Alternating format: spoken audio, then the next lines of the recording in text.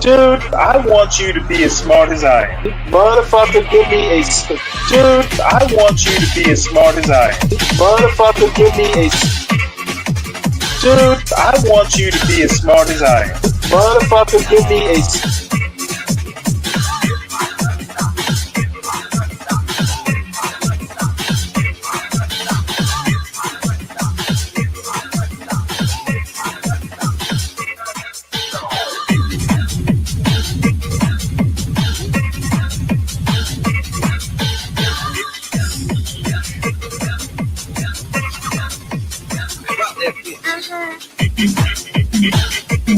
Dude, I want you to be as smart as I am. Motherfucker, give me a specific.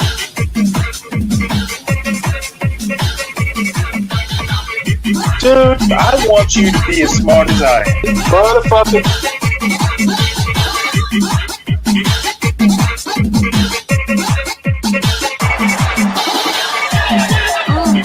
Come on out, you rapist!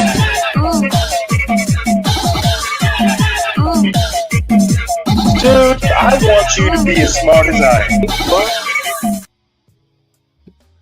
Hello, everybody. Hey, we know it is Black History Month. When you hear somebody say, "Hey, Michelle,"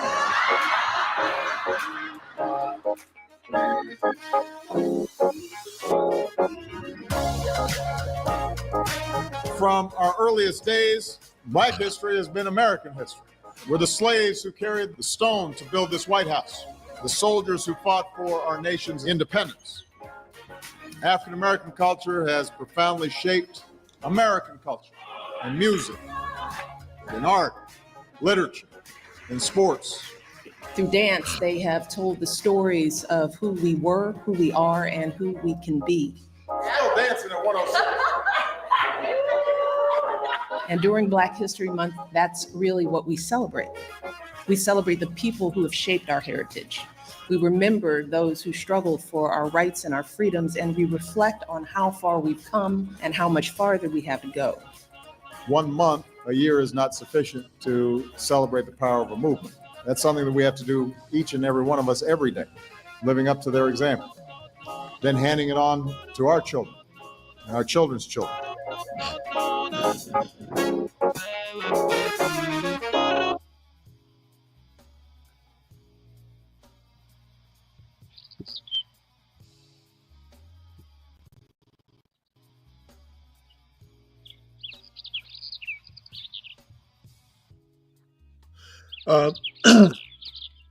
Good morning, everyone. I am starting way later than I thought I was gonna be.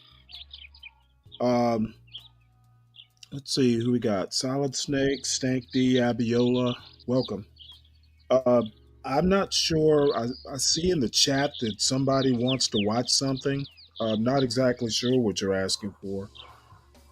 So, Solid Snake, I noticed you were up here earlier. Um, Let me know what it is.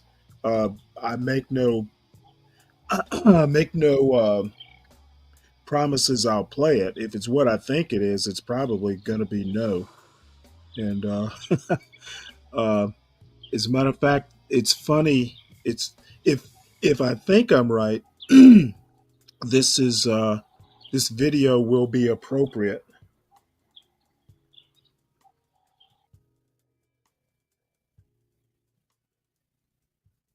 Oh, good. Let's see.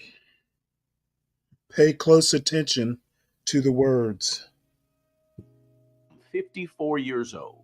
And nowadays, I avoid people. And on this video, I want to tell you exactly why. Let's talk about it. Now, here's the deal, guys.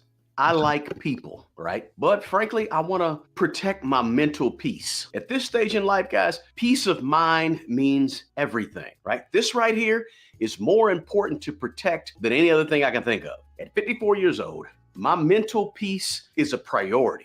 At this age, I found that avoiding toxic people, toxic relationships, or overly negative people, that helps me sort of maintain some emotional stability, if that makes sense. Guys, let me know in the comments if you can understand what I'm saying in terms of the importance of mental peace. There are times, guys, at the age of 54 that I will take mental peace over money any day, all day. Now, another thing or another reason that I sort of avoid people is my time. As I've gotten older, guys, I've sort of put more of an emphasis and priority on my time, the value of my time. And I have a much clearer understanding nowadays that, time is running out for me. And so I need to be more intentional with how I use my time. And sometimes avoiding people helps me do that. So I prefer, if I'm going to spend my time, then I prefer more meaningful interactions as opposed to some of the superficial stuff. Look, when you look around you and you start seeing people your age dying every day, right? It makes me become a little more stickler about my time and how I use my time. And it makes me try to be more intentional with my time because time is precious, right? The older you get, the faster time goes. And so I want to be intentional about it. Therefore, I try to avoid certain people, certain situations that people are in because I don't want to waste my time. Now, another reason I sort of avoid people nowadays is prioritizing my health. Look, people can be stressful. Let's just be real about it. People can be sort of a lot of stress on you, and that can affect your physical health, right? Stressful relationships can negatively impact the way you feel in your physical body and can increase the potential risk of things like heart conditions, heart attacks, diabetes, high blood pressure, all these things that are triggered by stress. And sometimes avoiding negative people or negative situations that involve people, that can impact your health more than we even know. Now, another reason I sort of avoid people nowadays, guys, is focusing on my own personal growth, right? At the age of 54, look, I want to pursue new hobbies. I want to pursue new things, get new information, new experiences, like involve myself in self-improvement activities, right? Meet new people and things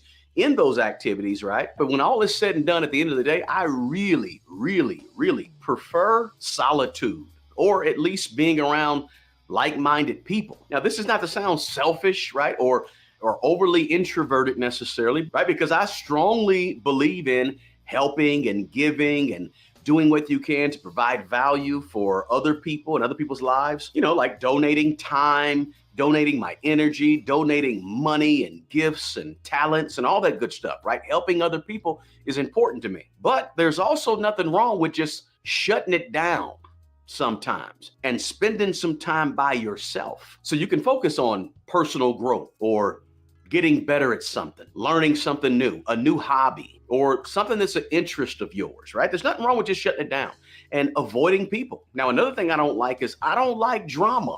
Look, at this age, I'm trying to avoid as much drama as humanly possible, right? Life has taught me, guys, that unnecessary drama or unnecessary conflicts with people is just not worth the emotional investment that it requires. So at the age of 54, I'm not trying to get wrapped up into what I call OPD, right? There's OPM, other people's money. I'm not trying to get caught up in OPD, which is other people's drama, right? I don't want to have nothing to do with OPD, other people's drama. But hey, drama queens and drama kings are out there looking for you, lurking behind closed doors and behind the trees, watching you for when they could involve you in their mess or their issues or their problems. And if you're not careful, if you don't avoid these people, they will have you losing your natural mind with their issues. And at 54 years old, I'm going to avoid those people because I don't want to go there. Look, I like and appreciate my solitude. Alone time is good, right? Being alone can be fulfilling. It gives you time to think, gives you time to reflect. It gives you time to visualize, to dream, to be creative, to build something, to think about what you want to produce or achieve next. I mean, there's all types of positives to alone time where you can relax without the pressure of conforming to someone else or other people's expectations or just social expectations. When you're alone, you don't have to conform to any of that. And you ain't even got to think about not conforming, right? You just enjoy who you are. So for me, alone time can be very, very productive, right? I can get recharged when I'm alone, right? I can start to think and start to really begin to be introspective when I'm alone. And also, this is a finance channel here on YouTube. And for me, I like keeping those financial boundaries because some relationships come with financial pressures, right? Mhm. That you have out there where you feel like you have to perform a certain way in terms of financially in order to deal with certain people, right? Like lending money to people or people asking you to borrow money or maybe feeling obligated to spend money, go on vacations, do things that your friends are doing because they're doing it and you want to fit in, right? Sometimes these relationships put financial pressure on you. And oftentimes when you're alone, it's easier to have those financial boundaries. And you got just energy, right? Social Oh, interactions I'm as live. Hey, Stanley, can you pause? people, they can be exhausting because they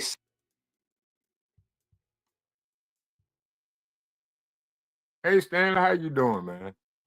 Good. I apologize for the other night. I was just real passionate and drunk.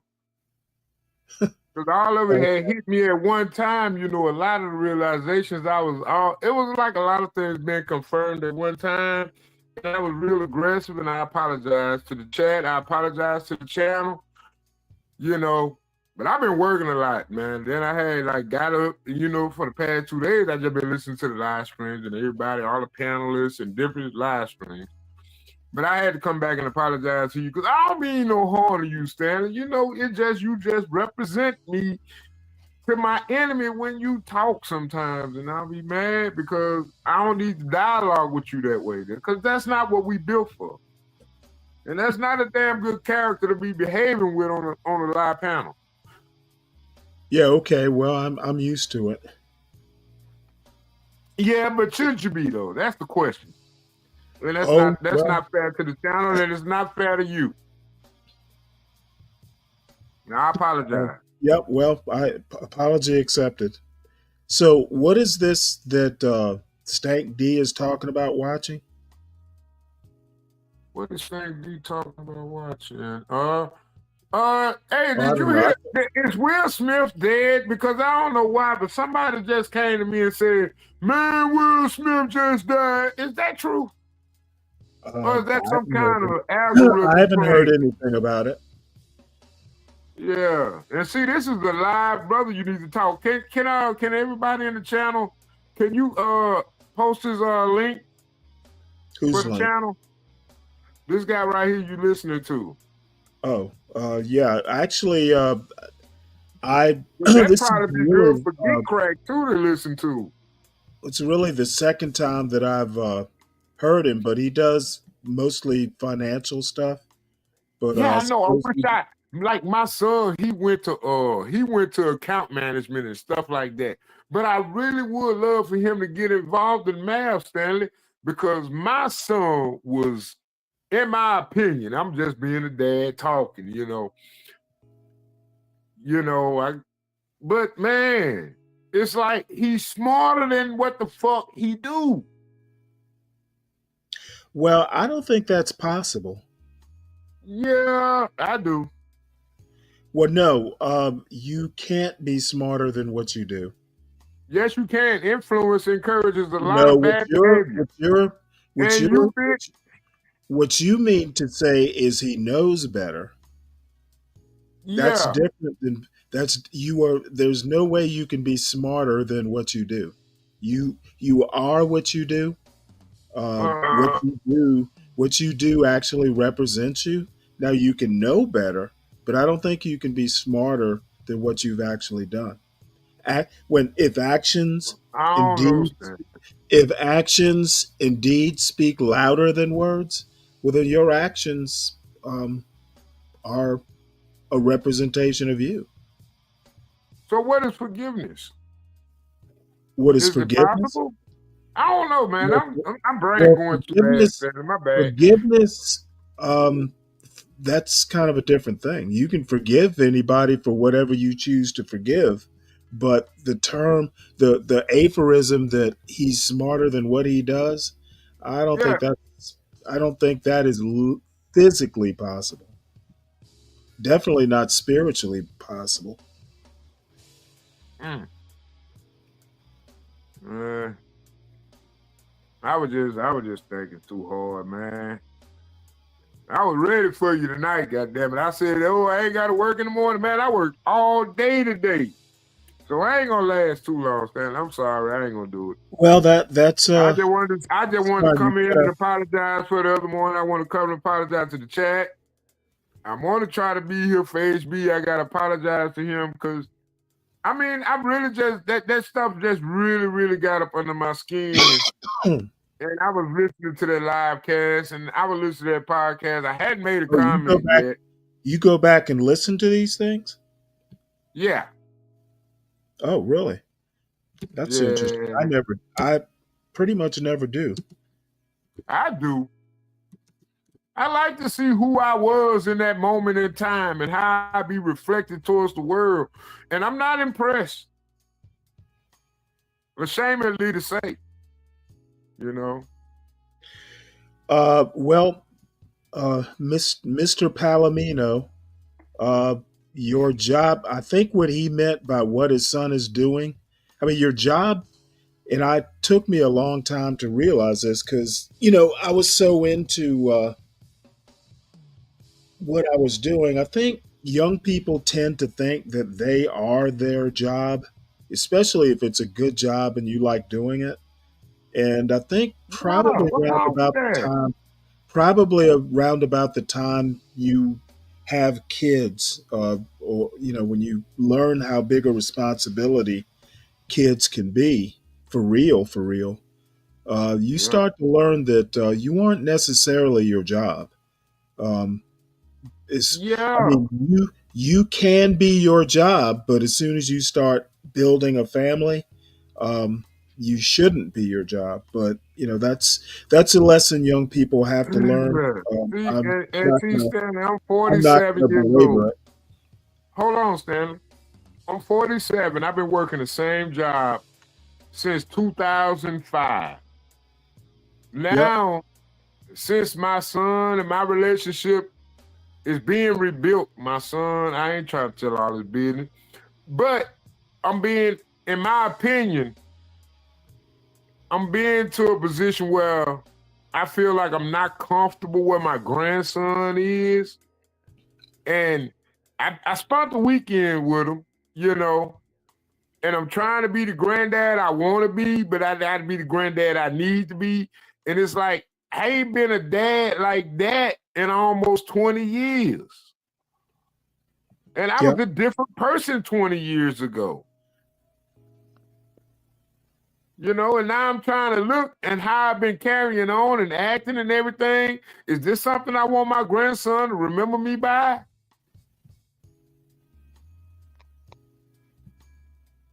It's not easy, especially when it hits you with your grandson and you see him and he's so, oh Lord, he's so well mannered. But it's just like from my experience, early on in life, you become well mannered, but by the time you get a certain age, you become a little bit, undisciplined. Because Okay, you I grow your have little no clue. muscles, the little boys, they grow their little muscles, and then they got all that testosterone pent up. Okay, well let me give you a little bit of advice because I have recently raised a son myself. I don't believe any of that bullshit. Fuck the Yeah, testosterone. Stan, but see, look, Well, think about it, no, Stan. no, no, no, no, Your no. son, You 18, got to right? you I got to experienced that 10 you years ago. okay, what I'm saying is the little boys and the muscles and the testosterone, that's part of people's problem. That's part of our problem now. The Well, you boys. have a different Okay, insight. God damn it, Solid Snake! I am not in the mood to be cut off. Oh, Okay, I'm gonna. You should realize by now. I need to finish what I'm gonna say, and then you can. It can be a normal conversation. that's what it What I is. was about to This what is I was father to about to say father. what I was about to say, and I am very experienced in this, though I've only got one son. The boys will be boys attitude that America has had for quite some time is part of our problem. Okay, That's what I'm saying. I agree with you. boys boys will be the boys you raise them to be. And anything less than that is just bullshit. Okay, so you got any advice for me?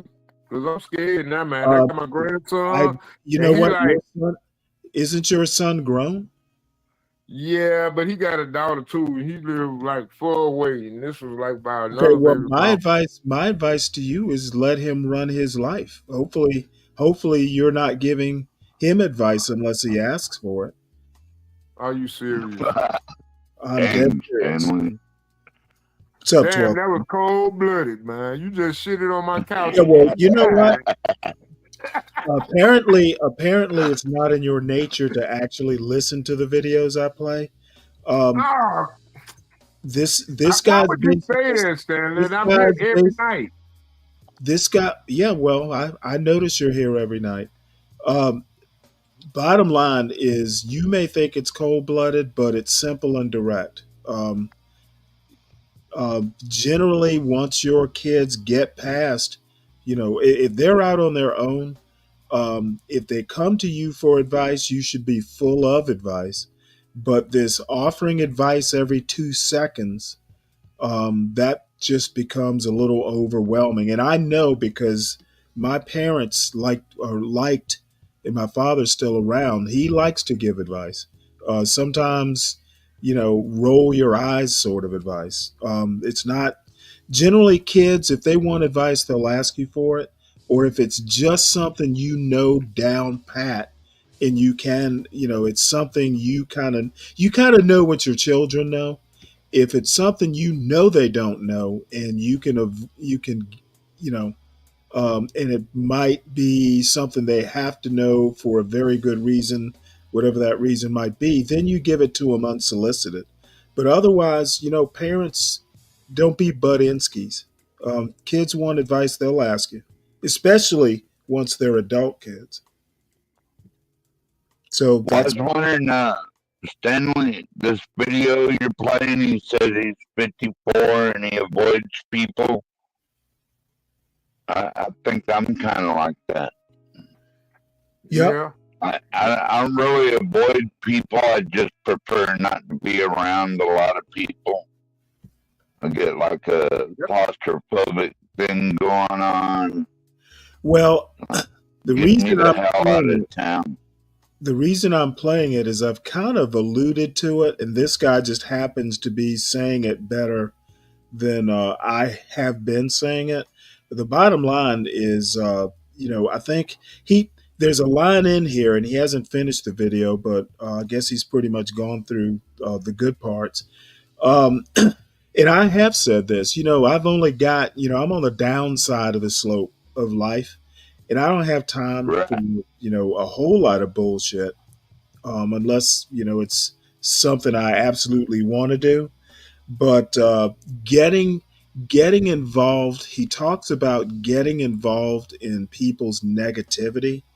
And part of the negativity I'm talking about is this habit of this channel of being just blatantly, in my opinion, blatantly anti-black, and concentrating on dysfunction and acting like all black people act like they live in the hood.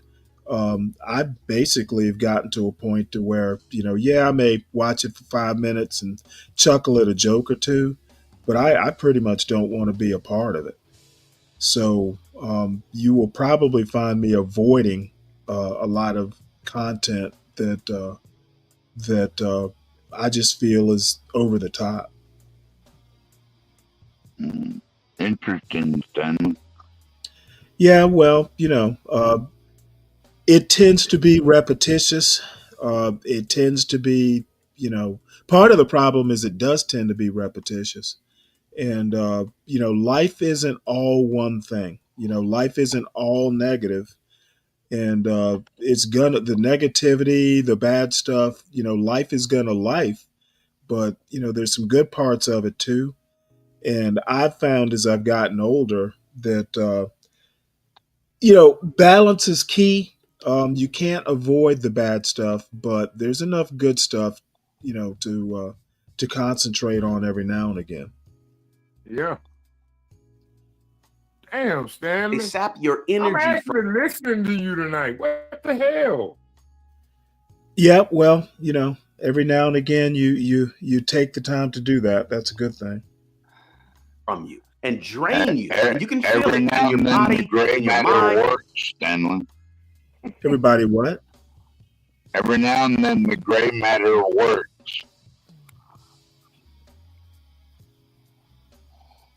Oh, yeah.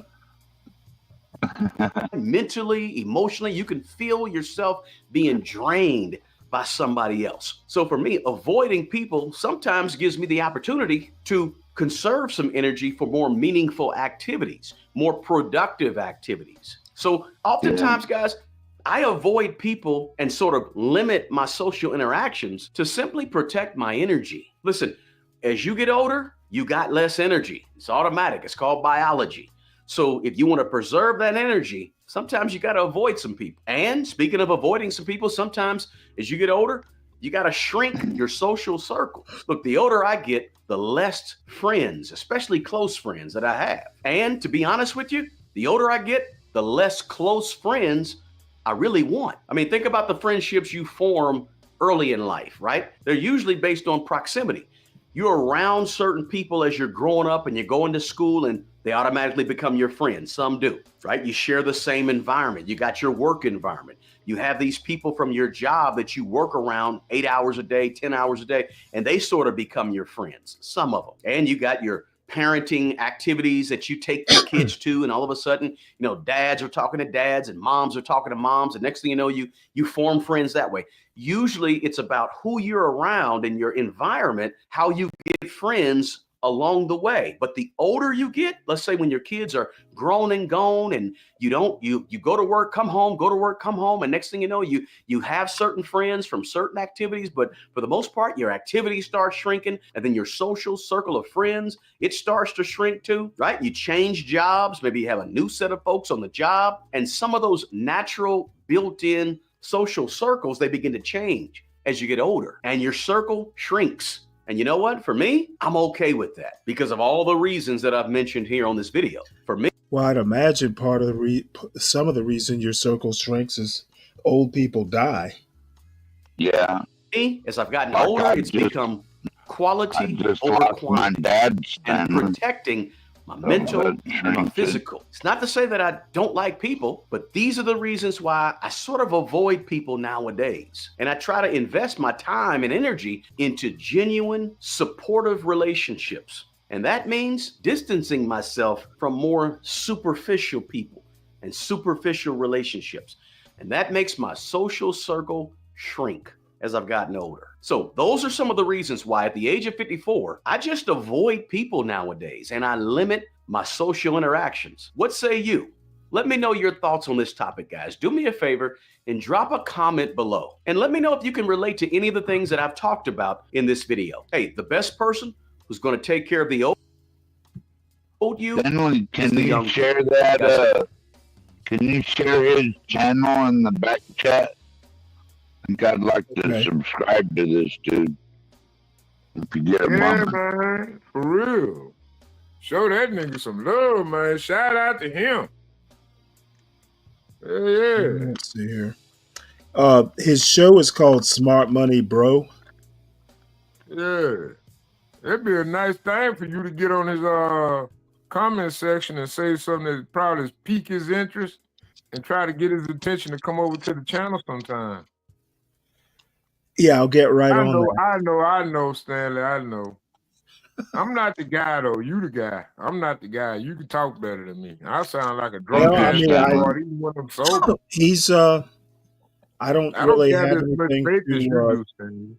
I don't have anything to really add except I agree with him. That's why you're listening to him. Wait. Well, no, actually, it just happened. interesting things seem to cross my That's not.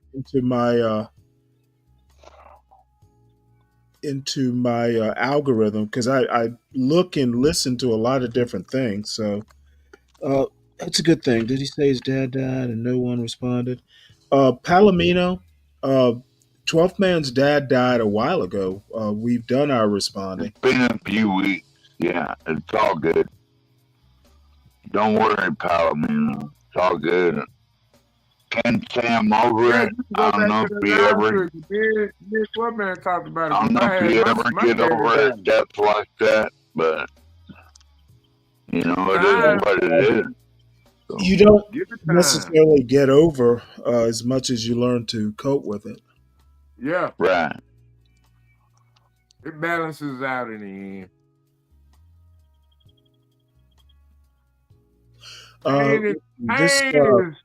Pain is inevitable. Misery is optional.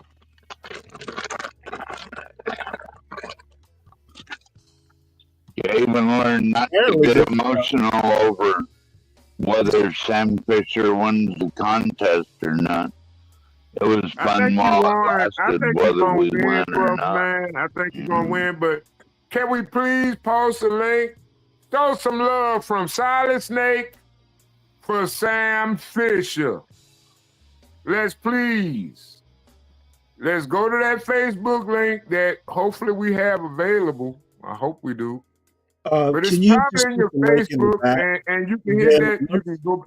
I didn't mean to bring it up, Stanley. Yeah, I know. We're in the final round, though, you know. Show. Once I've posted the link, yes, we will be moving on. Yeah. It's like, what, 5 more days left? 2 days left.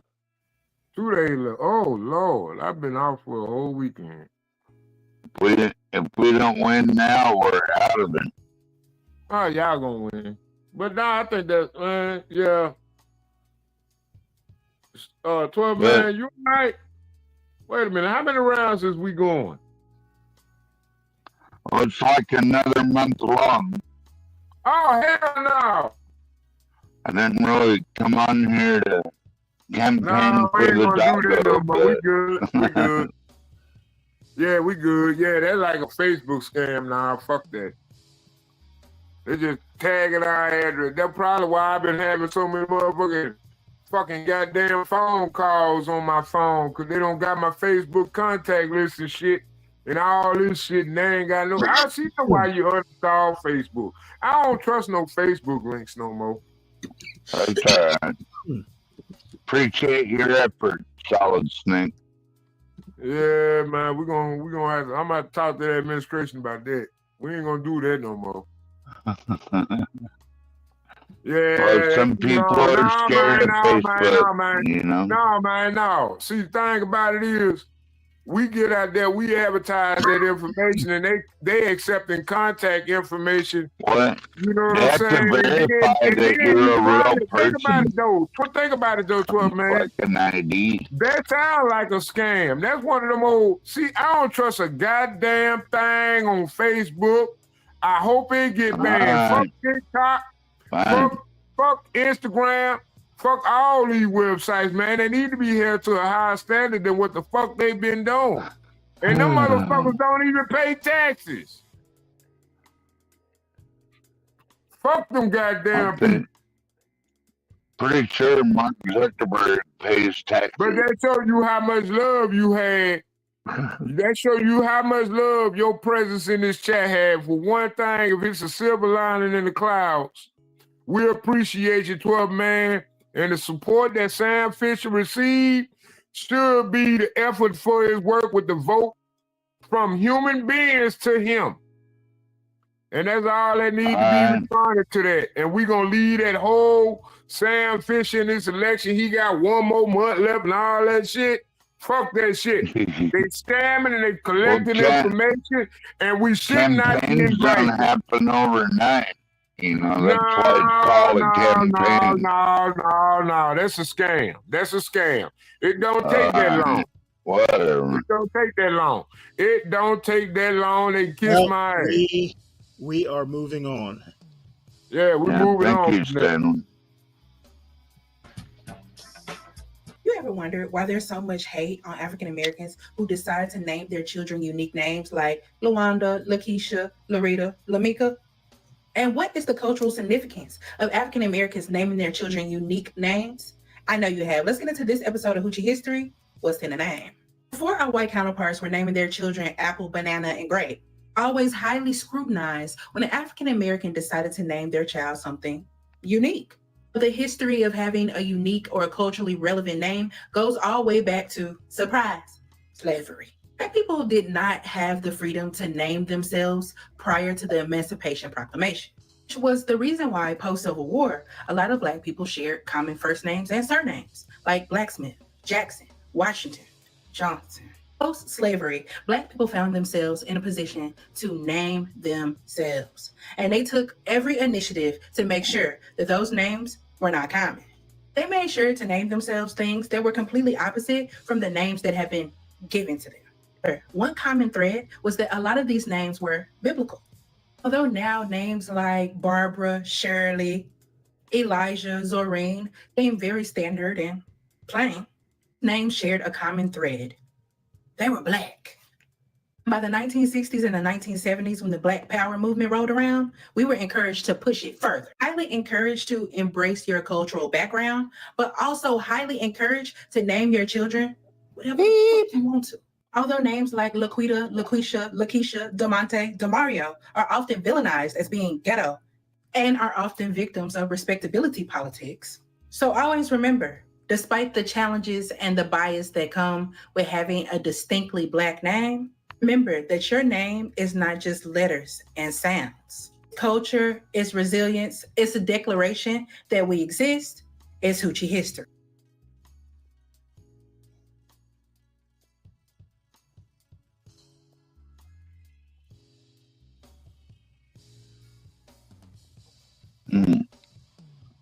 Well, that was interesting.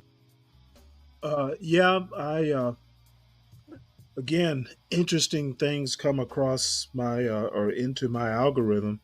Apparently, this is somewhat of a somewhere between some serious history and a little bit of tongue in cheek satirization, but it's a pretty interesting take. And let's see, here's one more of those. She's got a whole channel actually. It's giving Black women permission to be whoever they are. Hoochie Kong, Welcome back to Hoochie History with your favorite Hoochie historian, Zorine Truly. On today's very special episode of Hoochie History, we're going to talk about a very important subject that affects Hoochie mamas and women all over the world. Hoochie Mama. Very important election. I had one of those once, Stanley, a Hoochie Mama. Do you often? Well, I guess I know the answer to that. Now, as you know, in Hoochie History, we uplift all Hoochies regardless of their political views. However, we must put an end to the conversation that Donald Trump has been for and uplifts the Black community. He started getting Black people out of jail and giving people their free money. Oh, baby, we love Trump. We need him back in office. Now, regardless of what your favorite has been seen saying or doing, let's actually put some facts to the rhetoric. And I'm not here to push you in any certain direction. However, if your vote is for Donald Trump because you feel as if you will receive a check. Understand is, while you were running your mouth with him, I was running to the bank, sweetie. And depositing a Trump check. Honey, Donald Trump. Yeah, the one you laughed at. Or you feel that he will uplift your marginalized community, let's take a look into Project 2025. Project 2025 is an incentive that the Republican Party plans to transition into once you elect a Cheeto into office. This incentive plans to do some of the following: cut Social Security, Oh, cut Lord. Medicaid, in the Affordable Care Act, raised the price of prescription. No one's cutting Social Security except for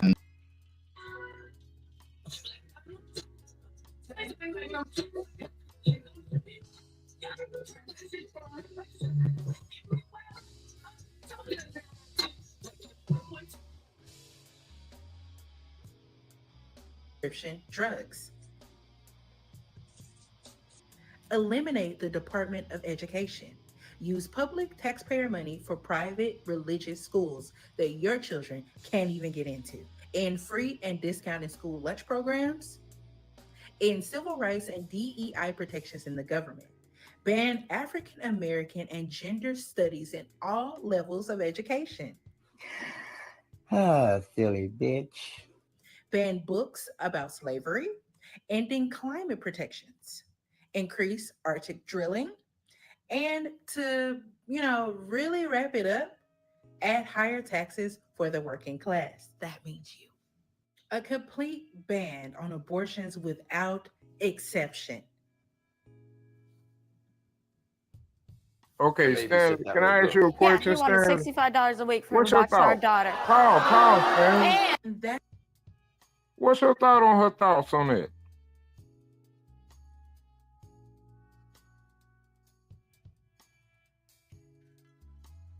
I'm just She's doing asking for something. your. I I'm just guess this asking is for commentary. if you look at her channel, which I'll drop in the back, it's kind of tongue in cheek, kind of humor, and she's Okay. got a bunch of videos, kind of all in good fun of hoochie culture, I guess. Thought culture. I'm sorry, what? Thought. THOT. Thought culture. Oh, yeah, I guess. Yeah, they call them thoughts. All right. Well, here's the. I'll drop the thing in the back. Yeah, I don't think nobody can get that link, Stanley. I don't think that's your audience. There's an 12th audience for man. that, Stanley. And that's Uh, not you, and you probably don't want that excuse me. audience over here. Yeah, well, I don't know. Again, it's her shtick. Thought it was pretty funny, pretty cute, I guess. And Yeah. I don't really. It's not a serious channel, and I don't have any serious thoughts on it. 12th man. Uh, this talking over videos. I'm generally okay to pause it. Just talking over it. That's gotten old. So I would appreciate it, and I'm sure people in the chat would appreciate if you could just kind of keep yourself under control. And if you have something to say, just ask me to pause it. Okay, Stanley. That's just to name a few things that would directly affect not only the African American community, but the whole United States at large. So anyway, I guess it's her attempt at humor, and it's pretty funny, but not very funny. So I drop the thing in the chat. Let's see. I'll just drop her channel in the chat if you want to explore it on your own. I subscribe to it, so you can Hey, bless you, Stanley. You alright? you can decide for yourself whether it's your type of humor or not.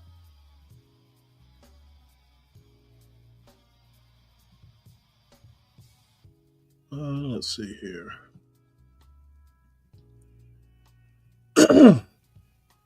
So the next thing, and since I'm starting later, I'm going to go ahead and at some point start reading more news articles. But I watched Arami yesterday. If you'll recall, we've watched him before. He had a very interesting take. For some reason, I don't know Um, there's still people comparing Obama. He's a progressive of some sort, and they're obsessed with Obama. And this is Mm. basically contrasting the styles of Obama to Trump, and kind of shocked me his take on the comparison. I think he's way off base here, but you swing for the fences. Sometimes you strike out, and I think, as a matter of fact, I rarely comment on this. I caught it during the live broadcast, and I rarely comment in his chat. But even I had to throw a couple comments in there because I think he is just delusional on this one. Well, Stanley, what did you think of Trump and Obama were talking about during Jimmy Carter's funeral? Had that little conversation, and a lot of people like to make up what they said, but I wonder what they actually said. I have no clue. Whatever it was, they got a chuckle out of it. Yeah. We spent all of those I've years seen- listening to all of the things Obama can't do. Obama can't, really fight for single payer health care. He can't really do anything about housing. He can't really do anything about keeping Black people in their houses.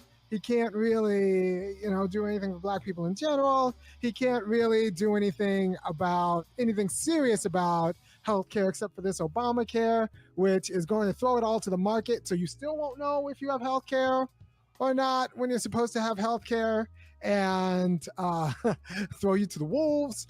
Okay, and progressives really were annoyed, if not outright pissed off.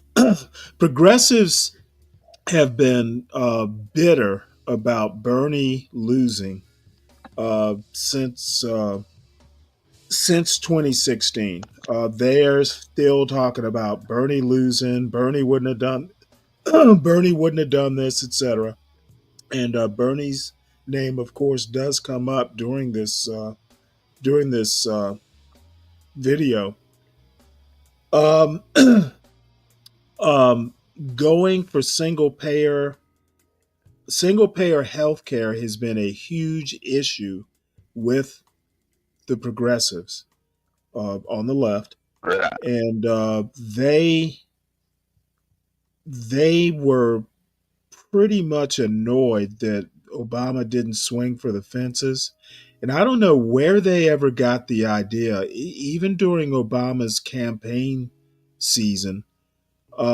He never pretended to be something that he wasn't. He never, as a matter of fact, when he first came into office, if you remember, he was against gay marriage and changed his mind in office, probably more for politics than his own personal belief. But he was literally against gay marriage. Where people thought he was a progressive, I just don't get it. I guess they were as bad. I often say that the left is as basically the left is as problematic as the right on race, just in different ways. Qualitatively or quantitatively. I guess quantitatively they're about the same. Qualitatively they're different. So anyway, I think a lot of people just have a real problem with Obama because he was nominally black, at least in the American context, and he treated black people. He pretty much treated black people like every other American, and there are black people and some white people who are mad about that. And the right basically takes full advantage of it. In the form of United Healthcare, but somehow it's supposed to be better because they won't be able to deny you for pre-existing conditions unless an AI tells them to. So we can't expect democracy in terms of internal politics in the Democratic Party. We can't do anything about corporate finance reform. All the things we can't do and shouldn't even fight for because we can't do it. And he was being pragmatic about in his approach of telling us he couldn't do anything to secure us a job, a good job. Said we get a stimulus, I might go to the same kind of crooked companies that is comfortable hiring people without passports instead of actually hiring Americans with jobs. He couldn't just guarantee us a job. We couldn't have another WPA or CCC. Obama couldn't even deliver us Teach for America, or which is already a dubious program, but he couldn't even deliver something like that. And instead of actually drafting the Army Corps of Engineers to fix Flint's water, Obama passed around the hat and sent us sent all those good people. Okay, Palomino,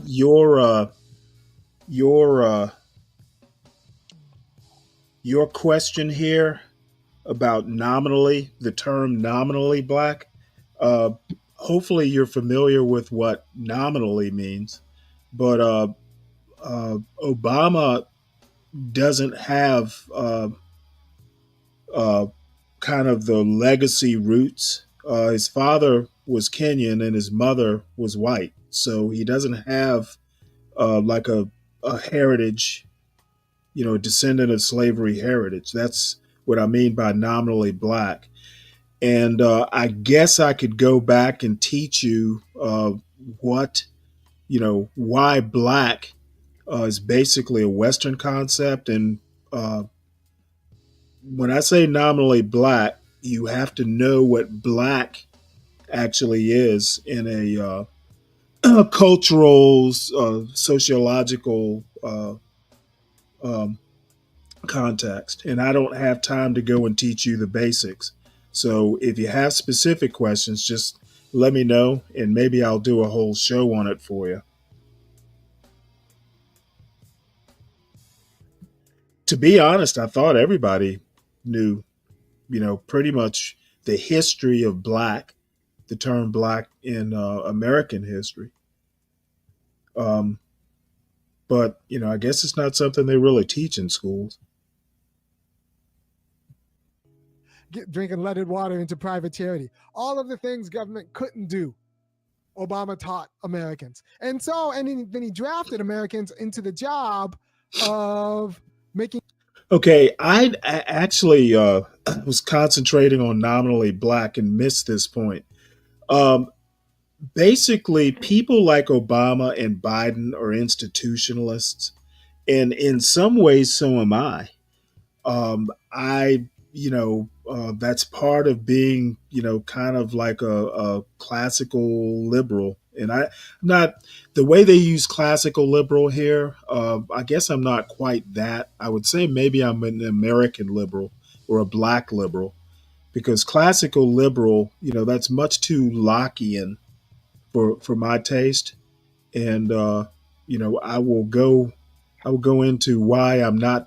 I mean, while I read Locke and gladly, Locke, uh, Locke was an interesting character. He actually wrote the charter, the royal charter for the South Carolina colony. And I can get into that history one of these days. But he was literally kind of like an inventor of American slavery. He's one of the progenitors. Let's see, where was I? Oh, anyway, Obama's probably the most square guy when it comes to, well, shit, he taught constitutional law. He's a constitution guy. And he's not temperamentally, and I think I kind of understand um Obama. He is almost a true moderate, and I'm the same way. Moderation in all things. Any extreme, especially an uncontrolled extreme, is bad in the long run. But anyway, he's an institutionalist that Ira Me would think that he's gonna go outside the law or go extra legal. That's not Obama. And Okay, so Stanley, I I got a wouldn't question. even. I got I a question. don't interrupt me. I'll let you know when I'm done. Um, if you're expecting a constitution, a lawyer who is kind of a traditionalist in a weird sort of way to go and interfere. He mentions Flint, Michigan, and the water crisis they had there. That is literally something that the state should handle, and a president getting involved in it. Now, I probably would have if I saw the state wasn't doing anything. But in theory, presidents shouldn't be getting involved in local issues. It's really Okay, okay. something So that so it's wait. really something that the state and the locality should handle. And if they need federal help, then declare an emergency.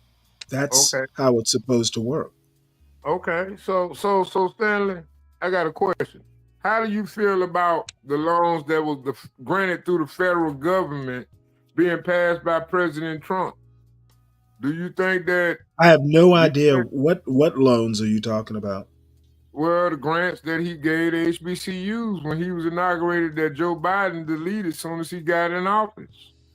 Let me tell you how I feel about him. Those grants are under threat. When he froze all the grants when he came into office a couple weeks ago, the same Mhm. money that he was going to give to Now, HBCUs do is you think okay. USA? Let Now, wait a me minute. finish.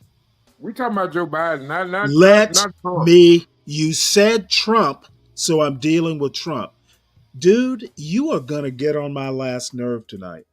Well, I'm not gonna be your Okay, puppet. if you're gonna ask me questions, know what you're asking. Okay, you said Trump. Trump did give money to HBCUs.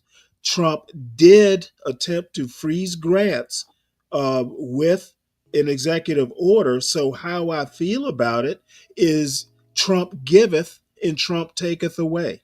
That's how I Okay, so feel about it. Biden didn't do that when he got I in his don't presidency. give a fuck about Biden. You didn't ask about Biden.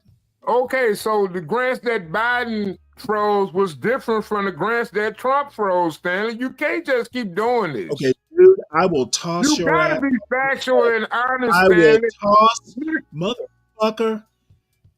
Now, you ask about Trump, and then you go, oh, I meant Biden, and now you're going to fucking come to me about being accurate? Dude, you're messing with the wrong motherfucker tonight. If you're going to ask a dumb question, at least know what the question you're asking is and stick to it. Hey, Stanley, I'm a little worried about the executive order on grants because it'll, Okay, well, you don't need to worry about you don't if, need to worry about it. The court has basically The frozen liberal courts, whatever it the was. Obama and Dr. Okay, this motherfucker, AmeriCorps grant y'all are getting out of control, and I'm not about to deal with it. When you get your asses under control and you can ask a question without rambling drunkenly, I'll bring you back.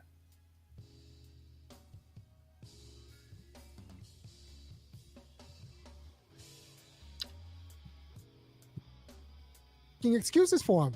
To be a good Democrat was to make excuses for Barack Obama. That was 8 years. 8 years of making excuses for Barack Obama. That was what, not asking for anything, not holding him accountable, always making excuses for him. And for the Republicans, we're watching Trump just do whatever he wants. I want to take over Canada, maybe Greenland. I don't know. Annex Gaza, sure. Obama wouldn't even talk like that. He didn't have a sense of power. He was teaching. Obama didn't have the nuts to talk like Trump, and I think that's unfortunate. Oops. Okay, I see 12th man doesn't want to abide by an orderly panel. 12th man, I will deal with you later because it's getting to a point to where I'm not sure you need to be on any panel that I'm hosting. Okay, 12th man, have you got your shit together? I'm sorry, Solid Snake.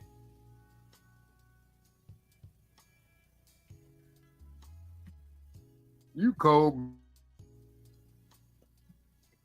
Oh fuck yeah, I'm cold. What do you expect me to You be? cold Fucking up blooded. here? Do you expect me to be up here taking bullshit when I don't want to? Stanley, it's not about what you want. It's what the audience Oh wants. You motherfucker, gotta it give is it to them. hey. Oh no, I don't no, it is actually about what I want. Okay. I'm hosting Oh, the panel. Stanley. When Man, you you when sound like, you see, that when was you come up, wrong. okay, when you come up here and you host a show, I will abide by your rules. Okay. But the one thing, and I kind of gave a warning, if you're going to ask a question, just ask the question, but make sure you're asking the right question. Okay. I understand that you're drinking and having a good time, but I'll have to fucking deal with your drunken bullshit. Either get it together or just fucking drink and have a good time and stop asking sloppy questions. Hey, man.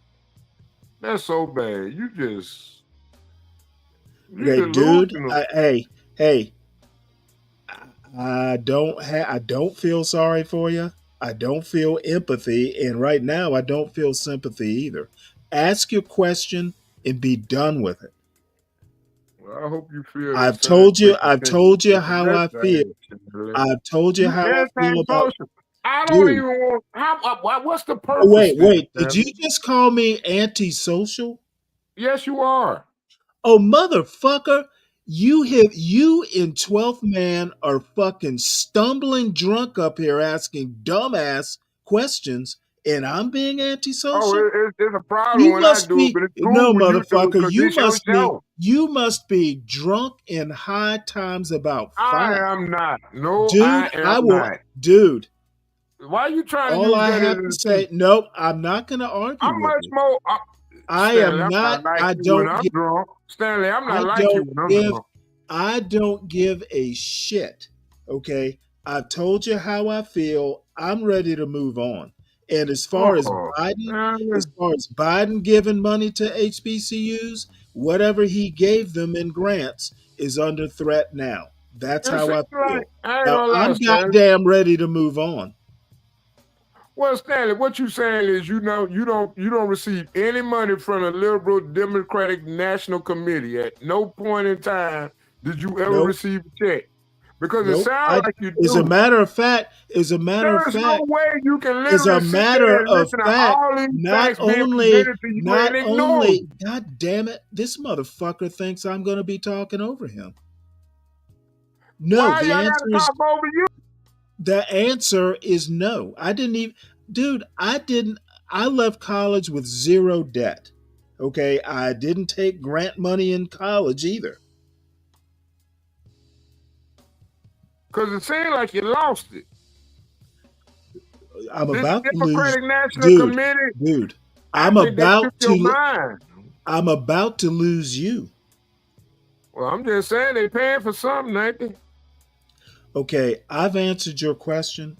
I'm ready to go ahead and get back to the video. I think that's unfortunate because at least Americans want someone who believes that we can do things, as opposed to Obama, who taught Americans about small government the other way. Trump is teaching Americans about small government one way by having Elon just gut all of the companies that might investigate Elon. Obama taught Americans small government a different way by just saying government can only do this. We have a problem this big, and I believe government can be the solution for this much of it. We might get a little bit more food stamps, not a job, a little bit more food stamps. We can't do anything about Iraq. By the way, Stank D, genius that you are, I'm not 100% sure because I'm not an expert in how college gets paid for. But if you give grants to institutions and they decide to loan it out, there are ways you can basically take grant money and loan it out. That's what I'm getting to. Somebody You got to give pay back grants. the loan. you give grants, but where the money goes from there, I'm not actually sure about. But you're right. You generally don't have to pay grants back. No, you don't pay grants back, but somebody got to pay back that loan for the grant. Grants Yeah, are not just gifted. yeah. Between you and Stank D, I'm sure somebody's right Okay. about something. Well, okay. We'll Well, just it would have be Joe nice if Obama your is that better intelligent than brain would actually black elaborate people. for the So audience. Obama's half-assed. Uh, Then I I'm I, gonna let assu- him I assume I assume I start over. He assume talking shit on this. My bad. I assume the audience has a level that I don't have to explain every little detail to them.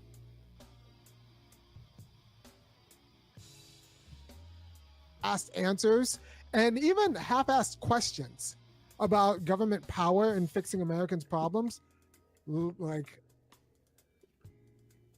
led the way, rolled out the carpet for Trump to talk big with his wall, even if he doesn't deliver.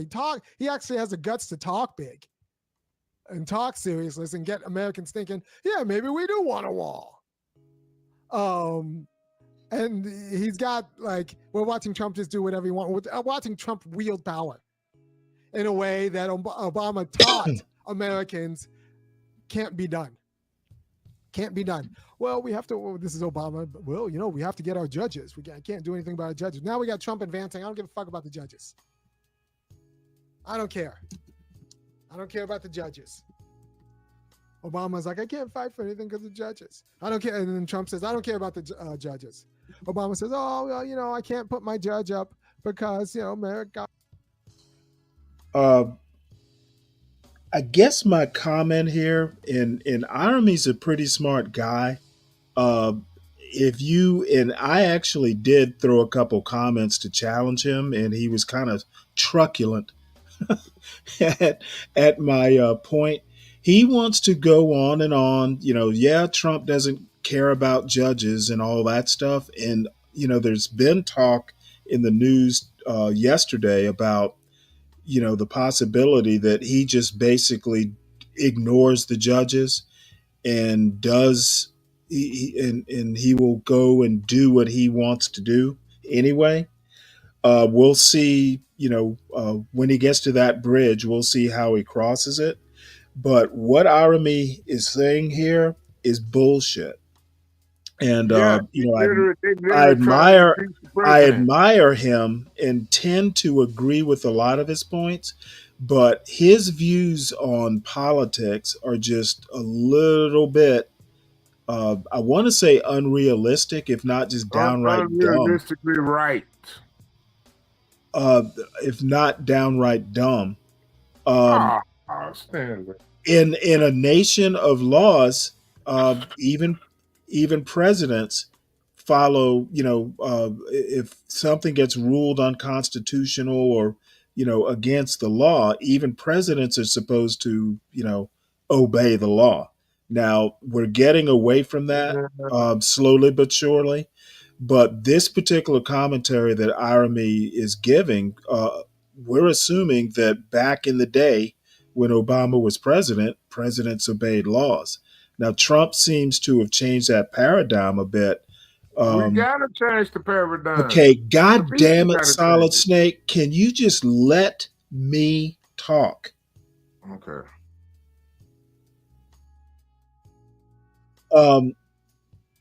I made a point in Iremy's chat. Iremy talks about Trump knowing how to wield power. And the problem with that statement is that executive orders are not power. Okay. They don't carry the force of law, Oh and my. executive orders only last as long as the issuer of the executive officer, the executive order is in office. Okay, power is permanent. Real power And sticks through Congress, after through votes, through after Senate. the person who after the person who wields the power is gone. Okay, what Trump is doing is workarounds and patchwork, and for No, he's some not. reason or another, God damn it, Solid Snake, Well, let me elaborate for you then, Stanley. No, motherfucker, don't elaborate until I'm done.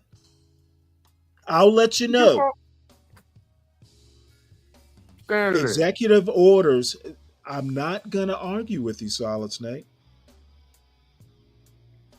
Executive orders do not carry the force of law, and anyone who imagines that Trump is actually making headway, I would beg you to actually understand that, these executive orders, slowly but surely, are being litigated, and so far, 3 or 4, maybe 5 of these executive actions have been stayed by the court. So I think the only thing that Trump is actually making headway on is deporting illegals, and that is an executive branch function. So he does have full control over that. Now there's some checks on that power, but he can pretty much do what he wants to do with illegal aliens because it is against the law, and he's enforcing the law. But as far as things like circumventing, birthright citizenship and stuff like that, no, that's not actually power. Okay. Well, So it is a problem that people don't actually understand how their own government works. No, Stanley. No, Stanley. No. Okay, well, Fred, I know you're agreeing with Irony, but Stanley. you would be as wrong as Irony. Executive orders, doing something by executive order, is a short-term power play. Real power can't be undone. If he's doing something with real power, once he leaves office, it will not be undone except maybe by Congress. So of course, I don't agree with Irony, but progressives will, and I don't know what they're talking about. What is it, Solid Snake? Okay, we talking about billions and billions of dollars being spent on influence. What the Stanley. fuck are you talking about? What does that have to do? Influence. You talking about Okay. how laws being legislated and how laws being regulated through the judicial court system. Okay, We motherfucker, talking get to your point. influence. Hey, Solid Snake. Okay, don't act like I'm not pissed off. Okay, I'm pissed off too. I'm pissed off by Well, then you. you can get the fuck off the panel if you're pissed off. Well, shit, I'm gonna be on this Don't stay in a place that's pissing you off. Oh gosh, Stanley, I work every day, goddamn it, in the I place don't give a. pissed off Why at. do you think I give a fuck Because if it you make me work every better. day? It make Are me you better. working? Are you working for me? Nigga, I work for the people. Okay, no, you don't work for this people. I don't work for legislating and elected Solid officials. Snake. No. I honestly don't give a fuck about whether you Because I work or don't not. trust them, Stanley. Don't you understand that that's the Okay, paradigm of America right now? You lost the trust of the American people. Your delusion is not going to fix that. Motherfucker, you don't talk to the American people. You don't speak for the American people. I speak for me as an American citizen. I don't Okay, have to well, talk for speak for everybody else. yourself. Speak for yourself and Those make who it agree quick. gonna agree. Those who don't. Motherfucker, I am not gonna go back and forth with you. Get to your goddamn point. Get to your point. Why you don't want to go back and forth? It's an open panel. Because, oh motherfucker, it's not open. Where'd you get that idea? Stanley. My panels are. Hey, wait, hold it. Go back and look in the title of the show. Where the fuck does it say open panel? Gloves are chastity belts for your hands. Okay, where does it say open panel? Well, Stanley. No, I asked you a question. Can you answer? You're right, Stanley. I generally, if I do an open, Stanley. Leave open opinion and neglect. If I do an open panel, I'll rarely put it in the title, but because I never think to do it. but I'll say it at the beginning of the show. I don't really have an agenda. Whatever comes along. I didn't say that. I actually do have a loose agenda, at least. And I would appreciate if you understand that even if it was an open panel, it's not a solid snake style open panel. Be a solid snake. It could be a Stanley well-controlled panel, but Stanley needs to let people speak. You ever thought of that? No, I actually don't. No, Stanley, don't nobody just want to hear your diatribe when they got reality happening all Well, around. motherfucker, Stanley, you if they isolated. look, it's kind of like the old style TV. If you don't like it, change the channel. Stanley, we don't encourage our viewers to change the channel, Stanley. You know what? I don't give a fuck That's whether not they watch or business not. Let me proficient. be That clear. ain't even good business sense. I think everybody involved knows this. I'm not everybody's cup of tea. Okay, I'm not anti-black, and I'm not that conservative. So I am unlike a lot of people on here as far as politics goes. And I'm not everybody's cup of tea, and I'm not going to try to be. So I would figure everybody know that by now. God damn it, Stanley. I'm not trying to have everybody damn delusional on the truth. Dude, let's get back to the video. Island, they might take him down, or I can't get my judge passed. Trump doesn't care. Trump doesn't care. He gets what he wants, and he shows Americans that part of what being an American is getting what you want. I have to put on my sports goggles because my glasses went through an incident. Yeah. Now, how mature is that? You always want to get what you want. Okay, like life isn't life. Trump isn't actually getting what he wants. He's attempting to get what he wants, and believe me, for a grown-ass man who is a father to sit here and encourage, this sort of behavior from a president, no one gets everything they want in life.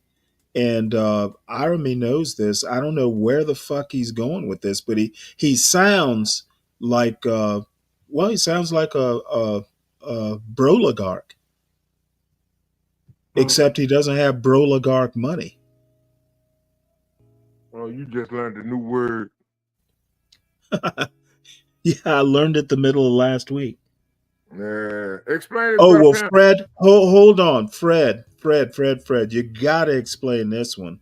Whether it's real power isn't the point. Well, Fred, please tell me the point, because I don't get it. I mean, if you're saying it's all a show, well, I can believe it's all a show, but it's really not helping, the people that Trump appeared to be willing to help. And it's certainly not meeting the expectations of his base. They expect real power to be wielded. So just type in, let's see, right. Obama didn't even attempt. No, I don't know, Fred. I just basically, if you're going to be checked, why waste your time being checked? I don't get it. Beating your head against a wall and it's a wall, that doesn't make sense to me. So, maybe it's just a temperament thing. Hey, Stanley, okay, just I acted helpless. Okay, you know what? I think the point that he just acted helpless, I think that's kind of like a subjective sort of deal. I think it's subjective. You almost sound like back in the days when single payer healthcare, back when I guess Trump was in office when Jimmy Dore and all the progressives, the progressive caucus were looking to defy Nancy Pelosi and try and ram single healthcare, a single payer healthcare through. And you know what? That's the perfect example because, these people were acting like they had the power to make Nancy Pelosi do or bend Nancy Pelosi to their will. She just fucking tamed AOC.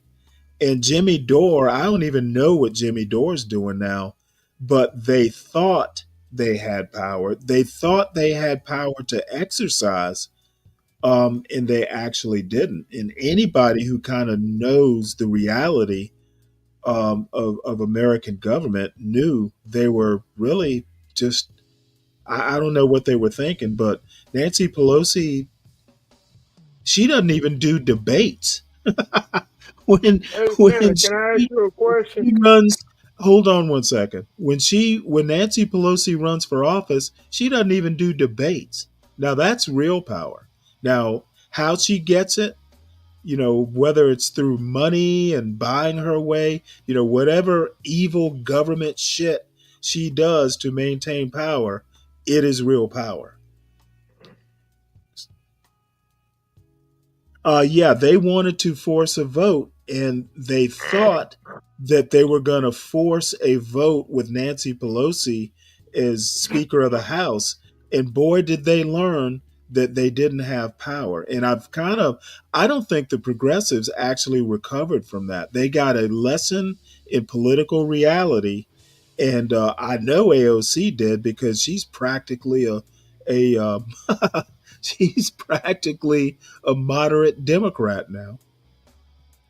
So anyway, what I'm saying is, and Fred, you're a dear friend of mine, but we have disagreed probably for years about this.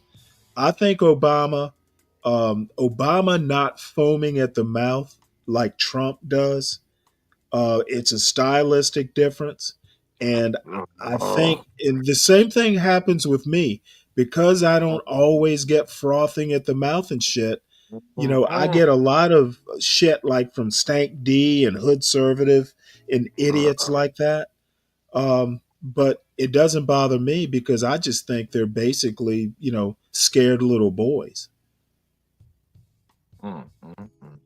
So what is it you have to say? So, and you ain't no scared little boy. Fuck no. You sound like one. You know what? All I have to say is the proof is in the pudding. No, I I'm not think a you scared little using arrogance. motherfucker. I think you Oh, use your God, little arrogance and your little goddamn right. so-called intelligent Hey, it's nomenclature not as actually some get type it, of bully pulpit get device it, that don't get it work. right, Solid Snake. Oh, I'm Solid Snake. telling you. Solid I don't know Snake. what belly codes mean, but I Solid got a Snake. second phone. I can Google it. Solid Snake. It's not arrogance. It's It well, sound like it. I had a little eighth grade classmate of mine say I was conceited. So I think I like conceited better than arrogant.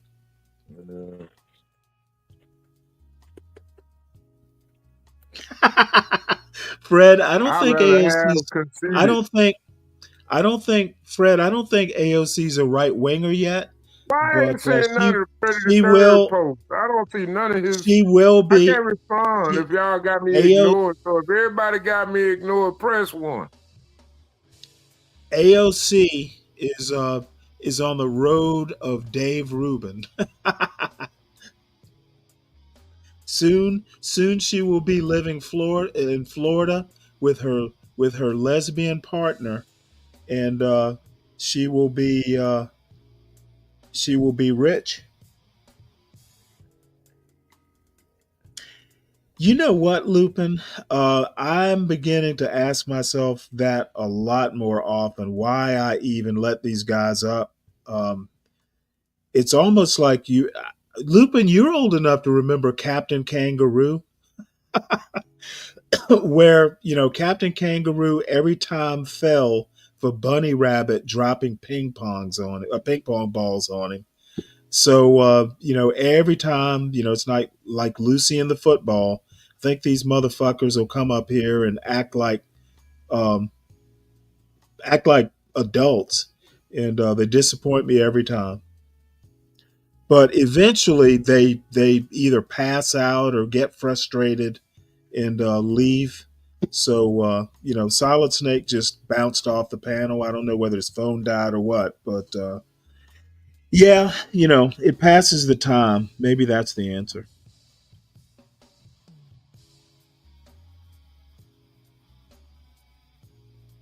So anyway, I you know I agree with Arami about so much, but this horseshoe theory, where progressives worship Trump, um, I actually think progressives, especially the ones that are more Marxian and call themselves communist, I actually think that both MAGA and the farther reaches of the progressive left, they just have a love of strongmen. They want an individual who can go and bend government to his will, because the only way you're going to get things like single payer health care, at least at this point in American history, is you're going to have to force it through, and you're going to have to make people do things they don't want to do, and you need a strong man for that. Same thing on the right. Some of these things, like going extra constitutional, a president basically defying the 14th Amendment, it can be done, but basically you're going to have to be a strong man and force Congress to concede to what it is you want to do. So, and the way American government is set up, it's anti-strongman. If you've ever read Madison and all these guys, they did not want unchecked power. They feared it, and one of the reasons George Washington didn't do a third term is because he wanted to send the message that America, the American president, wasn't a king.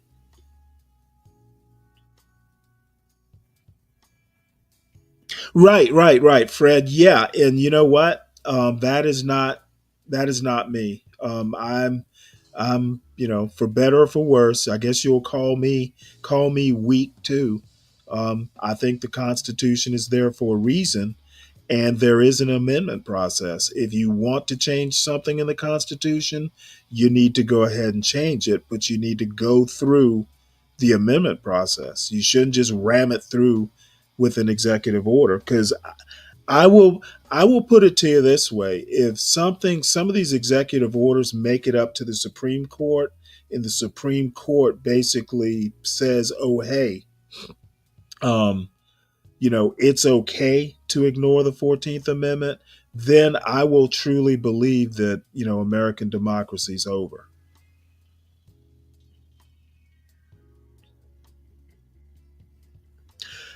Yeah, Fred. That is a progressive way. Basically, what you want to do is you want to destabilize the government. Yep, I get the playbook.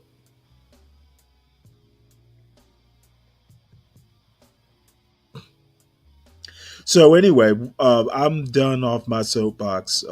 Yep, I don't. The revolution. you know, it and actually Aramis kind of alluded to the point that as long as the system gets destabilized enough, that some things like single payer and birthright citizenship and all this stuff can be just dealt with without a whole bunch of red tape. As long as what is it a what is it?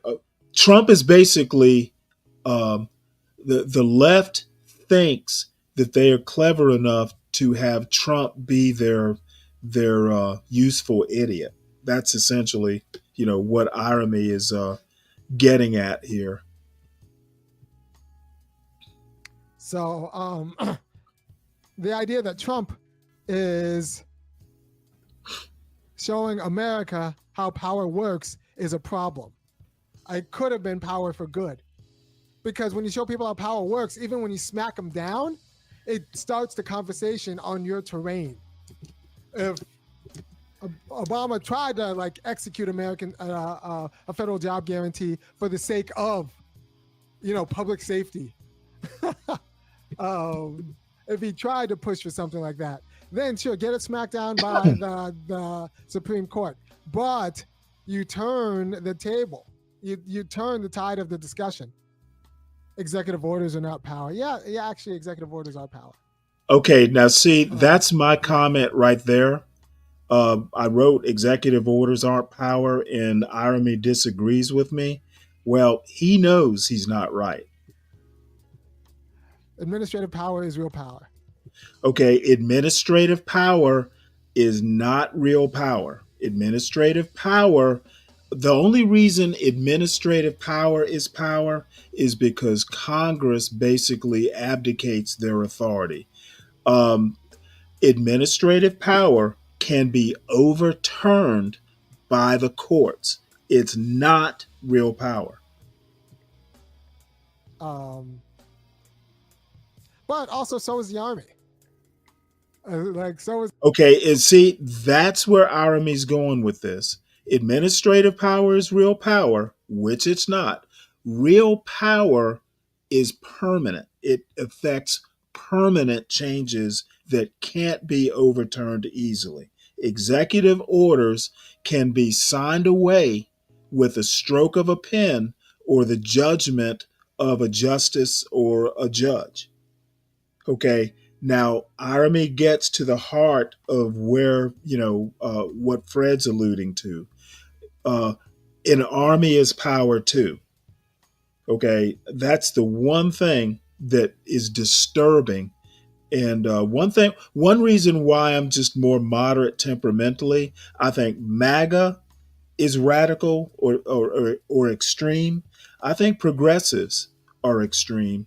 And when you start talking about armies, when you start talking about armies and the water and Flint in the same program, yeah. We know where you're going with this. And Irony, not going to happen in this presidency. Keep wishing, buddy. As the Navy, just so is the bluster is real power. Bluster is not real power. The fuck is this dude talking about? And I had more to type in the chat, and he didn't address it. But the bottom line, bluster is not power. That's just totally silly. And hearing a philosopher say something like that motherfucker must have lost his. Apparently, all the philosophy is in that hair. When he gets it cut, he's no longer a philosopher. The quality of learned helplessness that Obama kind of inculcated into the Democratic Party, I think pushed away a lot of the doers. Bluster is bluster, Fred. Doers, especially then when you crack down on any protests. Hey, you know what? Bluster is basically bullying. Okay, bullies are full of bluster, and everybody knows that a schoolyard bully is a bully until he either meets a bigger bully or some little kid that he thought he could pick on beats his ass. Okay, bluster is basically never gonna win ultimately. Bullies get defeated. Now, and you know what? The only way a bully is going to win, like Irony alludes to here, is with an army. And you were in the army, Fred. Army's not going to fucking go with what some bozo like Trump tells them to do. Trump is not a person who inspires, armies to fucking march on the government. So the government can't do anything except crack down on protests. So the government can't do anything except making sure that you don't talk about an army of lawyers. That is Obama's legacy. And Trump's doing the opposite for his people. He's showing that an executive can at least fight for his people and not worry about being popular. Right? So well, that is true. Trump, like Obama came in Damn it, I have a story somewhere, and I guess I won't get to it tonight unless I can think of exactly where I put it. Trump's popularity, damn it, it's a Pew poll. While this video is going, I'll see can I find it. Trump is still surprisingly unpopular. I It kind of shocked me when I saw that poll. 2008 with so much goodwill, so much more goodwill than Trump came in 2024 and 2016. Obama came in with so much goodwill and then immediately started talking small to everyone except the the car lobby and the big banks, right? He came in with so much goodwill, he could have like quadrupled the size of Acorn just by saying, everyone go out and join Acorn. Instead, he went after Acorn. Obama came in with so much goodwill. He had Obama for America, his own kind of field operation for the 50-state strategy. Except like that wasn't good for his corporate donors, so he pulled it back. I got friends who are working for Obama for America, and then when the phone call came in from the donors saying, all right, close up shop, right? So Obama taught Americans that government is useless, and now Elon Musk is gutting the useless American government. And so you have to understand that I'm going to do a different video on how the culture, American culture, allows a quality of fascism that is not akin to self-government. But that's American culture. We're used to not governing ourselves. We are used to it. We're used to someone else governing, keeping the order while we play the game. Right? We're not used to playing the game and then spending our off season like designing rules and like thinking about who's going to be the refs. We've ceded that power to elites, to Democratic elites and Republican elites. And the Democratic elites wanted us to cede that power to it. Nancy Pelosi didn't want to be accountable to us. She wanted to set the rules of the game and for us to be happy playing her game. And for many of you, you were happy playing her game. You didn't want self-government. You wanted a civil order. Locke talks about this in chapter 2 of the second treatise, chapter 10 of the second treatise, where he talks about, the people's real responsibility is picking the legislators kind of from afar or the government from afar in a democracy. But for the most part, and then if that government doesn't do well by us, we might be able to revolt against it if it doesn't uphold our property rights or anything like that. But for the most part, self-government, actually governing, isn't really something that we should be worried about. So you can have a government of the people, for the people, even if it's not necessarily by the people. Right? Yep, this is exactly. He says it in a nutshell. The government can be for the people. It can be for the people, but it doesn't necessarily have to be by the people. Okay. And the problem with that is it is very rare in history that having one person rule for the people, it almost never works out. If it's some sort of hereditary situation, you may get a good king, but his son winds up being a tyrant, or vice versa. I think the perfect example, when they say that absolute power corrupts absolutely, that's an aphorism for a reason. I think power can ruin even the best person because you just get used to it. And what Irony says here is so not American constitutional rule of law, that sort of thing. And at least he's naked about it. He's not being subtle here. I am solidly against that sort of thing. Okay, if you don't want to follow the Constitution, then scrap it or amend it or whatever. but work within the rules. It's worked for this long. All of a sudden, you got a bunch of people who either, I guess they're just like, hey, the process isn't doing what one little individual wants to do. So let's just go ahead and overthrow the thing. And what Irami can't seem to get through his head is that 50% of the people wants what he wants, but the other 50% don't. Okay, it's not like an overwhelming majority of people want some of the things that Irami wants, and vice versa. And quite frankly, progressives are laughable. Okay, they fucking basically, they hire people like what's his name? God damn it, I can't even remember his name. Um, the guy from New York who pulled the fire alarm. I can't think of his name right now. These progressives that get voted in are lightweights. Okay, even AOC is a lightweight. Okay, she does not have the force of personality to get things done. Okay, if progressives are so into, hey, we need to ram this stuff through.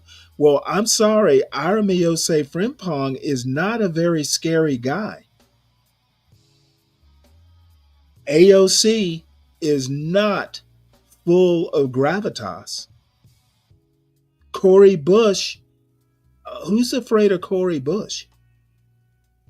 So these guys basically, the only way Aramiose Frimpong is gonna get single payer health care is he picks up a gun and forces some people to do it.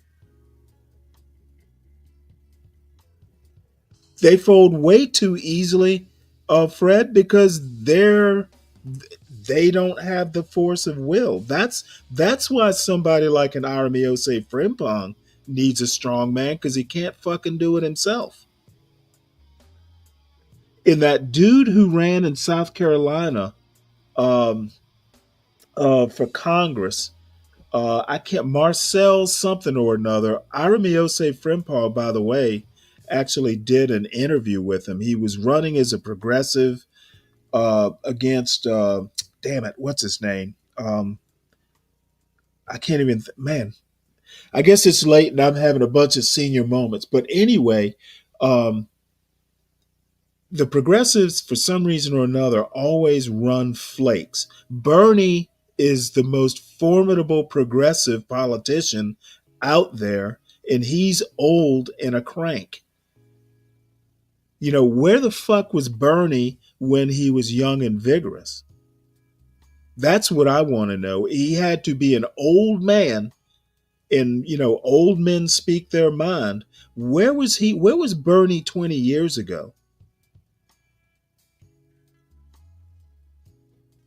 These motherfuckers, you know what? And I am of a man of the left, but the progressives, there is a reason they are not taken seriously because of bullshit like this.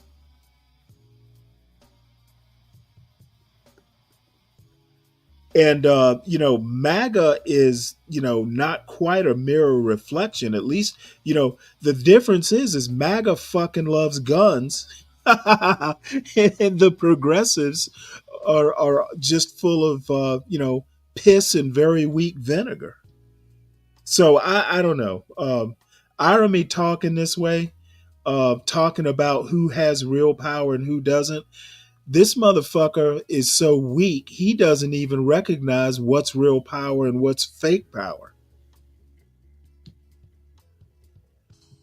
But other than that, Irami gets a lot of things right, but his politics are a fucking mess. And we can elect people who govern, who will decide the rules of the game, who will execute the rules of the game, but letting us play as players. And that's all we really want to do. We just want to play as players, and we don't want the messy business of actually governing. That's what Trump is selling. I mean, that's let me rewind that. We don't want the messy business of governing. And we don't want the messy business of actually governing. Let me go back and make sure I get this in Even if it's context. For the people, even if it's not necessarily by the people. All right. And we can elect people who govern, who will decide the rules of the game, who will execute the rules of the game, but letting us play as players. And that's all we really want to do. We just want to play as players, and we don't want the messy business of actually governing. That's right. We don't want the messy business of governing. Okay. And I'm going to sound like some moral, religious fanatic here, but we as Americans these days don't even want to govern our personal lives. So I guess he's right. We don't want to govern at a state, local, state, or federal level because we don't even want to govern what the fuck's going on in our four walls as parents. That's what Trump is selling. I mean, that's kind of what Obama was selling as a politician. Obama was a politician who didn't want to govern. And that's kind of what Kamala was selling too. Kamala Harris, I think, was a politician. No, what Obama and Kamala were selling is I want to govern, but I want to govern by the Constitution and the law. And Trump promised to, hey, I will go extra legal if I have to. That was the difference. And the people who don't want to be bothered with having to govern as we the people are eager for someone to do it for us. And that is the most dangerous thing, having someone to do something for you. It happens, the closest analogy I can think of is, these big Hollywood stars, especially back in the old days, and it happened in the music business with black artists a lot. You would get a manager who basically would say, hey, I'm looking out for you. And, 20 years down the line, you don't have the rights to your music. You don't have, a pot to piss in because that manager was looking out for you, but he was looking out for himself, before he was looking out for you. So same sort of thing happens with, certain types of dictatorships. You get a guy who seems to be doing good things, and then you kind of get complacent because you don't have to worry about it or pay attention to it. Next thing you know, things are in a state that they can't be undone. Who didn't really sell governance as something that we should do, as something that we should participate in. Like Marcel Dixon, yep, that's who it was. He wasn't concerned with political problems. Government was a show. Let someone else set the rules, and that you could be a player. We have these Democrats who are indifferent to governance, pitching themselves to a populace, and then making that populace indifferent to governance. There were no big questions the Obama governing apparatus wanted to answer. And there were no big questions that Kamala Harris wanted to even address. I'm going to skip way ahead does here. Obama lose? Because I think we pretty much get the gist of the video. Little like snippets of it as the days go by. Because last year... that's the other thing Irami does. He will repeat himself. He will take a 15-minute video and make it 30 minutes because he keeps going back over and over and over the point. And I think he's a teacher or was a teacher. And I think that's maybe a habit. It's pedantic, basically. You keep hammering the point, so students, kind of get it. This team when my kid wasn't on it, when she was in 5th grade, it's a middle school team, 6th to 8th. This team lost all of their matches, and they only scored 2 goals because I'm kind of in the hood side of Athens, and lost all of their matches and only scored 2 goals against the other junior high schools. And this year, I want to take them to be the champions, all in one year because of good coaching. And so we'll see how that goes. The first game is Thursday. I got hired. Okay. Yeah, apparently he's been hired to coach his daughter's soccer team or something.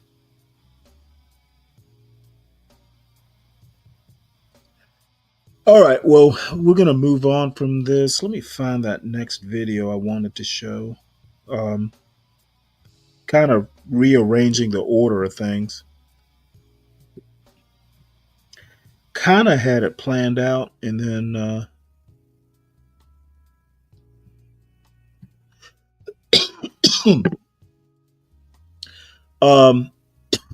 excuse me.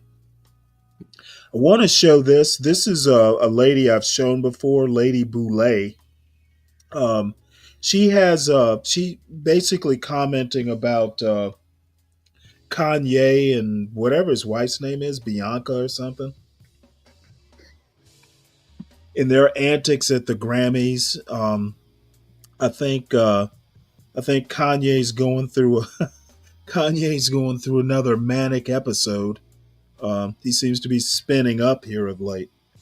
So I forwarded a little bit through the point. The context is that Kanye accused Don Lemon of saying that Kanye was thrown out of the Grammys.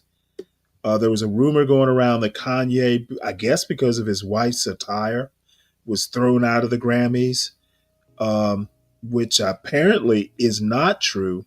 But he accused Don Lemon of creating the rumor. So this exchange is basically, a messy person talking about a messy person.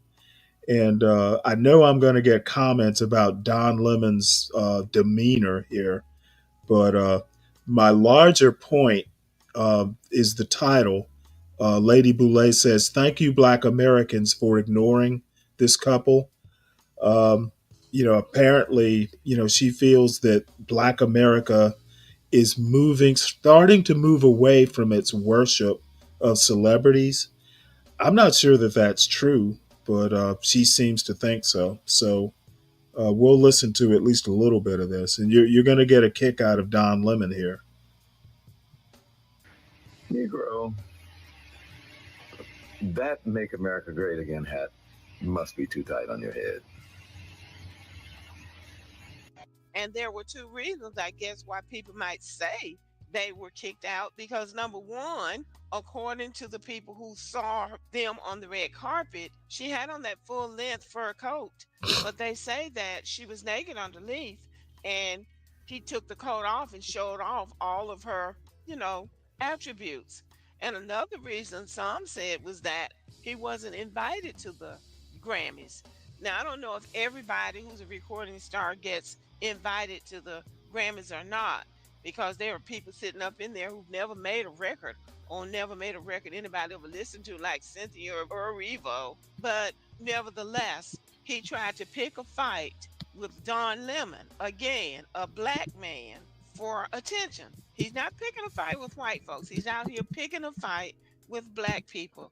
And so, because I guess he didn't get the traction that he thought he was going to get, he put this on Twitter.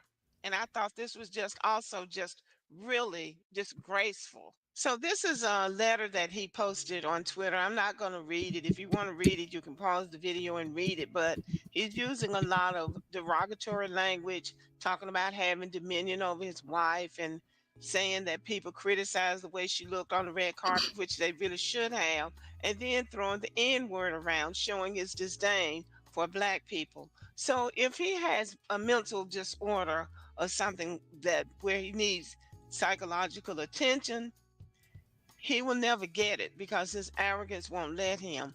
But the good news is that Black Americans are starting to really ignore Kanye West because what little talent he had, he destroyed, offending people for no reason, going out here talking about people and offending people. When people give you a chance to do something that you really want to do, you have to work within the parameters of what those people have given you the right to do. If you want to go out and do your own thing, go out and do your own thing. The problem with him is that he's depending on these white people for money, but he wants to talk trash about them.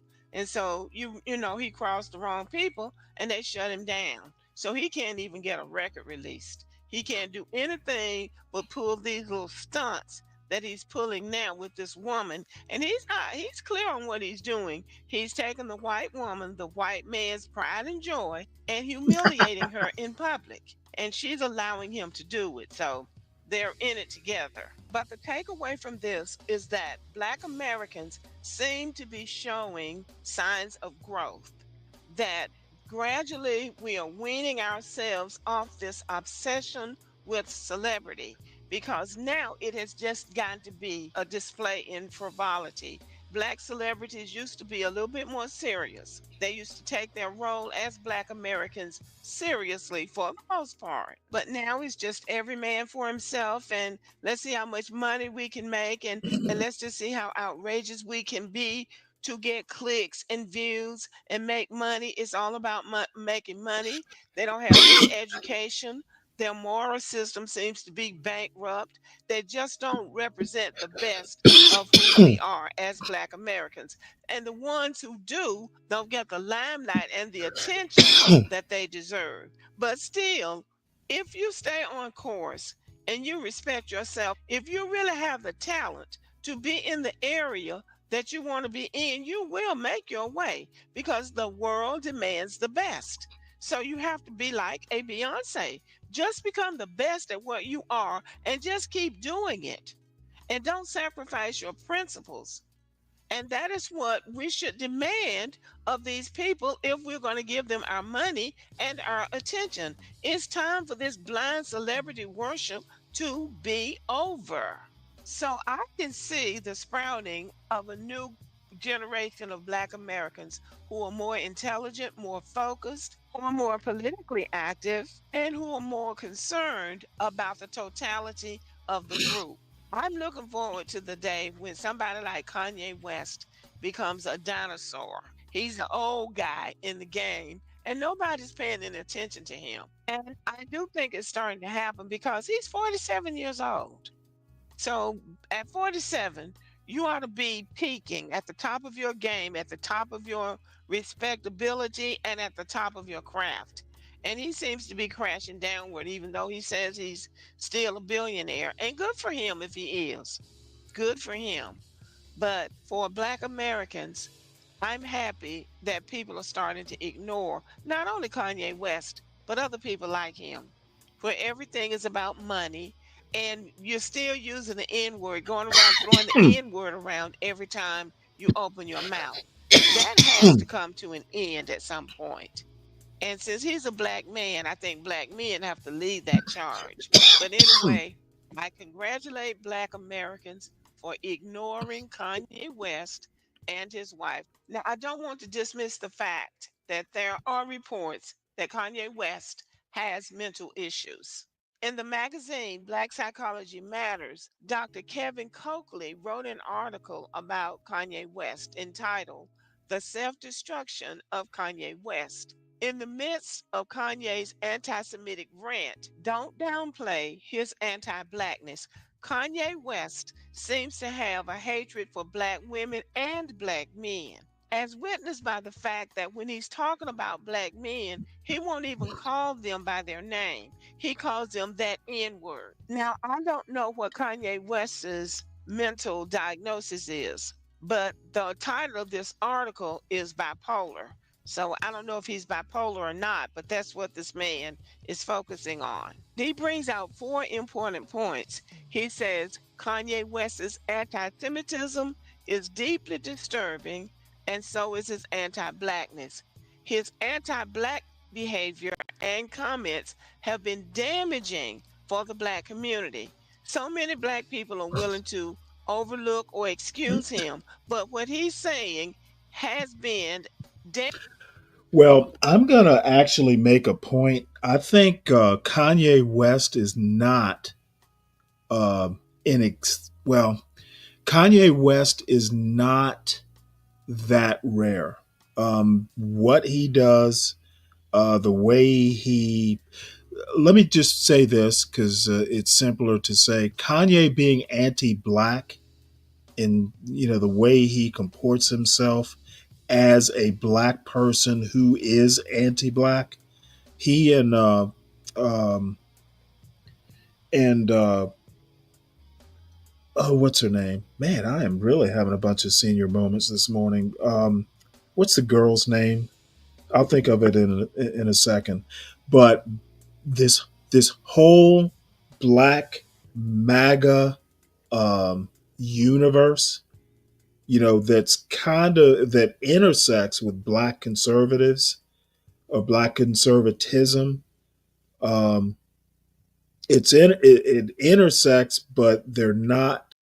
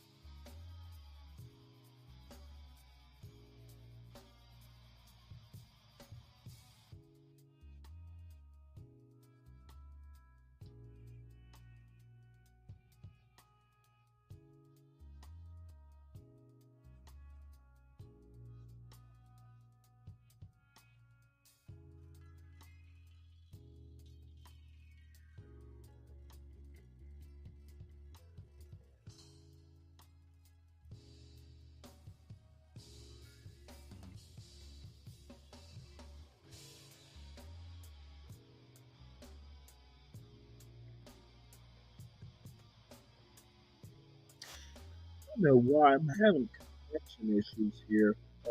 Can't tell whether looks like it's internet. Uh, hopefully, I didn't get cut off. I didn't realize my mic tripped off. I'm saying that black conservatives are not. They're an offshoot of movement conservatism, like the Bill Buckley, Richard Nixon. That Ronald Reagan.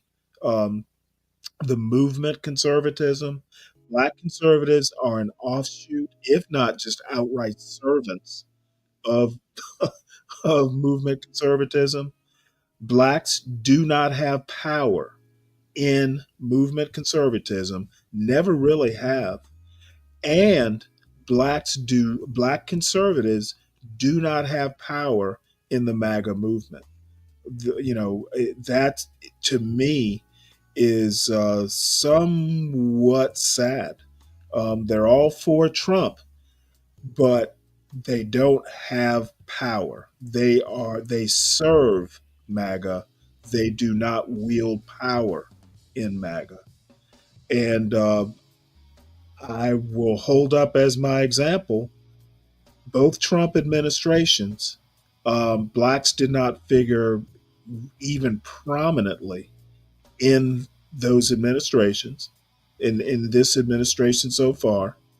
The only job was HUD. That was like a major cabinet level position. And apparently, HUD, Housing Urban Development, has been designated the black job. So, um, There is a black job in the Trump administration, and blacks fill that role. Um, I don't even know if it's admirably, because once that job is taken, Ben Carson, you'd hear from him every now and again.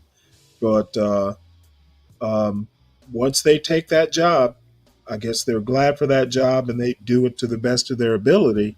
And they know not to make a whole lot of noise while they're doing it.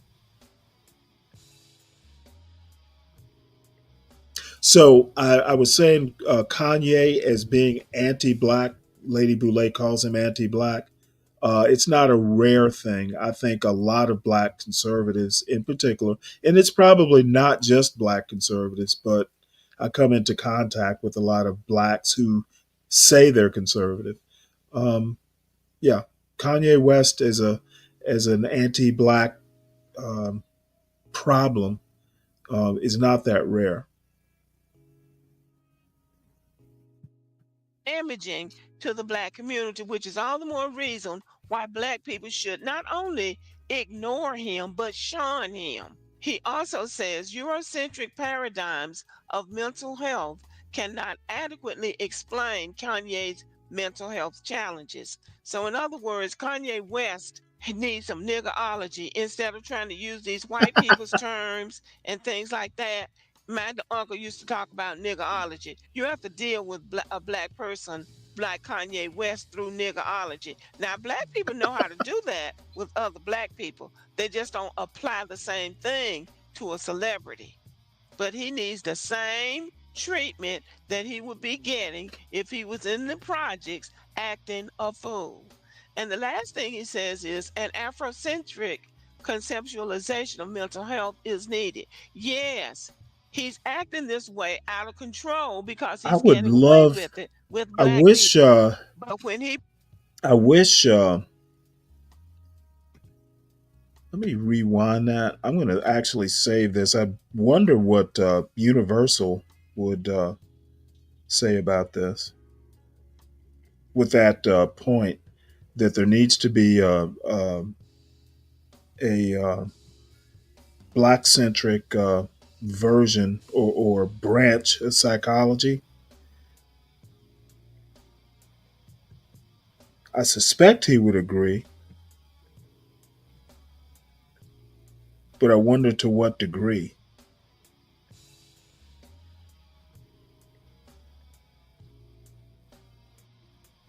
Um, Hopefully, I'll remember to talk to him about it. So, anyway, we'll finish this up. There's not, let's see, about 2 minutes left. We'll go ahead and just finish this up. a fool. And the last thing he says is an Afrocentric conceptualization of mental health is needed. Yes, he's acting this way out of control because he's getting away with it with black people. But when he pulled his shenanigans with those Jewish people, they snatched the rug out from under him. And he can run around here calling himself a billionaire all he wants to. But I guarantee you, they have dried up every source of income that they could from him. They're not saying anything because it's not wise to say anything. And that's what he doesn't understand. He would do well to keep his mouth shut. He has been very disrespectful to black people, and black people.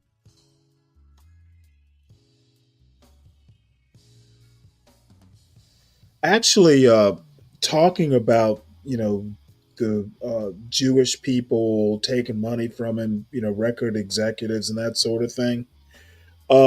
It makes me kind of wonder.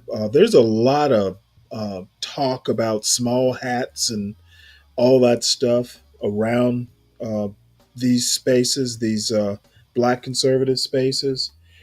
And I often wonder, Kanye in particular, what has being defiant actually got him? I think Kanye actually thinks he is being defiant and he's winning. And I just don't know about that. I think what happens is, you'll get a Kanye, you will get someone like Candace Owens, is who I was thinking of. They will come back to the black community when all else is lost, and claim to be like a prodigal child. And the black community tends to kind of take them back with open arms. And I think that's part of what Lady Boulay is saying, is that nobody's standing at the gate waiting for Kanye to come back home. I think they, I think, I think the black community is willing to just kind of let Kanye, let him go. We'll throw him to the wolves. And I don't know that that's true or not, but I think that's what she's saying. And going back to black conservatives in general being anti-Semitic, that's exactly what it is. And sometimes, on one hand, black conservatives will go, well, the white man, you don't want to piss off the white man. That sort of logic. We need to assimilate. We need to listen to George Washington or to Booker T. Washington, and we need to get our act together. Um, do y'all not know that Jewish people consider themselves white? The majority of Jewish people in the United States consider themselves white.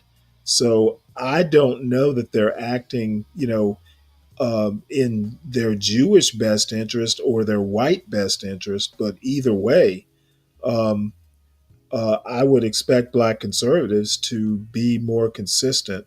And if if the Jew beats the shit out of them and takes boots them from their money making ventures, it's a bad thing. If a white man does it, who doesn't identify as Jewish, oh yeah, well, that that N word deserved it. Um, I find a lot of this commentary just hilarious, so inconsistent, so just disjointed, and so just fucking. Um, well, I mean, I honestly think it's almost like bipolar. You'll listen to someone like fucking Be Brave, go on and on and on, not knowing what the fuck that hee haw politics, hee haw cultural analysis, um, and think, and you know what? Someone said that, oh, hey, it's just entertainment. You know what? It's not entertainment. It's basically destructive. And, it's I don't know that train wrecks like Be Brave can be that entertaining that long without you feeling sorry for him.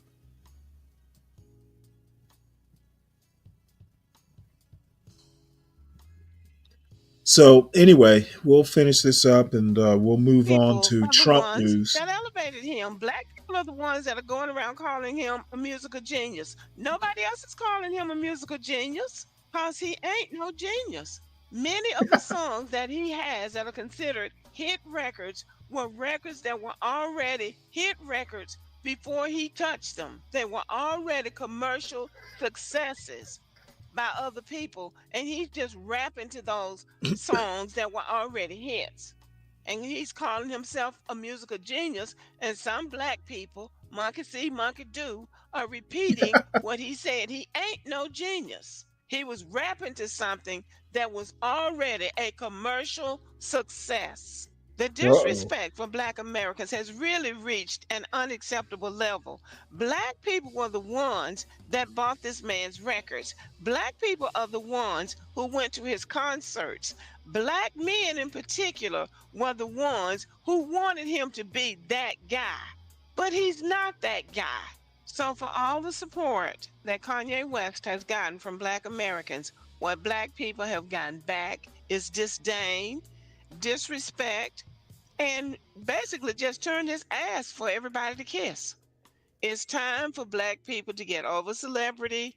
It's time for Black people to start thinking about ourselves as a group and how we can move forward in a healthy and positive way and leave these ungrateful, shallow, narcissistic celebrities behind. Y'all let me know what you think about this video. Thank you for watching. Give me a Um, that is Lady Boulay, ladies and gentlemen. I think, I don't always agree with what she says, but she is an elder, and I think she's on to something here. Though I don't know that I agree that black people are worshiping celebrities less. Um, but then, maybe I'm not the best judge of that because I don't really keep up with pop culture um, like I used to. So while I'm thinking about it, everybody, please make sure you hit the like button, both on my channel and the Urban Landlord channel. If you're new to these channels, please make sure you like, of course, as I said, and subscribe to the channel and share the channel out with people who might appreciate it. So, next on the agenda, let's see what is next. I actually put out a short video earlier for my channel, and the topic was basically I call it Constitution Schmonstitution.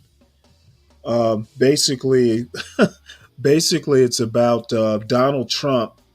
Basically going all extra constitutional.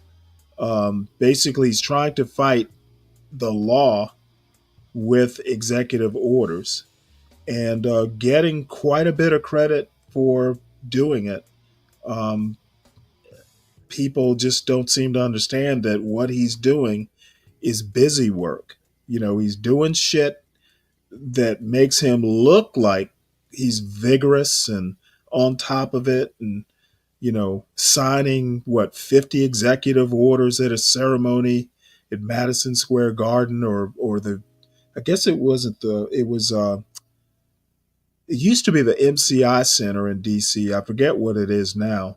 It's changed names or changed sponsors, but a lot of pomp and circumstance, a lot of frenetic activity, a lot of bluster, as Irony says. A lot of shit going on to accomplish, you know, putting stuff in front of court. And maybe that's the point, to put all this stuff into the judicial system. And, he, I guess, is betting that, his appointed justices in the Supreme Court will support him. But I don't think Trump really understands, at least in my opinion, once these people get to the Supreme Court, justices throughout history are famous for, being appointed by one type of politics, and they kind of change course. I think it was Justice Souter. I think he was appointed by either Reagan or Nixon. No, it wasn't Nixon. I think it was Reagan that Souter was appointed by, and it was kind of assumed that he was going to be, fairly conservative. He wound up voting, with the liberal part of the court consistently for decades. So once these people get appointed and approved by Congress, they are very smart people and just as vainglorious as, any other politician. They don't want their power usurped. If anything, they want to take more power. And I don't know that the Supreme Court, the conservative part of the court, other than, somebody like Alito, um, or Clarence Thomas, who were just so pro-Trump that it's ridiculous. Justice Thomas's wife has worked in MAGA politics. Um, Supreme Court isn't going to be pushed around by the executive branch, and they don't have voters that they have to answer to. So there's nothing um, in it for them if there's nothing in it for them that would make them compelled to support Trump's um, anti-constitutional bullshit. So I look forward to seeing which cases make it up to the Supreme Court, and I will naturally follow them closely. But people seem to be fooled because they're inclined to be fooled because they love Trump apparently, to think he is making great inroads into his agenda, and the only thing he's actually getting accomplished is the immigration stuff. He is being very successful at deporting people, and once the low hanging fruit is picked, when it gets harder to deport people, um, we'll see how that goes. And speaking of that, let's see, did I bring that story up here? There is a bunch of kerfuffle deporting or taking away Venezuelans' temporary protected status. There was a story that I wanted to show that I can't find from MSNBC. Um, but this one will do.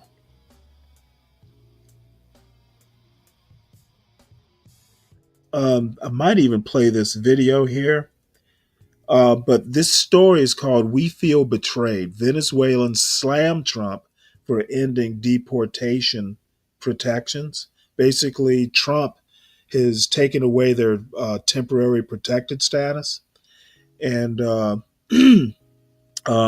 there are actually a couple Congress people down in Florida who are criticizing Trump to the degree that they feel comfortable doing it.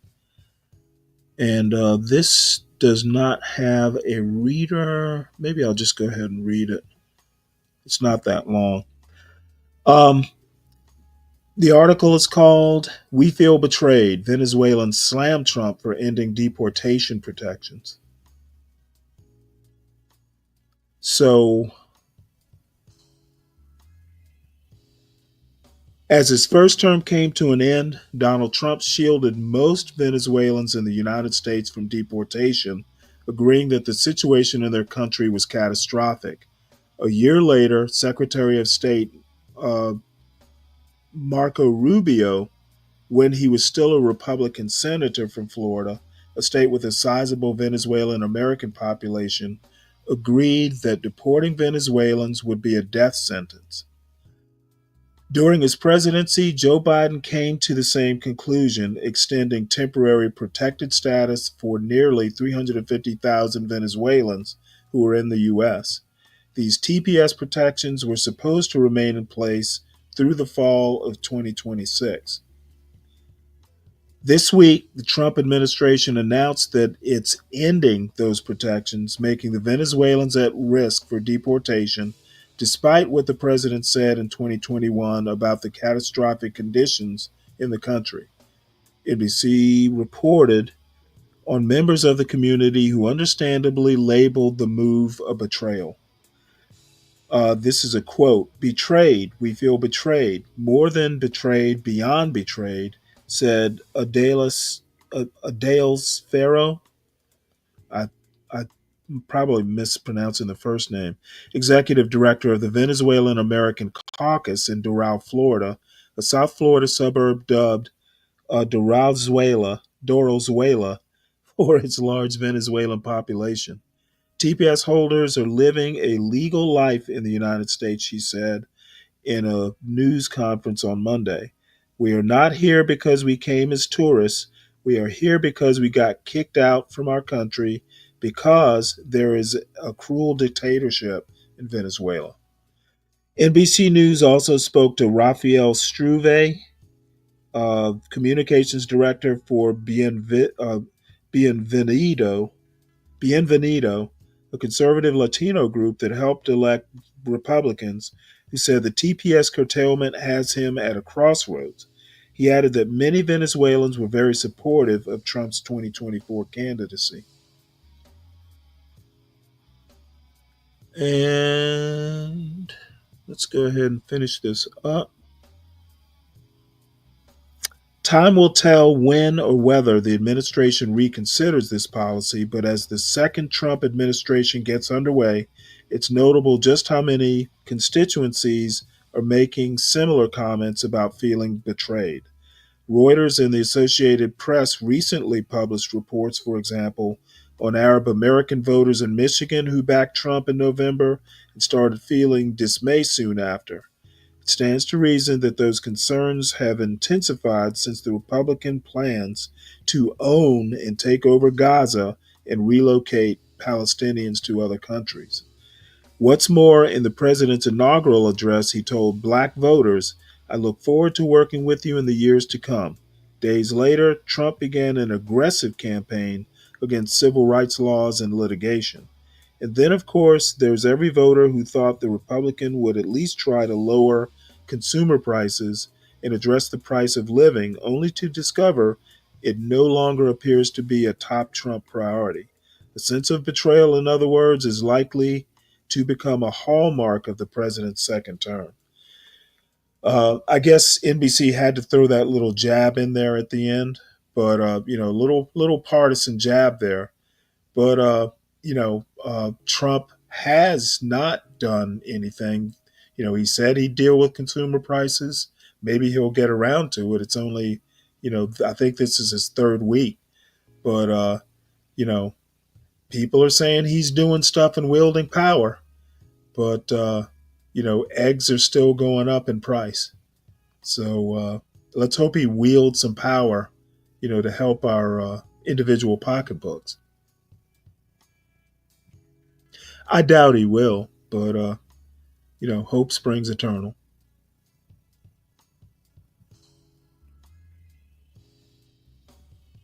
What's up, dirty dude?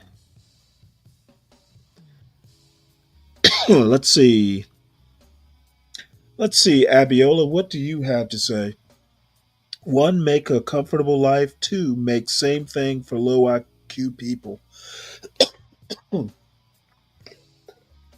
I'm not sure I understand your point here, Abiola, and you say Trump equals tool.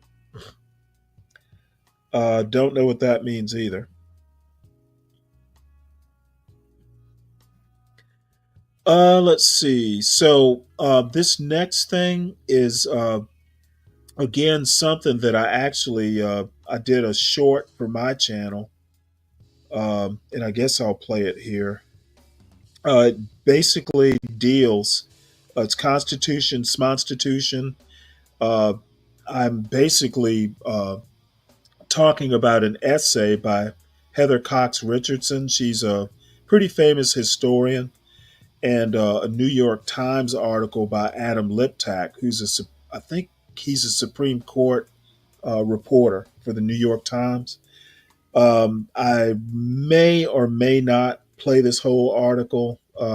I can only listen to my voice drone on for so long. I hate the sound of my voice, but at least the first part of it is important. The second part, I'll talk about, and then I'll drop the link into the chat. And if you're so inclined, you can listen to it on your own time. And by the way, Dirty, I don't know if you particularly know, but I've got a channel now. If you would if you would subscribe to it, I'd definitely appreciate it, because I'm going to be doing stuff, somewhat independent sometimes from this channel. Since I have it set up, it was set up while this channel was while the Urban Landlord was in YouTube jail. Just as a place we could go and kind of do what we do. But since I have it, I might as well develop it, and I'll do things like this. It's just a video I did local to my computer and uploaded to my channel, and then I'm gonna use it here because it kind of fits in with tonight's panel agenda. So this is called Constitution Smonstitution. It's about Trump and the Constitution and the courts. An essay by Heather Cox Richardson. She's well, now a fairly famous historian. Teaches at Boston University, I believe. She's, believe this or not, got the most successful Substack newsletter. She makes more money on Substack than pretty much anyone else on Substack. Her Substack is called Letters. Let's see, Letters by an American. Hold on one sec. I guess I should know this. It's Letters from an American. And unfortunately, I subscribe to the newsletter, but the actual title escaped me momentarily. But anyway, she basically talks about Trump's basically going, well, Trump essentially creating a constitutional crisis. Several things. The executive order concerning the 14th Amendment, you know, abolishing cabinet level agencies, several other things that are already starting. You know, some of these executive orders are already starting to be challenged in court. I want to make a point here, and I know I've said it before, but I want to re emphasize it. Cabinet level agencies, and actually some sub cabinet level agencies are created by law by Congress. Okay. For instance, Trump cannot eliminate or get rid of the Department of Education with an executive order. The executive order does not repeal laws. Now, he can do things like withhold money. You know, if Congress allocates money, legally, the president is supposed to make sure that money gets where Congress allocated it to. However, you know, if Trump decides to be defiant and withhold the money and fire all the employees, which firing the employees is difficult because there's civil service protections. But if he tries to bluster his way into making that happen, the agency still exists on paper. So, you know, if a Democrat winds up coming into office on 2020 in 2028, he can just revive it, reinstitute it, you know, that sort of thing. This is what I mean by it's not real power if what you do is not permanent. Okay, it's temporary power, it's a band aid, it's a whim. Okay, but whims do not have the force of law. Real power has the force of law.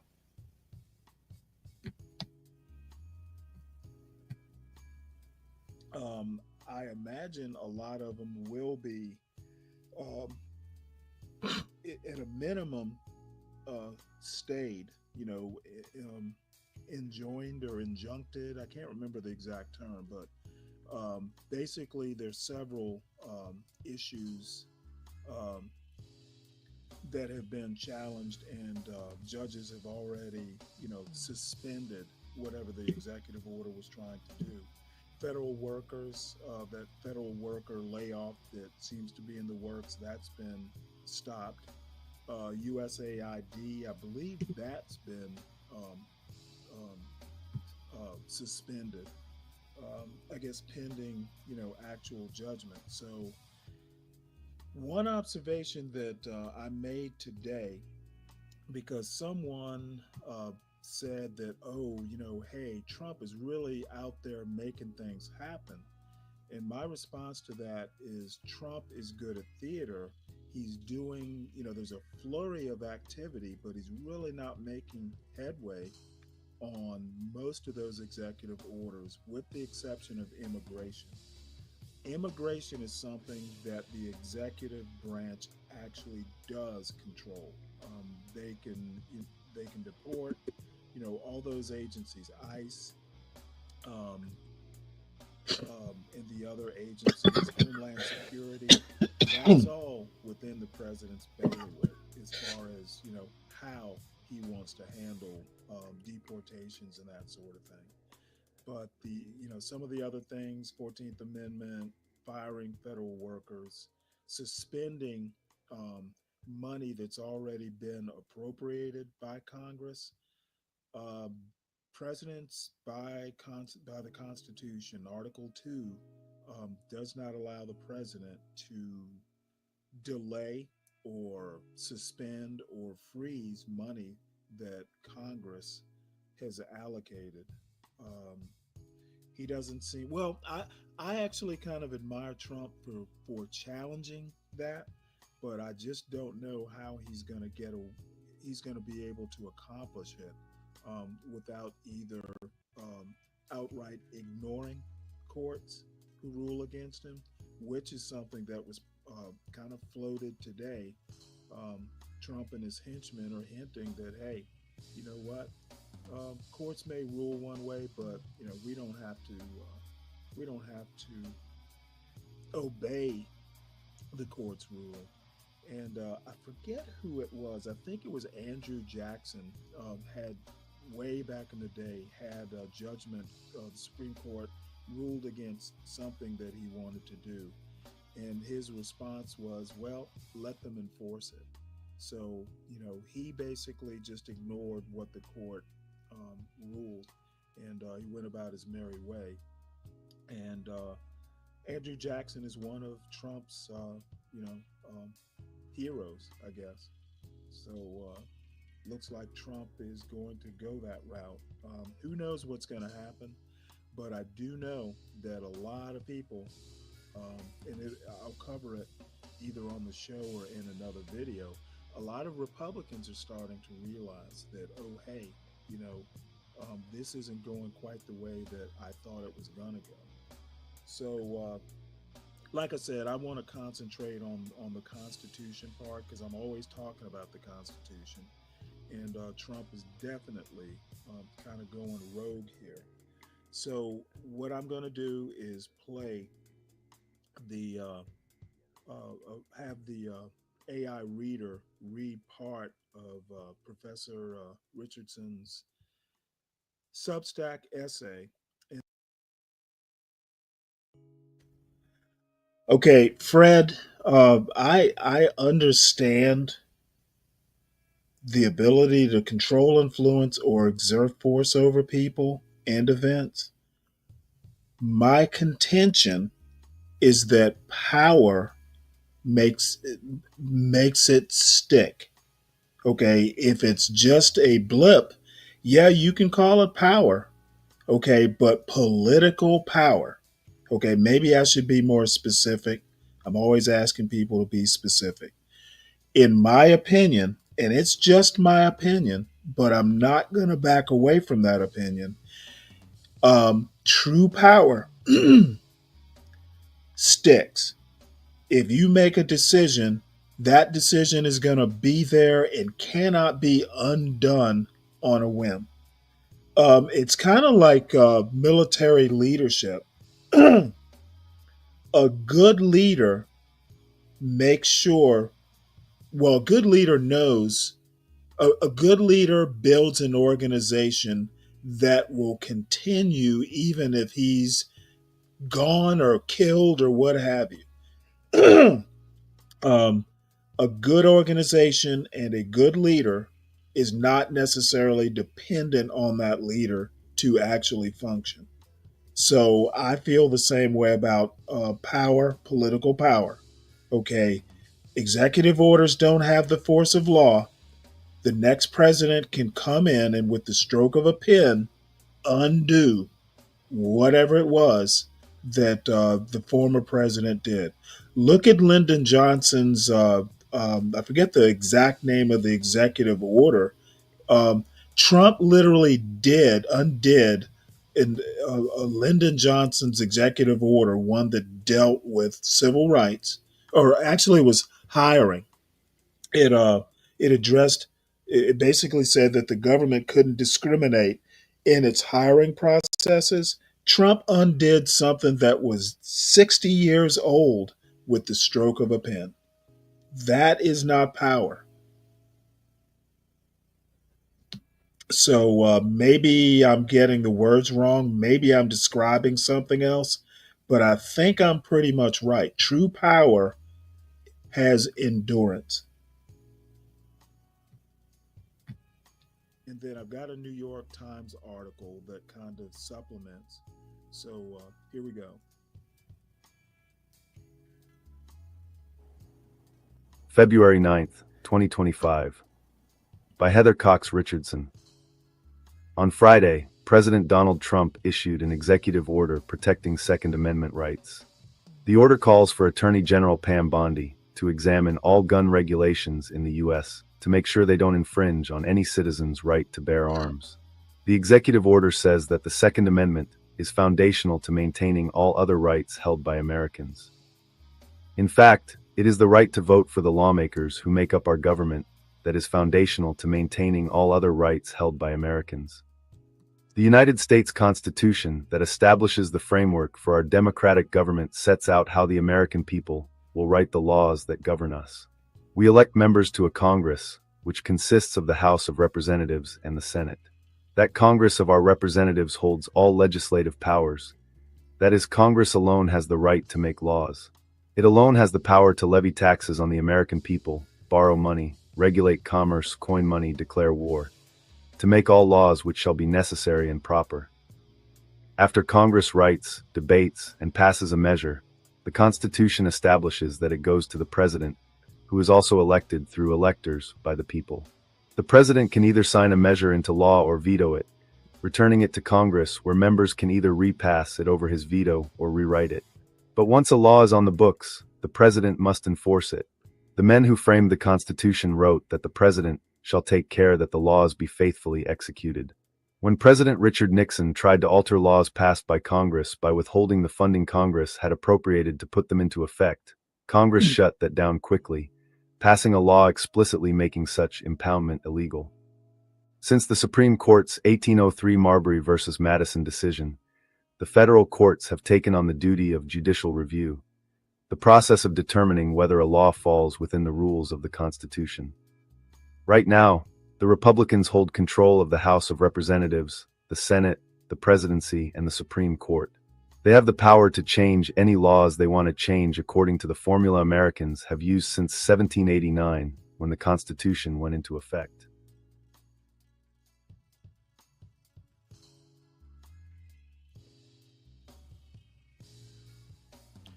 Okay, this next article is a New York Times article written by Adam Liptak.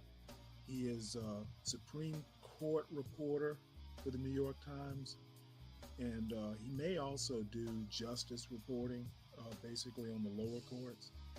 But essentially the premise of his article, and it's more or less an opinion piece, is that Trump's first 18 days has pretty much created a constitutional crisis. And that may sound a little over dramatic, but there's a professor who recently wrote a book, Chermarinsky, I think is his name. Hopefully I'm pronouncing it correctly. But he's a constitutional scholar with a recent book that I haven't read. But he explains the whole constitutional crisis terminology. So we'll go ahead and have the browser's AI reader read this article. There doesn't seem to be one that's embedded in the. Looks like I'm gonna have to get a boom mic. The mic I have is not doing it on these shorts that I'm doing. In any case, this article is basically just saying, a constitutional crisis is actually kind of a subjective term, um, but it can mean pretty much anytime the president comes up against the Constitution and is trying to squirm his way out of following it. And I think every president, tends to do that when they start relying on executive orders for quick action. So anyway, I'm going to drop this link in the link to the video in the chat, and if anyone's interested in it, go ahead and read the. I talk about the New York Times article, have the AI reader read it, and then I comment towards the end. And then we'll move on to the next item. Here is that short.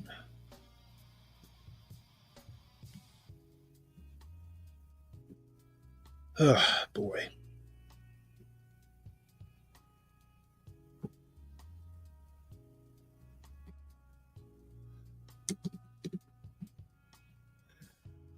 So, the next thing on the agenda is looks like a judge has says the White House failed to comply with a court order. Judge up in Rhode Island, probably the same one that didn't send Ben to jail. So probably not a good judge.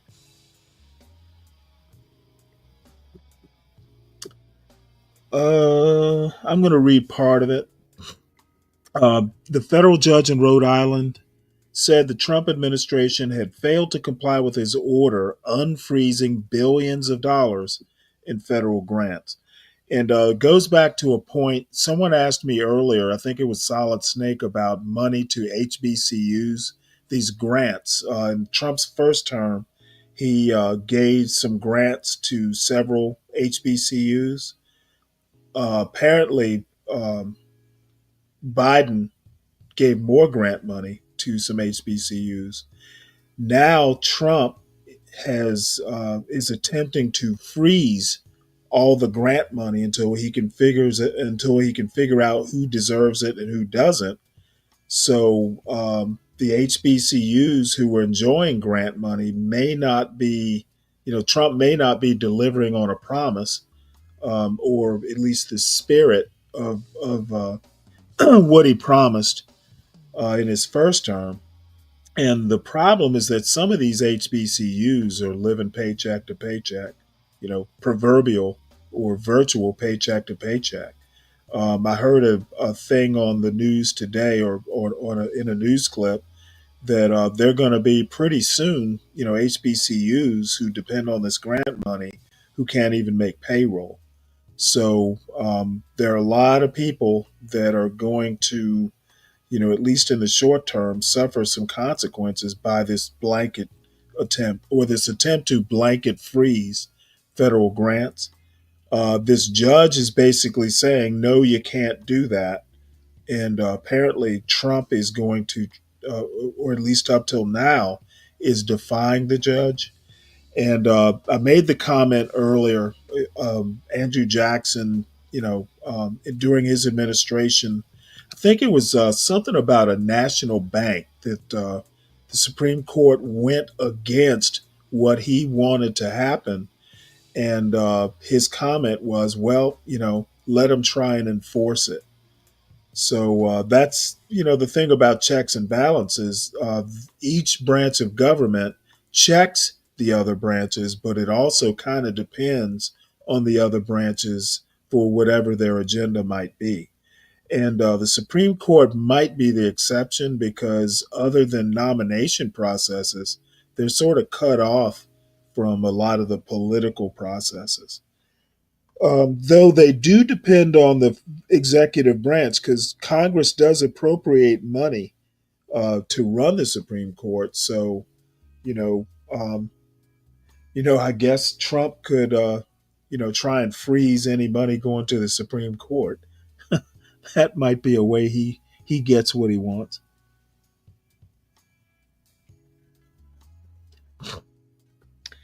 Um, what are you talking about? I can't stand for Stanley's MSNBC special. I have no idea what you're talking about. You seem to have gotten up on the wrong side of the bed this morning, Ryan. You're not your usual pleasant self.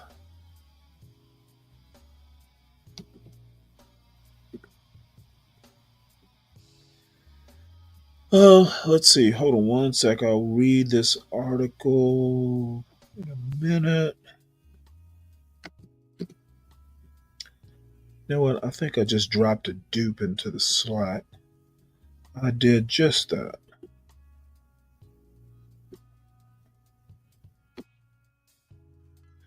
Oh well. Let's see. Federal judge in Rhode Island said the Trump administration had failed to comply with his order unfreezing billions of dollars in federal grants. A federal judge said on Monday that the White House had defied his order to release billions of dollars in federal grants, marking the first time a judge has expressly declared that the Trump administration is disobeying a judicial mandate. The ruling by Judge John M. McConnell Jr. in Rhode Island federal court ordered administration officials to comply with what the judge called the plain text of a ruling he issued on January 29th. The order he wrote was clear and unambiguous that there are no impediments to the defendant's compliance. Shortly after Monday's ruling, Trump administration lawyers appealed the judge's initial orders to the U.S. Court of Appeals for the First Circuit, asking the appellate court to pause Judge McConnell's order to keep federal funds flowing while their case was being considered. The White House responded with more defiance. Each executive order will hold up in court because every action of the Trump Vance administration is completely lawful, said Harrison Fields, a White House spokesman.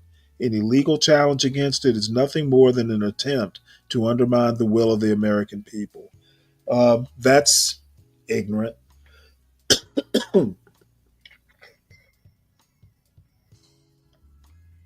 um, if an executive order defies a law or constitutional process, it is by definition illegal.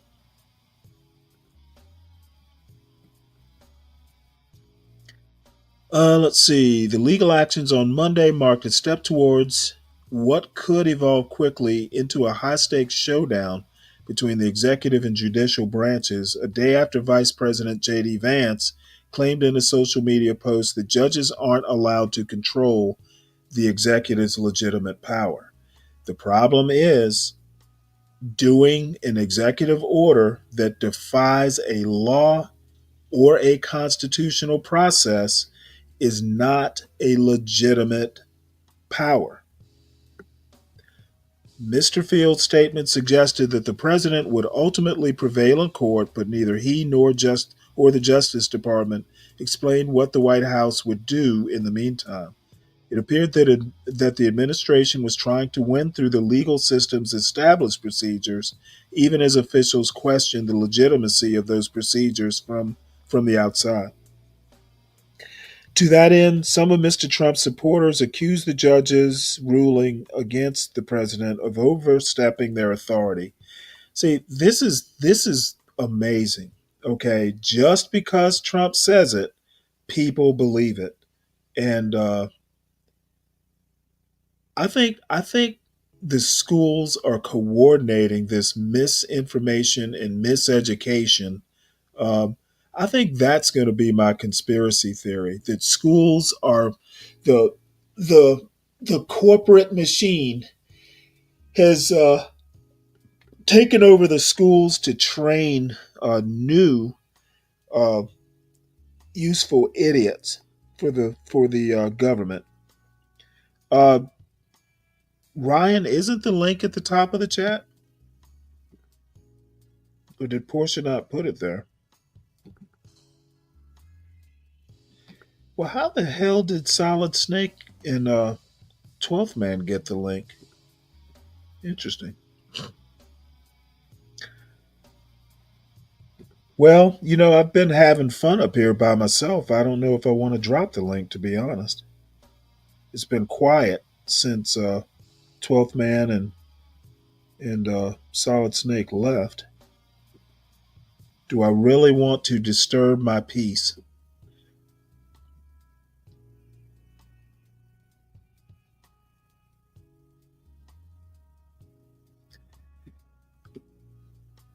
Let's see here.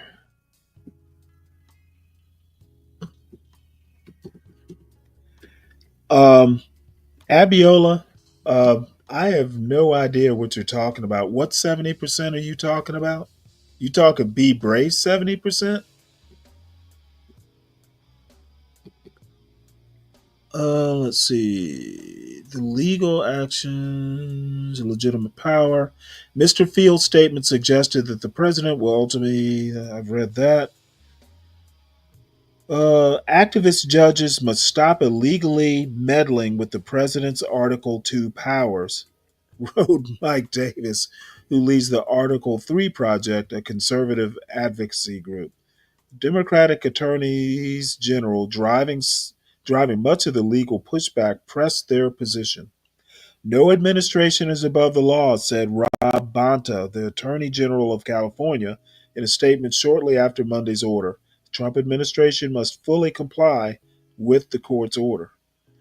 Already, more than 40 lawsuits have been filed to challenge Mr. Trump's moves, which have included revoking birthright citizenship and giving Elon Musk teams access to sensitive Treasury Department payment systems.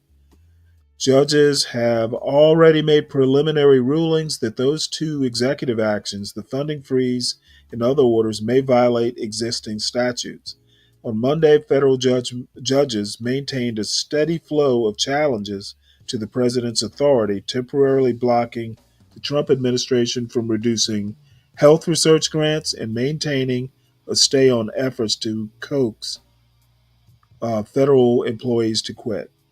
Question looming over Washington is how Mr. Trump will respond. It's very rare for a president not to comply with an order, said Victoria Norris, the director of the Georgetown Law Center on Congress and Democracy, who was formerly Joseph R. Biden Jr.'s general counsel during his years as vice president. This is part of a pattern that President Trump appears to be asserting authority that he doesn't have. My point exactly. True power is not necessarily something that can be taken from another person.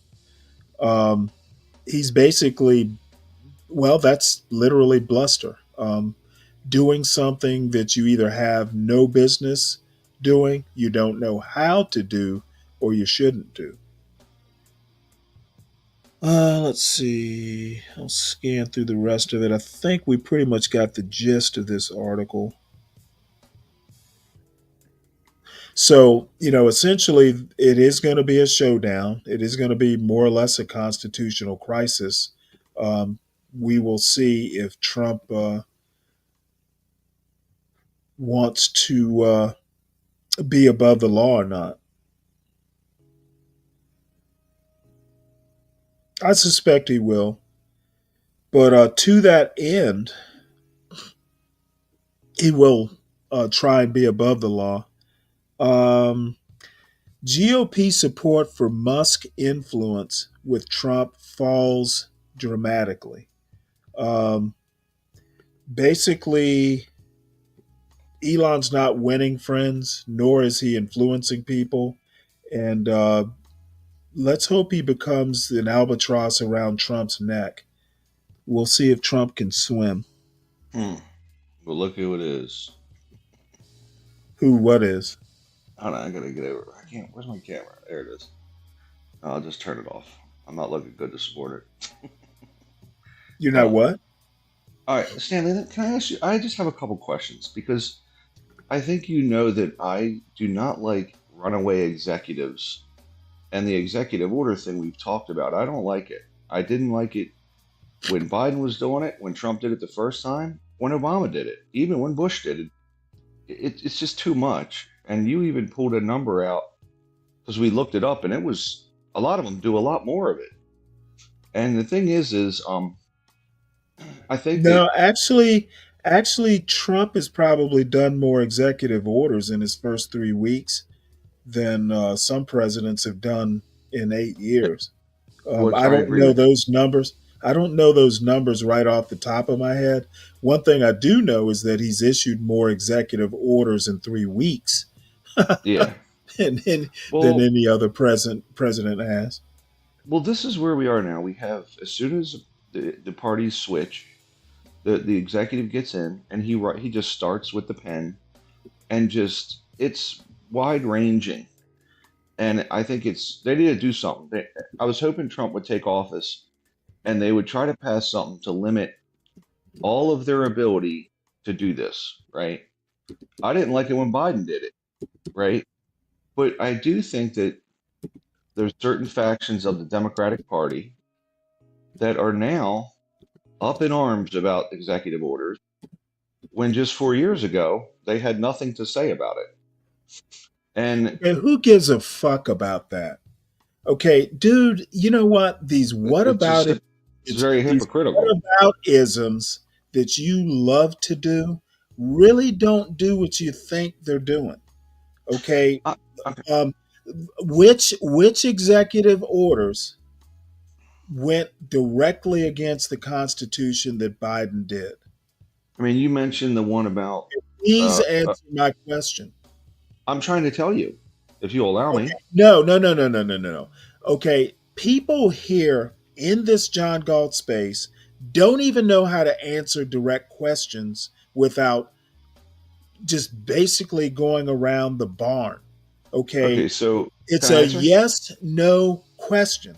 Okay, you don't So need to explain yes or no.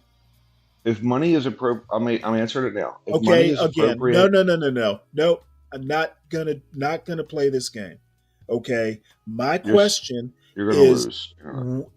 oh no, no, I won't lose. I wouldn't be going this far if I thought I was going to lose. My question is, did Biden ever pass or attempt any executive order that went directly against the Constitution?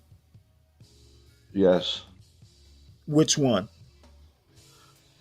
the president shall not try to spend $1 billion in student loan forgiveness.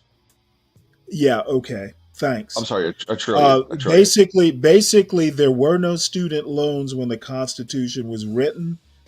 He may have been going of trying to go up against a law. Okay, but there's nothing in the Constitution that addresses student loans. Okay. Well, I think an executive order trying to circumvent the 14th Amendment is worth complaining about. which one's he doing? I don't know which one Okay, executive order he's he doing. literally birthright Oh, birthright, citizenship is birthright. a Okay, 14th birthright. is a 14th Amendment thing. Okay, I got you there.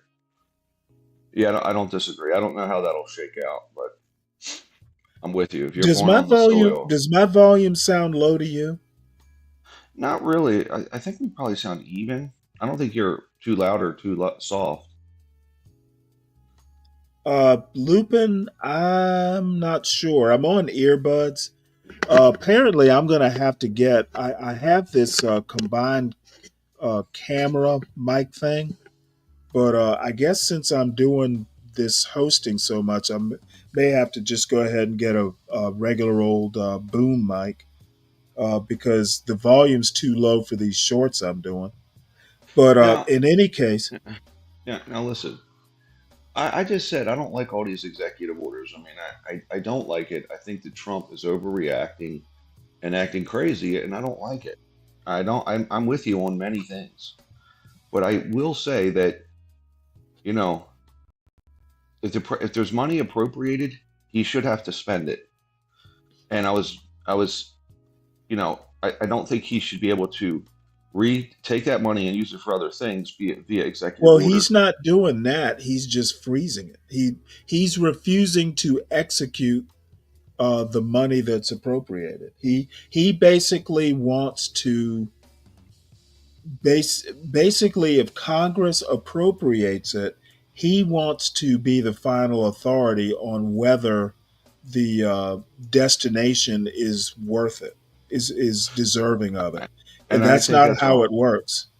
It's wrong. It's literally not the president's job. And there was a lawsuit, and I read an article, and I didn't think to save it. Nixon tried to do the same thing, and Congress passed a law explicitly forbidding the president from doing it. Yeah. From and I can't remember. It might come up in this article. I read about it in another article, and I can't think of the name for it. I don't know why I'm having. I'm I'm conceding forgetting. though. Look, I'm conceding it's wrong, but can you at least concede that these executives have been doing this now? It happened with the wall, like Okay, Biden. that's what Biden didn't build a aboutism. wall. That's what aboutism. What I'm saying is the executives have been doing it for a while, and I think it's wrong. Don't you Okay. agree? It's wrong. It's wrong for them to do it. I'm not going to do what aboutism. Yeah, it's wrong, but it's irrelevant to what I'm talking about. I'm talking about Trump specifically and what he's doing as unconstitutional. But you don't think it's hypocritical for everyone to say, "Hey, he's doing this," when No, I don't. why not? Presidents, It's a presidents, presidents generally don't go up against constitutional amendments. okay. So he went up against the There- 14th Amendment. there's executive orders, and then there's literally violating the Constitution. Well, they're supposed to, and they passed a law with Nixon saying, "Hey, you got to spend this money. You can't just hold it or do whatever."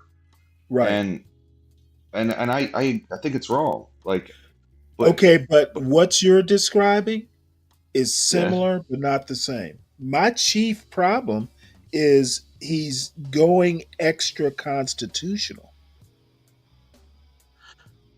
Well, you mean with the money part or the 14th Amendment with the Well, birthright citizenship? with the money part and the Constitution and the 14th Amendment part. Okay, Well, can he's you at least not concede doing. that Biden He did it is with the 14th Amendment then on the money part? I'm what conceding and saying you're right. the 14th Amendment has nothing to do with the money part. The money part, the appropriations part, is basically Article 1 and Article 2 of the Constitution. Article 1 describes Congress's responsibilities, Article 2 describes the president's responsibilities. Nowhere in Article 2 of the Constitution does it say the president should do anything other than execute the laws, which is what appropriations are basically. Yeah. The president is supposed to faithfully execute the law. Okay. I'm saying I'm conceding you're correct. It's wrong. But can you at least concede that Biden did it too in some cases? I Not don't not know that as he did. I don't know that he did. I'm, believe it or not, I'm not that familiar with his executive orders. I am kind of familiar with the student loan stuff, but I don't think the student loans had anything to do with congressional appropriations. no, the student loans didn't, but Biden Okay, didn't so continue to build the wall. what we're dealing with there is not the Constitution, but basically some statute. Um, and you know what? I'm not against a president attempting to get around or defeat a statute. I am against a president going against the very plain text of the Constitution. Well, okay, but as far as not spending the money, he didn't spend the money to keep working on the wall, which he All probably you want regret. to talk about is money, and I'm not interested in talking money. But I think that he's doing the same thing as Trump.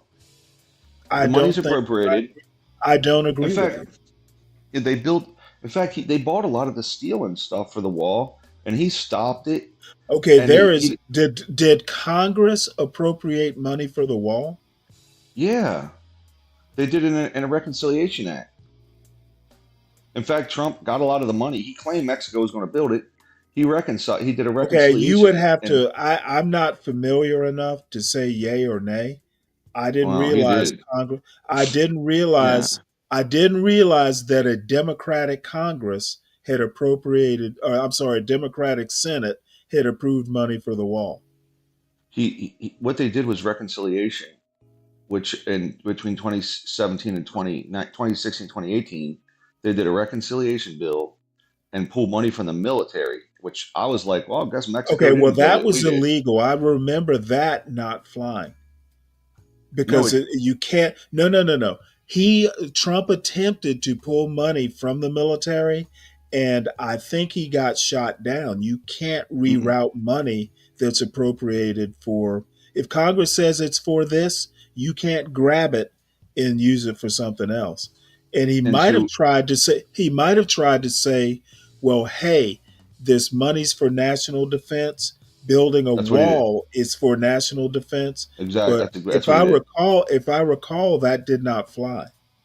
No, he did. That's how. I mean, because they spent. Okay, so he basically defied the law to do it. Yeah, he claimed it was for national Okay, defense, which well it then, wasn't. if he defied the law, then I'm not sure if Biden said no.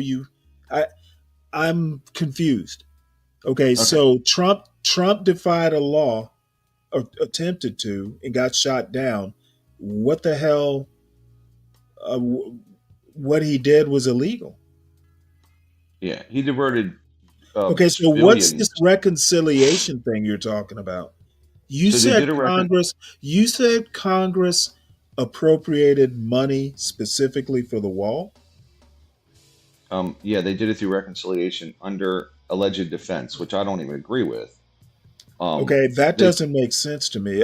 all Just give me the documentation and let me read it, because okay. if they appropriate money for defense, but Trump takes the defense money and wants to apply it to the wall, that's Yeah, not something Congress approved. That's something he Trump got attempted to do. so he got 11 billion initially, Okay, and listen to what I'm saying, because you're trying to skirt past it. It doesn't sound like Congress appropriated money for the wall. They I'm trying to appropriated it find the for article. they I was they appropriated it for defense, and Trump wanted to get fancy. I'm trying to find where it is because I was irritated, Well, and then while I you're knew. doing that, we can move on. Okay, well, look, I'm trying to be as objective as Okay, I don't possible. care about you being objective. I care about you being factual, which should be the Um, same thing. Okay, I you're am. doing this weird whataboutism. I'm trying to talk about Trump current, what's happening currently with Trump and executive orders, and you're trying to go back to Biden and Trump's first administration. Really, nothing to do. I mean, I don't really care about any of that. The past, in this case, I'll let lie. What's before us is trouble enough. I'm trying to find it, and because I was just as aggravated at Trump. I mean, because what's right is right, you know. Okay, well, So see, the thing is you're trying to be all even-handed and stuff. Sometimes it yes. works. Sometimes neutral does not work. That's the first thing a good moderate learns: when to be moderate and when not to be. Well, I can evaluate though as an independent because I'm not registered with a particular party. Hey, man, this was wrong for the Republicans to do, and this was wrong for the Okay, well, Democrats to do. I don't care to be that even-handed. Okay, the Democrats aren't in power right now. Yes, what they did in the past was wrong, but that wrong has no bearing on what's happening on February, what is it, 10th or 11th, Yeah, yeah, 2025. yeah. And I've been critical of Trump for some of this nonsense. Well, good for you. He deserves it. Yeah, I'm just saying So, that I don't. That's why I said this is like an MSNBC broadcast. It's all tainted and shit. I think you should be more objective. okay, Ryan, you seem to have some weird limitation that if every point I make, you have to cover both sides. It's Well, some almost of it. it's almost like the old law where I forget the name of the law, where if a television station had a Democratic political ad, they had to have a Republican political ad. I'm not a I mean, TV station. those were good days.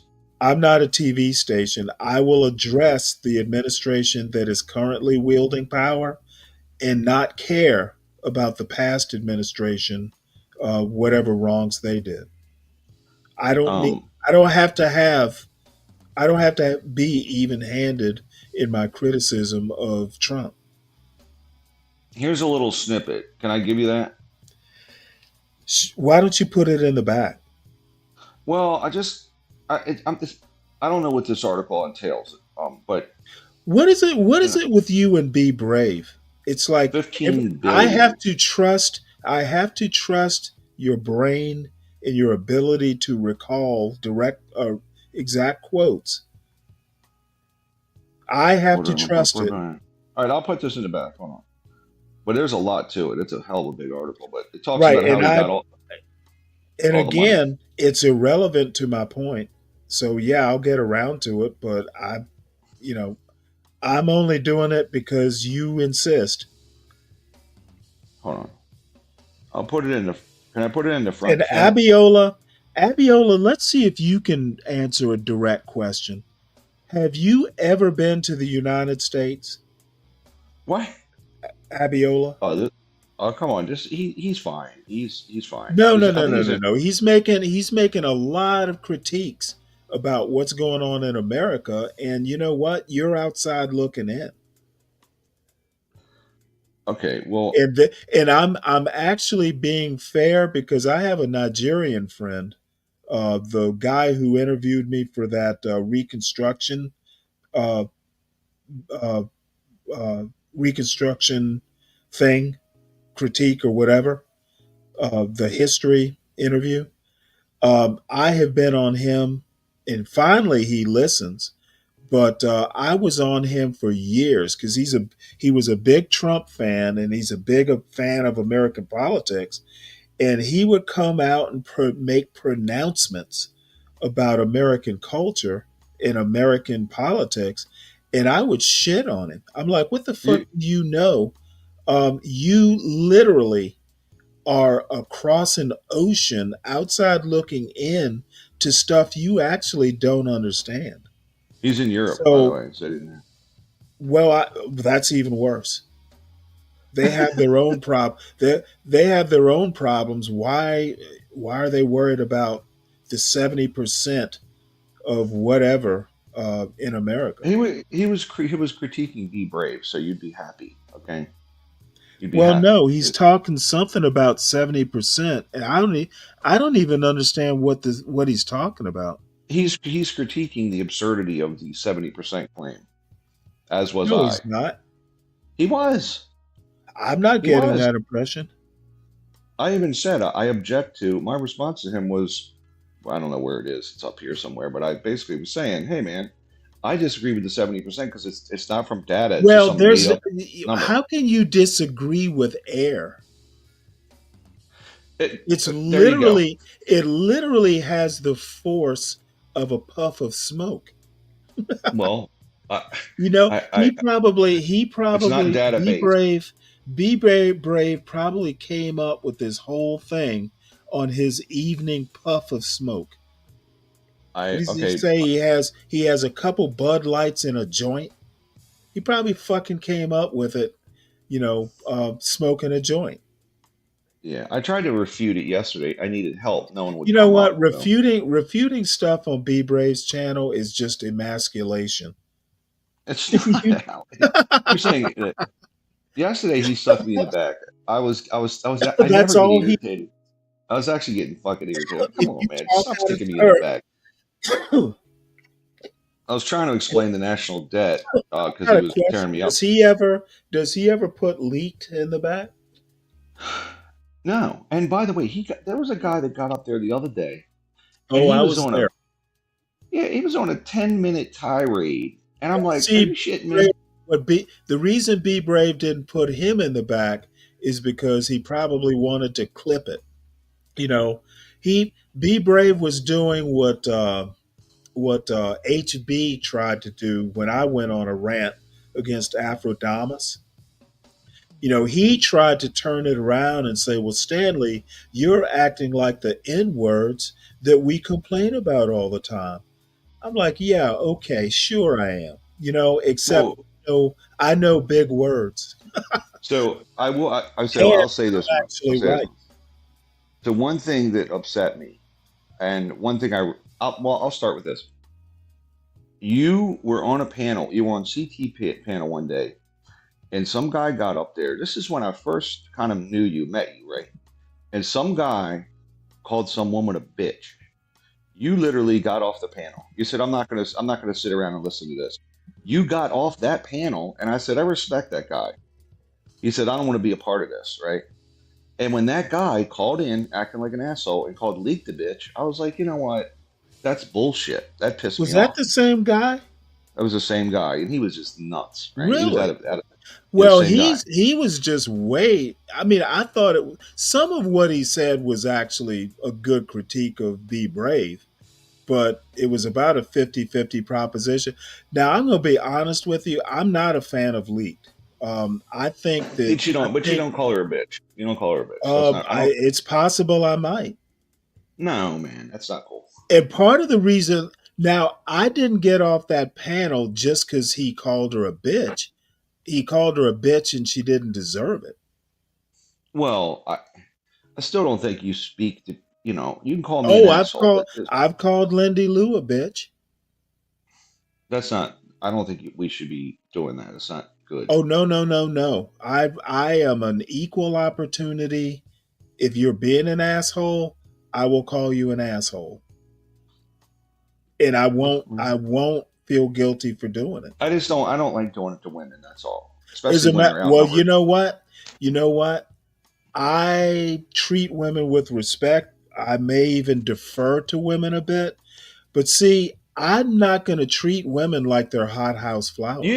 But you defended women many, many times, especially I during the will red pill defend group. women if they're obviously, a misogynist is just going overboard with misogyny. When the red But pill groups you start, know, you quickly defend women, and I like oh, that. I think it's great. absolutely. But the thing is I tend to view women as equals, especially if they're smart women. So I don't feel bad for calling them out for what they're acting like. And I don't have a problem if the opposite. I mean, I was pretty drunk when I called Lindy Lou that. I still think she deserved it, but I should have been a lot more Maybe. I measured. mean, I should have been a lot more measured, and I actually apologized to her for it because I did take it too far.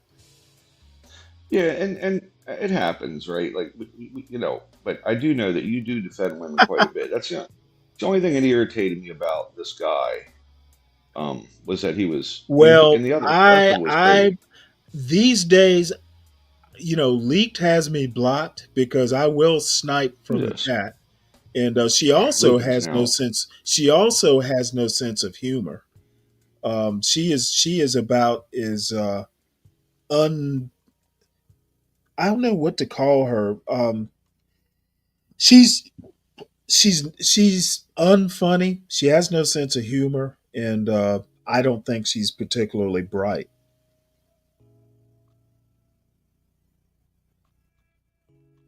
I don't know what Lupin's saying right now. He said that I'm a Trump supporter, and Well, this you is are. wholehearted. You voted for him, right? It was a lesser of two evils vote. Well, wait, hold. See, this is again. You don't have to explain why you voted for him. I just asked you if you voted for him. I didn't ask you why. Um, I'm okay. Well, I voted for Bill Clinton. See, why do I care? I just asked you, did you vote for Trump? What does Bill Clinton have to do with this? Are you a Harris supporter? What does me supporting Harris have to do with my question? I don't feel I'm What a what kind supporter of of Trump. panels, what kind of panels do you go to? Apparently the standard is so low that this passes for Well, like Stanley, answering questions on other panels. Stanley, I spend a lot of time on your panel, respectfully. I mean, respectfully, I Well spent then John Gall. why don't you just answer direct questions directly? I just think to frame me as a Trump supporter when I'm I'm critical of Trump in you many are things. if you vote for Trump, what would you call yourself? Um, I would say it was a lesser of two evils vote. It wasn't a yay Trump vote. Okay. Well, you could have just not voted at all and voted down ballot. And I'm gonna tell you something else. Okay, You supported Trump. You have choices. There is a third I choice. let me tell you this. Let me tell you something else. I'm for balanced government. I think when it's all split up, it's best. So if the Republicans, if they were Okay, what predicted, does that have to do with anything we're talking about? I'm trying to explain how I often vote because you said I'm a Trump supporter by voting There's for him. really no need to do that. But I think you'll understand that You're not going to be able to explain away the support. I would And have voted I for don't you Harris. supported Trump, so what? I would vote for Harris if the Republicans were going to sweep everything, and I knew it. I would have voted for Harris because I like a split Yeah, government. okay. That makes sense. I like a split government. Oh, I'm That's what I kidding. believe. I don't think that makes sense at all. You should always vote your conscience. And I just want to if your conscience is to be contrarian to whoever wields power in no, government, no, I no, no, guess no, it's no. the system. It prevents the wild left-right swings as a country. You know, build a wall, tear it down. Build a wall, tear it down. When you split the government, they got to compromise. They only deal with bigger issues, not the little bullshit like trans rights and fucking Okay, well, student I loan don't thing. know why you think there's such a thing as compromise in this particular political environment. I It's literally, I wish, I really should start just reading every article that I read through the day, just bring them to the show. We could go for hours with the amount of stuff that I read sometimes. There are people who literally, it was a Pew Research poll. There are people, like a large percentage of MAGA voters, who yeah, think it is almost evil to compromise. that's insane. I mean, that's the government's founded on. But you know what? That's like a majority of MAGA voters. Yeah, well, I'm very So if critical of the them. implication is that the majority of MAGA voters are insane, I'm not going to contradict you. Yeah, I mean, I've said many times I'm not a MAGA person. I'm I not. think if you vote for Trump, you are. Okay, that's ridiculous. But go ahead. Oh, it's not ridiculous to me. I wonder what Abiola said corporate. I don't know what he means by I don't think he knows what he means. What's up, Wolf? that. Hey, Wolf. Hey, Good morning. Stanley. Is that Ryan there too? Yes. Yeah, Stan. Yeah, of course. You can hear him because he's every show. It seems like all the shows I go up on, Stanley's and B Braves, it's just steady criticism from the hosts. At least Stanley doesn't stick me in the back. At least Stanley doesn't stick me Well, in the back half the show. the thing is, my criticism is you don't know how to answer direct questions. I do. It's a challenge for me for sure. Well, I don't know why. I always feel like people don't understand my position, so I try to over-explain it. Over explaining, that might even be an understatement. Yeah, I do They ramble a will bit. generally, if people want to know why, they will literally ask you why. I don't disagree with that, and I do have an issue with over-explanation. Oh, But Lupin's on a tear here. well, obviously he's tainted.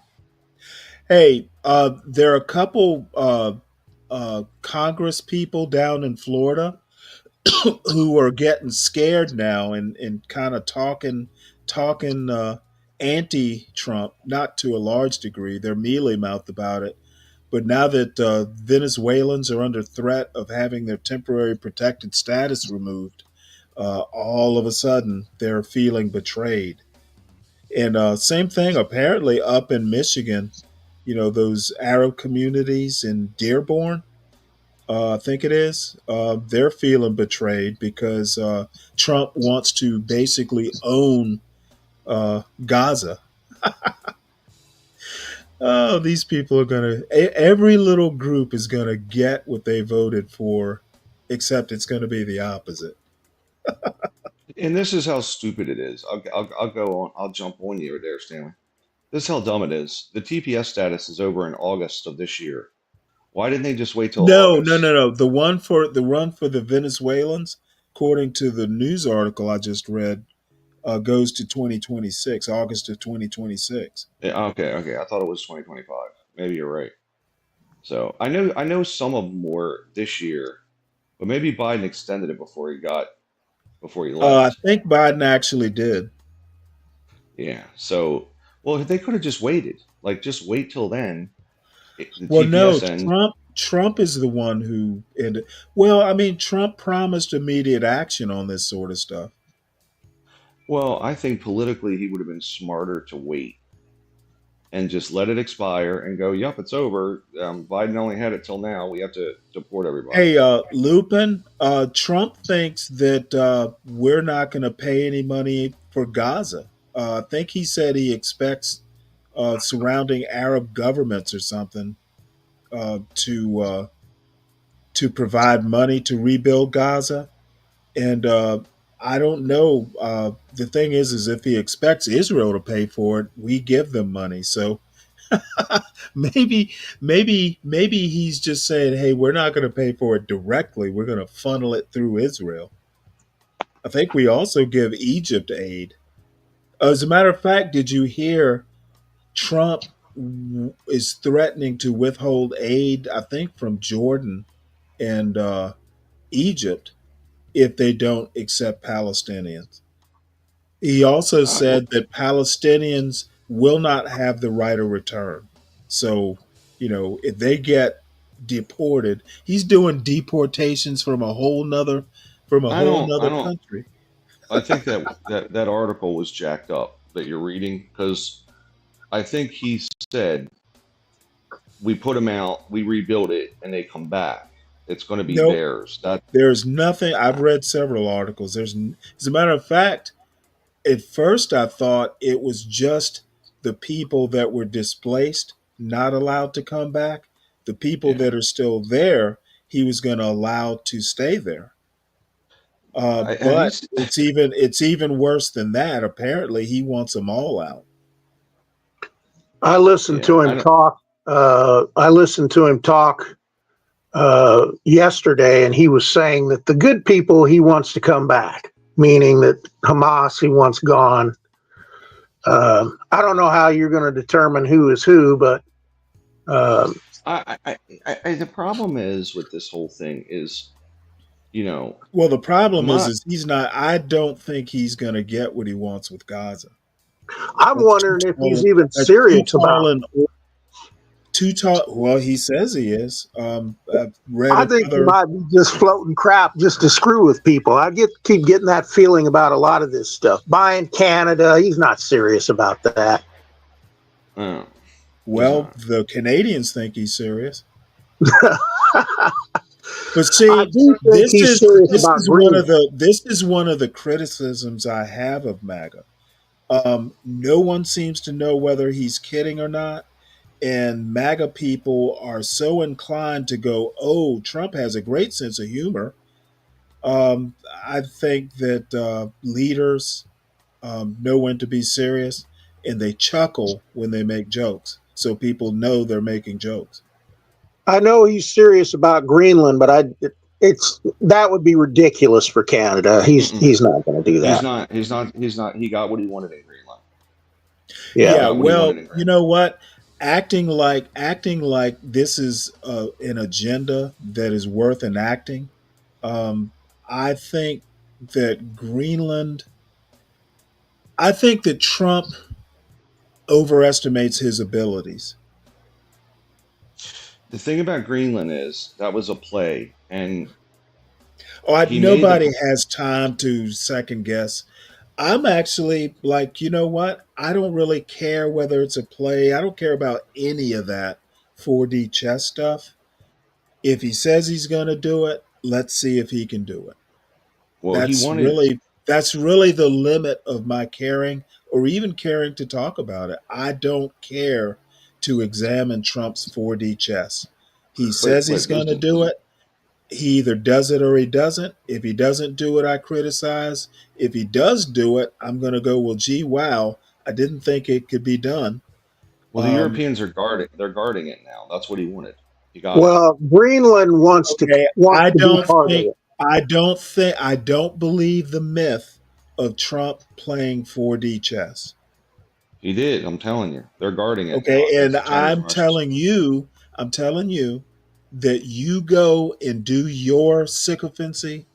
I'm not going to It's. do it. He either does it or he doesn't. I don't care for the games. I always. I'll tell you a quick story. I tell my dad all the time. Hey, Dad, if you can't see anything Biden's done good, you're brainwashed by Fox. And I'll say the same to you. If Trump's done nothing good, you're Okay, brainwashed. no. I'm not your dad No, I because know you're not, but I'm saying. your dad might give a shit. I don't. Well, I know, but it still means you're I brainwashed. literally just told you I don't care for the games. I don't care for the parsing with Trump, especially. He either does what he says he's going to do or he doesn't. That's the level of judgment or the kind of judgment, and I'm not going to go deeper than that. Well, it's up to Well, Denmark really if they want to let that go, and the Greenland people want to become part of the U.S. They're sick and Actually, tired of dealing with Denmark. this the polls in Greenland disagree with you. Well, I'm telling you what I watched, so if they're Okay, lying, then they're lying. and I'm telling you what I've read. So personal on-hand interviews, they were saying we're sick and tired of dealing with Denmark. They don't do anything for us. We would rather be part of the states. Basically, everything I've read contradicts what you watched. We're at a stalemate. Let's move on. I've read it's kind of up in the air, but I don't. I think they'd be smart to join us. They want any kind of I don't huge care deal. We're enough way to better. even contemplate it. I'm ready to move on. Well, it is resource rich, and that would be good for us. Yeah, I like it. I think it's good. What's up, Harry? I'm So going to be visiting there. the next article, GOP support for Musk influence with Trump falls dramatically, as it should. GOP support for Musk influence with Trump falls dramatically. Poll by Sarah Fortinsky.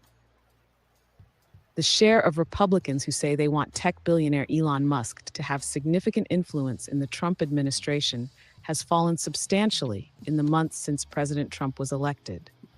In the Economist YouGov poll, taken in the days after the November 2024 election, 47% of Republicans said they wanted Musk to have a lot of influence in the Trump administration, while 29% wanted a little, and 12% wanted him to have none at all. Today, however, the share of Republicans who say they want Musk to have a lot of influence has fallen by nearly half, to 26%.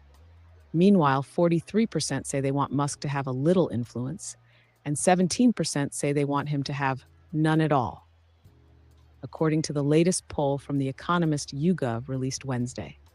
Among Democrats and independents, too, desired Musk in the Trump administration has fallen. Only 6% of each group say they want Musk to have a lot of influence.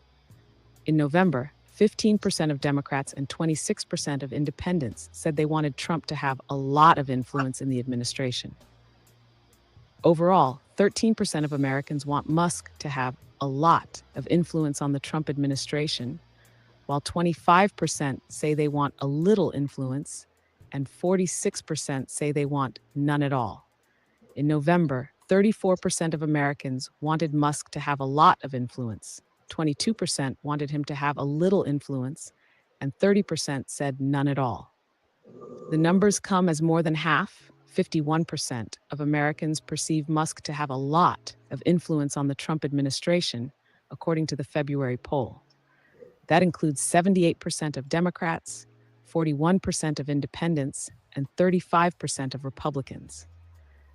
The latest poll also shows Americans have less favorable views of Trump and Vice President J.D. Vance than they did in last week's poll, conducted after their first week in office. Trump has zero net favorability, with 48% viewing him favorably and unfavorably. Last week, Trump had a positive net favorability rounded to 3 points, with approximately 50% viewing him favorably and 48% actually, unfavorably. I don't Vance's know that I favorability like the rating wording dropped of more this. significantly over the past week. This net favorability, they really shouldn't be talking favorability at all. They should just say it's, the polls are neutral. If it's 48 for, 48 against, it's neutral, not zero net favorability. I know it's semantics, but I'm not exactly sure that they're getting through um, calling it net favorability. From a net They don't positive rating want of 2 points down to a negative Stanley. 7-point favorability rating. Yes. They don't want to look at the YouTube poll that I just took answering that because it's in the high 80s right now. But that's Well, wait. YouTube. Yeah, I was about to say. I mean, YouTube channels are partisan. Where is there a neutral YouTube page? Well, there are a lot of conservatives on YouTube, but there's also a lot of liberals on YouTube. So, Okay, well, if you're looking to take a scientific poll on YouTube, good luck with that. Last week, 45% viewed him favorably and 43% viewed him unfavorably. This week, 40% view him favorably and 47% view him unfavorably. Musk was tapped to lead the inaugural Department of Government Efficiency DOGE Commission to root out waste at federal departments and agencies. Since Trump took office, however, he has taken several bold steps that have some critics questioning the legal basis for his authority. He moved to lock federal workers out of the U.S. Agency for International Development, USAID, which Congress funds annually through appropriations bills for the State Department and foreign operations. Musk gained access to the Treasury Department's federal payment system, and under Musk's influence, many federal workers have been offered buyouts. The latest survey included 1,604 U.S. citizens and was conducted on February 2nd to 4th, 2025. The margin of error is 3.2 percentage points. I mean, just, from my kind of gut feeling, I think Trump is probably 50-50 currently. The net favorability at zero. I think better stated would be the country's on the fence. I am troubled by, him wanting to be so nakedly, butting heads with the Constitution on several different levels. What Elon Musk is doing probably is not legal. Doge is a commission. He should not be able to manage funds or cut funds. He should be making proposals, not actually going and his opinions having the force of an executive order even. I don't know. I understand Trump wants to test limits, but when you test limits, if it goes against you, you should be backing down. I don't think Trump wants to do that. And that's a de facto, he's basically laying the groundwork for a form of dictatorship. The unitary And that's executive speculative. That's theory. speculative. Speculative. Oh, no, of course, it's speculation. The Yes. unit, but I've got a lot of circumstantial evidence. The unitary executive is a theory of government. He is floating the idea that he may defy courts, just ignore them, like Alabama did. By the way, Alabama ignored the Supreme Court on this voting rights decision that went against them. It was last year. So Republicans are laying that ground, even if a conservative court doesn't agree with them, they're not going to go with it. So defying the courts, unitary executive theory, basically hiring a hitman. The world's richest man is a hitman, um, with really no legal authority to do what he's doing. Um, if Doge is a commission, it's not a cabinet level department, and a president can't create a cabinet level department. I don't think. I think Congress has to do that. And when they create that cabinet level position, they have advice and consent on who runs that that uh, that exec excuse me, that agency. So So his press I secretary think, is and one the last thing, and this is kind of in the air, but a third term. There's you rumblings. all right? There's a freshman congressman, I think from Tennessee or Arkansas, somewhere like that, who is proposing a constitutional amendment. Excuse me, that says specifically, if a president serves a term, loses, and then serves a non consecutive second term, they can have a third term. So that would only cover Trump and Grover Cleveland, I think it was. Um, I think it was Grover Cleveland. So there's rumblings, there's rumors in the air. Um, so I Well, think that I think we have all the elements to create life. They just need to be combined in a certain way. so Stanley, his press secretary was questioned about this stuff, and she said that Elon Musk they are only doing audits and turning those audits, the results of them, over to him, and he's making the decision what needs to be cut. That's what she told the reporters. So she's been covering this stuff virtually every day. All those are available on YouTube. And she's been, because they've come up with the same questions that you're talking about, and she's pretty much knocked every one of those down. She was saying that he's only doing the part that he is allowed to do as the president, under advisement from his legal people of what he can do and what he can't do. So I don't know. Well, I did study law, but I'm not an attorney. I know what the Constitution says, but I don't know it like they know it.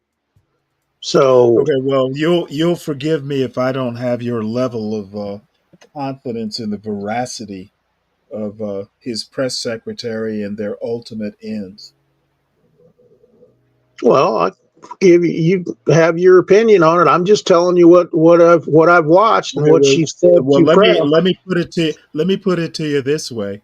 I have an opinion on it. You have an opinion on it, and we actually don't know. No, I honestly I don't have an opinion on it. We I'm actually just don't telling you know what if she said. we actually don't know if they're even telling her the truth. She No, may believe you what know she's what? saying. You're correct on All I that. I have don't to have an say, all I have to say is Trump didn't know anything about Project 2025. But lo and behold, some of that stuff is actually happening. Yeah, I don't have an opinion on it. I'm just telling you what she said in the press conferences. So Thank you for I that. I know She's a how the pretty. government works, and I know that most of this stuff, it not everybody knows what's going on. Not everybody who thinks they know what's going on knows what's going on. Yeah, this country's into so much crap. It's ridiculous. And Well, and, and also, Trump is sure as hell going to sort out that crap, isn't he? No. He might catch the surface of it, but no. I think Trump is actively adding to the pile. the problem is the New York Times writes these inflammatory articles, and so does MSNBC to scare everybody. Yeah. That's what they're doing. I mean, look, let's face it, they're very, very left wing nowadays. Have you watched Ryan, the? you have a talent for bringing up the irrelevant. I don't. What does MSNBC even have to do I'm just with saying these what leftist Wolf and I were viewpoints are. talking about? He's not going to do anything that you're describing. Okay, he's not. He's not going to go Okay, with you their. know what, Ryan? You know what, Ryan? You're a bold and faithful person to think he won't do it. He didn't. I Okay, don't the think last time I don't think you know any more than I know. I So have faith in our I, re- Constitution. I res- you know Government. what I admire you. I wish I could have your faith.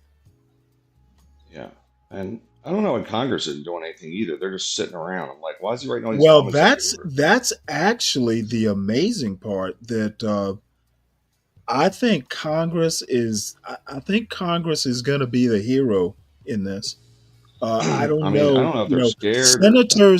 senators especially are very jealous of their territory, and I don't know that they're going to let Trump get away with this for very long. I'm like, are they scared of him? I guess they're scared of him. They always have been. But I don't think there's. I think what are they? maybe people in the House are. I don't think the senators are. Well, why aren't they putting forth any legislation? I mean, just. I mean, what are they Okay, doing? well, what do You you? know. I mean, how do you legislation for what? Well, in other words, he's writing executive order after executive order. Why? Why is Congress not trying to put forth similar legislation so that it's law and not just executive order? It just maybe they don't know what he's doing day to day. I guess that's all I can think. But Well, remember, you have things earmarked programs and money under the table for both sides in that house. So you're stepping on both feet, and they're Okay, I have no idea what that means. I think Congress basically, um, I guess they're just kind of sitting back and letting him take all the bullets. Because that's a good when the point. shit hits the fan, their noses, they'll be fine. They won't be in the line of fire. I think what's going to happen is that at some point, Trump's going to step on enough toes that they're gonna feel justified. I I think the House is very pro Trump. I think the Senate is a lot more neutral on that. I keep expecting somebody to take him out because of all the feathers he's ruffling. Take him out of what? Take him out alive. Shoot him. Yeah, okay. That's I mean, that's a weird expectation. based on the last year alone. I don't No, think it's it is. actually I mean, pretty practical considering what's gone No, on in actually, the past. you know what? I was too nice. I think that's fucking batshit crazy. Is it? Yes. And over the last year, he's had 2 separate shooters. So maybe, I mean, 2 different guys. I mean, one guy was in the bushes and the other guy put a bullet to his ear. So, I mean, I don't know if you believe that's true or conspiracy, but So I think they were legitimate attempts. I think he's all not right, a candidate anymore. I'm just I think he's somewhat safer than he was as a candidate. I'll put it that yeah, way. I would agree. I think he is safer. Yeah, but it's still just. I mean, the fact that there were two different situations, I'm like, damn, Yeah, kind of yeah, yeah. surprising. You know what? I felt a lot less passionate than you do about the safety of Trump. It's just it's the president. I mean, if it was any president, Oh, even a fuck left wing that. rat. If Obama didn't get assassinated, I think Trump will be okay. All the people who love guns are pro Trump. Even one of his shooters was a Republican. Okay, let's not conflate information. He was a registered Okay, no, I will conflate Republican. at will because the dude was a registered Republican. Yes. However, Okay, he was yes, donating money to Biden. you can stop it, yes. I think his political affiliation You is can questionable. stop it, yes, because that I part mean, I is can. factual. That part is Yeah. factual. I said And nothing that was non-factual. well, he donated money to the liberals, Okay, which is factual. you just want to hear yourself. You just want to hear yourself answer the why I'm wrong. I just think that you're framing this wrong. It's wildly Yes, insane. I'm framing it in a way that you don't like. Yes, I admit to that. Yeah, this is a And propaganda. That's why I said this is MSNBC hour. I do not claim to be neutral about Trump. I think he has low character. I agree with that. I fully agree. I don't like his character. I don't like some of his policies. I think he says the wrong shit a lot of times, overall. But I still try to take an unbiased approach to it. I don't Okay, like his incredibly tiny hands. I don't waste my time and energy trying to be unbiased. Well, I don't that's like his obvious. tiny hands. If you don't like his tiny hands, there you go.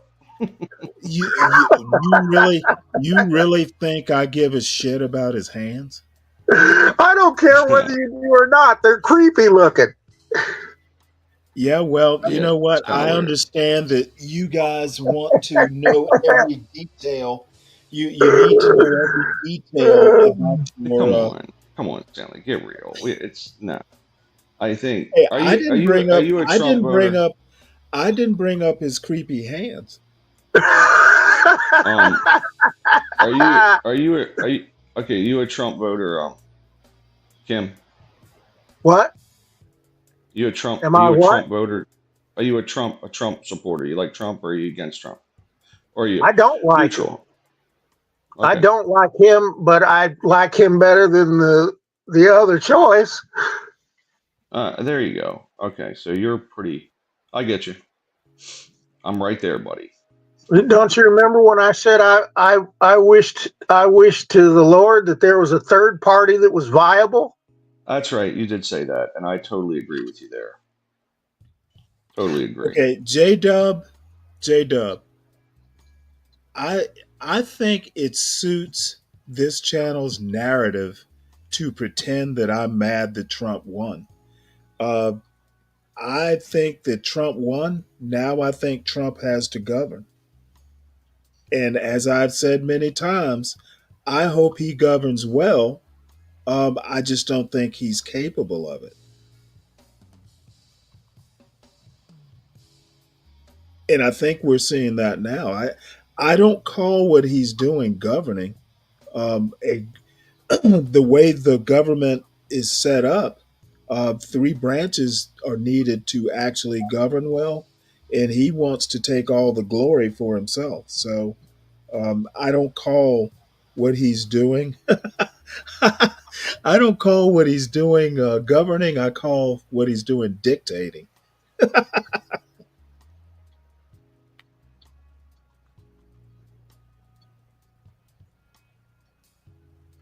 I would say it's not, but it's just opinion at this point. Hey, you yourself said Congress isn't passing any laws. I know Trump's they're sitting on their ass on the law. Trump's the only branch of government doing anything. Yeah, I wish they would get busy. So I mean, I he's don't know what not, they're doing. and you need all three branches to form to do an effective government and governing. Well, I So think you have he's not you governing. have He's not governing. He's dictating. I think you have the left right now really trying to Okay, what bog is things down in Congress for number okay? one. Bullshit. Uh, That is so much of fantasy that I'm amazed. Oh, you Yeah, still it's a asleep? fantasy that they're I don't trying hear to you. slow I down don't hear you. the appointing, all the The appointments left. that he's put forth. Okay, dude, you are literally tilting at windmills. Yeah, great. They're You are trying to slow down his. literally, you are They're literally trying to slow coyote. down his appointments. You are coyote level mad. They are literally trying to slow down He all has the appointments. literally They are got, slowing down the he has appointments of his literally got, appointees. you are And literally I out believe of your that's where mind. all the excess That is, you time know is what? going. You know what? That is so ridiculous. I might have to use it as a show title. Go right ahead. It'll just make you look like a Oh, fool. no. I don't. I know I don't need your permission. The point I'm trying to make is I usually take the funniest thing I hear Good. during It'll the make show. you look like a fool because that's Usually, what's going on in Congress right now. I take the funniest thing I hear on a show. Instead of taking care of business, they're I trying to use slow down his appointments. I So, use for the title. Oh yeah, can you say it in a more funny way? yeah, they're trying to slow down his appointments. Yeah, and that is funny as shit. It's going to be the title of the next show. Good. And when people that watch the meetings through Congress on YouTube, they'll see that's exactly what's going on. Tom didn't tell me you were this weird about your politics. I think he's weird. You mean like you? No, Yes, I'm not weird. like you, Yes, Stanley. very weird. Like I'm not like you, Stanley. I'm not weird like you. The dude got what's his name through. He got a Fox News host. He got a Fox News host through the Senate process to be Secretary of Defense. Slowing down? Slowing down what? The only qualified candidate that Trump has nominated for the cabinet, in my opinion, is Pam Bondi. She's literally the only one who's qualified for the job. And I may have missed one or two others. Rubio is Secretary of State. Yeah, okay. His Florida's FBI is the one they're slowing down right Florida, now. Florida's practically a governor. I'm sorry, Florida's practically a foreign country, so he might be actually fairly qualified. He and Bondi, Cash Patel. Okay, so they're slowing one awful person down. Sure, why not? But I don't think they're slowing him down either. Can I just mention the word Mayorkas? Totally, he was qualified. Look what he did. By the way, Pete Buttigieg had Let me no put it to you this way. qualifications. Let me Pete put it to Buttigieg you did this way. nothing with transportation ever. Me expecting you not to do whataboutism. How could I ever not expect you to do All what right. Well, about? I'll make a joint statement then. I believe that appointments have sucked over the last 10 years. Many of them. Many of them. All right. Well, looks like Eric Adams is gonna get a get out of jail free card, and I don't know. I'm pretty neutral on this. I think he did what he had to do. He sucked up to who he needed to suck up to. And quite frankly, the way things were going with the immigrants in New York City, I can't blame him. He killed two birds with one stone.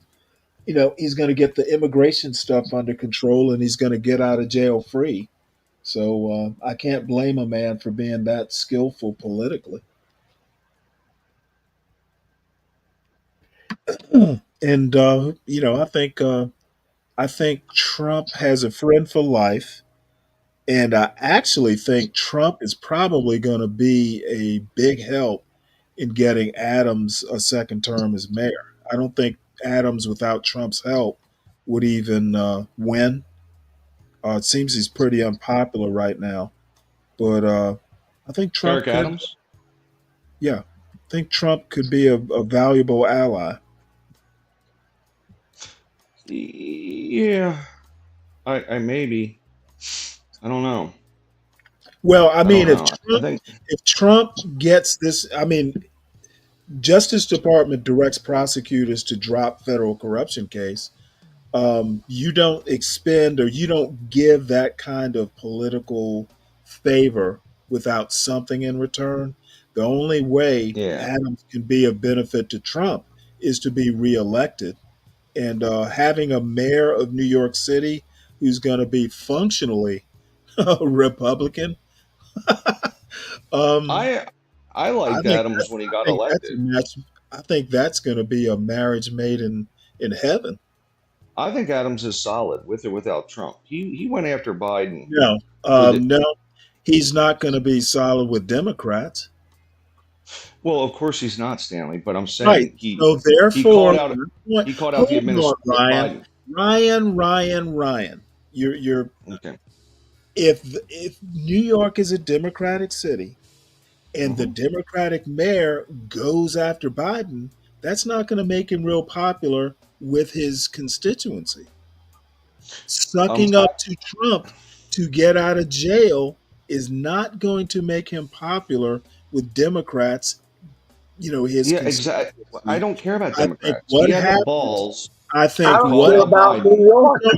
I don't care about any of the balls. I'm trying to talk about the politics of it. Oh, just politics. Okay.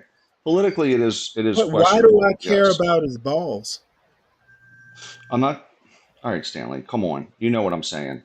He had the I he had this he had the stones to call out I Biden think for his I think immigration I bullshit. think basically that he would be in trouble, and it's acknowledged that getting through the investigation is but one of his troubles. He's going to have trouble being reelected.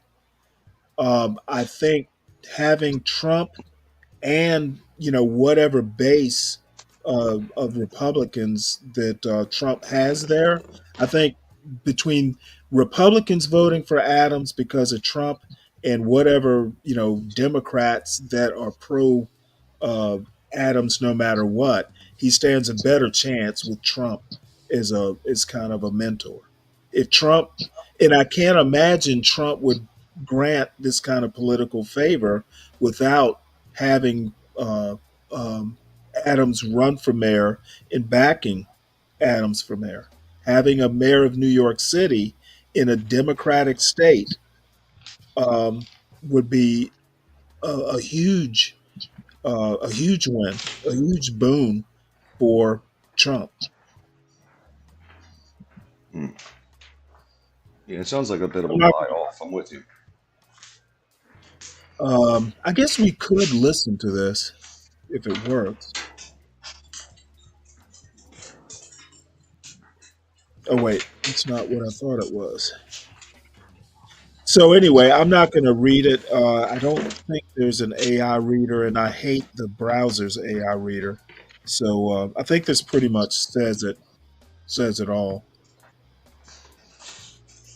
And I want to read this Substack letter. I'm not sure if I'm going to be able to though. Um, this is not working like all the other Substack posts that I'm used to dealing with.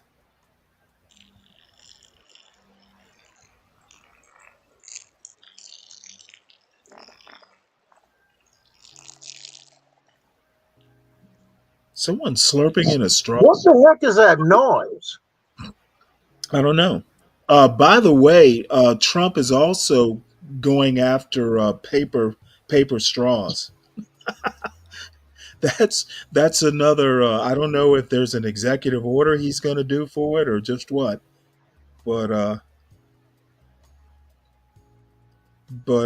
Trump is that's a news article I read also. Trump's going after the paper straw industry.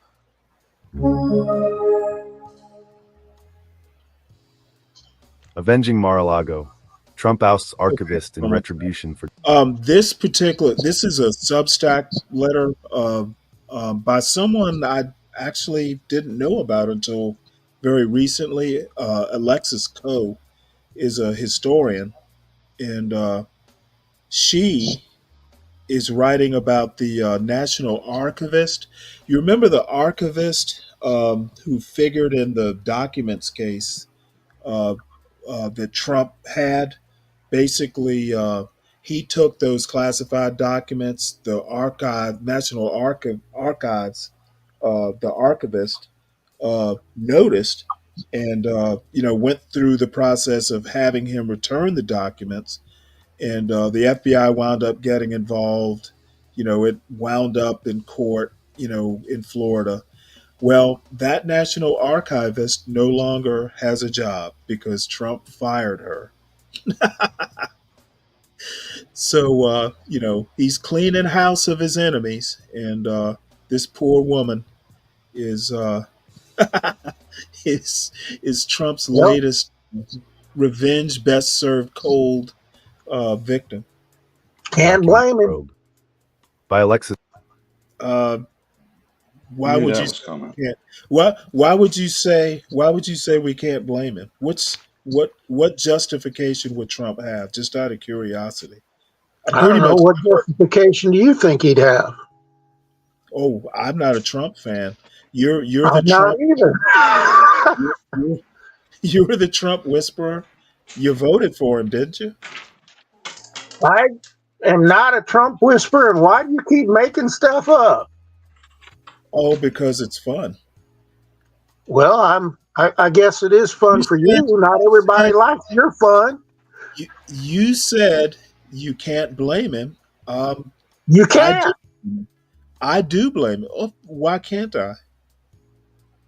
Well, you can do whatever you want.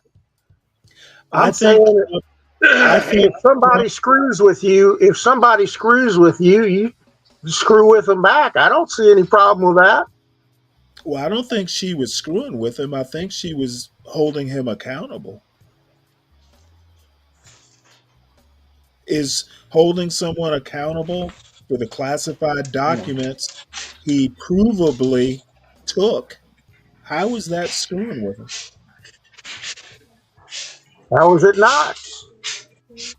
Uh, you know what? You have a weird. Apparently, making someone accountable and upholding the law is screwing with them. This is what I expect from people. As far Ah, right ah, ah, ah, is. ah. No generalizations there. Oh no! I'm gonna There I'm, you I'm go. gonna make them. No, it's called Trump derangement syndrome, Kim, and Stanley suffers from it. Okay, well, see, this is what Orange man bad. this is Yeah, what this it is what truly is. lousy. This is this this is It's why truly Trump bad. voters. This is why Trump voters don't do well in science. They are misdiagnosing who has Trump derangement syndrome. I think Trump voters are the deranged No. ones. Orange Yeah. I man can bad. list Yes. I can Yes. list 10 things that he does bad and 10 things he does good. So I don't think I suffer from Okay, this. well, you're always gonna be balanced like that. Okay, you can't find the bad in someone without finding the good in someone. That's why you're such a good parent. I try to be I, unbiased. on the other hand, call a I spade try a to spade. look at policy. I look at policy. That's kind Yeah, of where I sure, go. sure you Politics. do. I Sure you just do. said I just said I don't like all the executive orders. It's bad policy. So the bottom line is that I would just think, if I were going to be presidential, and apparently Trump doesn't really care about all that stuff, looking He president. doesn't. Yeah. He should, but he's low character, so I wouldn't. I guess I'm I don't. expecting I don't him. disagree. He should be look to be However, presidential. however, yeah, I can understand why he would want to, in a fit of rage, exact retribution, and he's being true to form because he did say he would be the people's retribution, and a lot of his base is mad at this woman. So yeah, he in good conscience can be the retribution. But It's anyway, like it's like I'm when sure you I'm sure she'll it's like find a job somewhere. it's like when you yammer on about the rule of law, and then pardon your kid and 50 other people before you leave office. Oh my god! Oh my god! Oh my god! That was a classic. Hey Stanley, you should sound like that What one. was? That's a Hey, good wait, one right hold there. it. Hold on. You're acting like Yeah. you made a zinger. He did. No, it was. It was. For me, it was, No, man. Come on. I would expect Sorry, any. Stanley, you're I would, wrong. It was funny. dude, don't. Hey, Wolf, don't do the over. I'm not. Most people don't laugh at any of Wait, my autistic jokes and Wolf, shit. Wolf, Okay, so this was good for me. new. Wolf, you're new to the panel, so you may not know I don't have a problem with putting people who overtalk me in the back. So, Hey, Stanley, the bottom I don't line, care. good. I'm I'm used glad to it, you by the don't way. care because you're making it inevitable.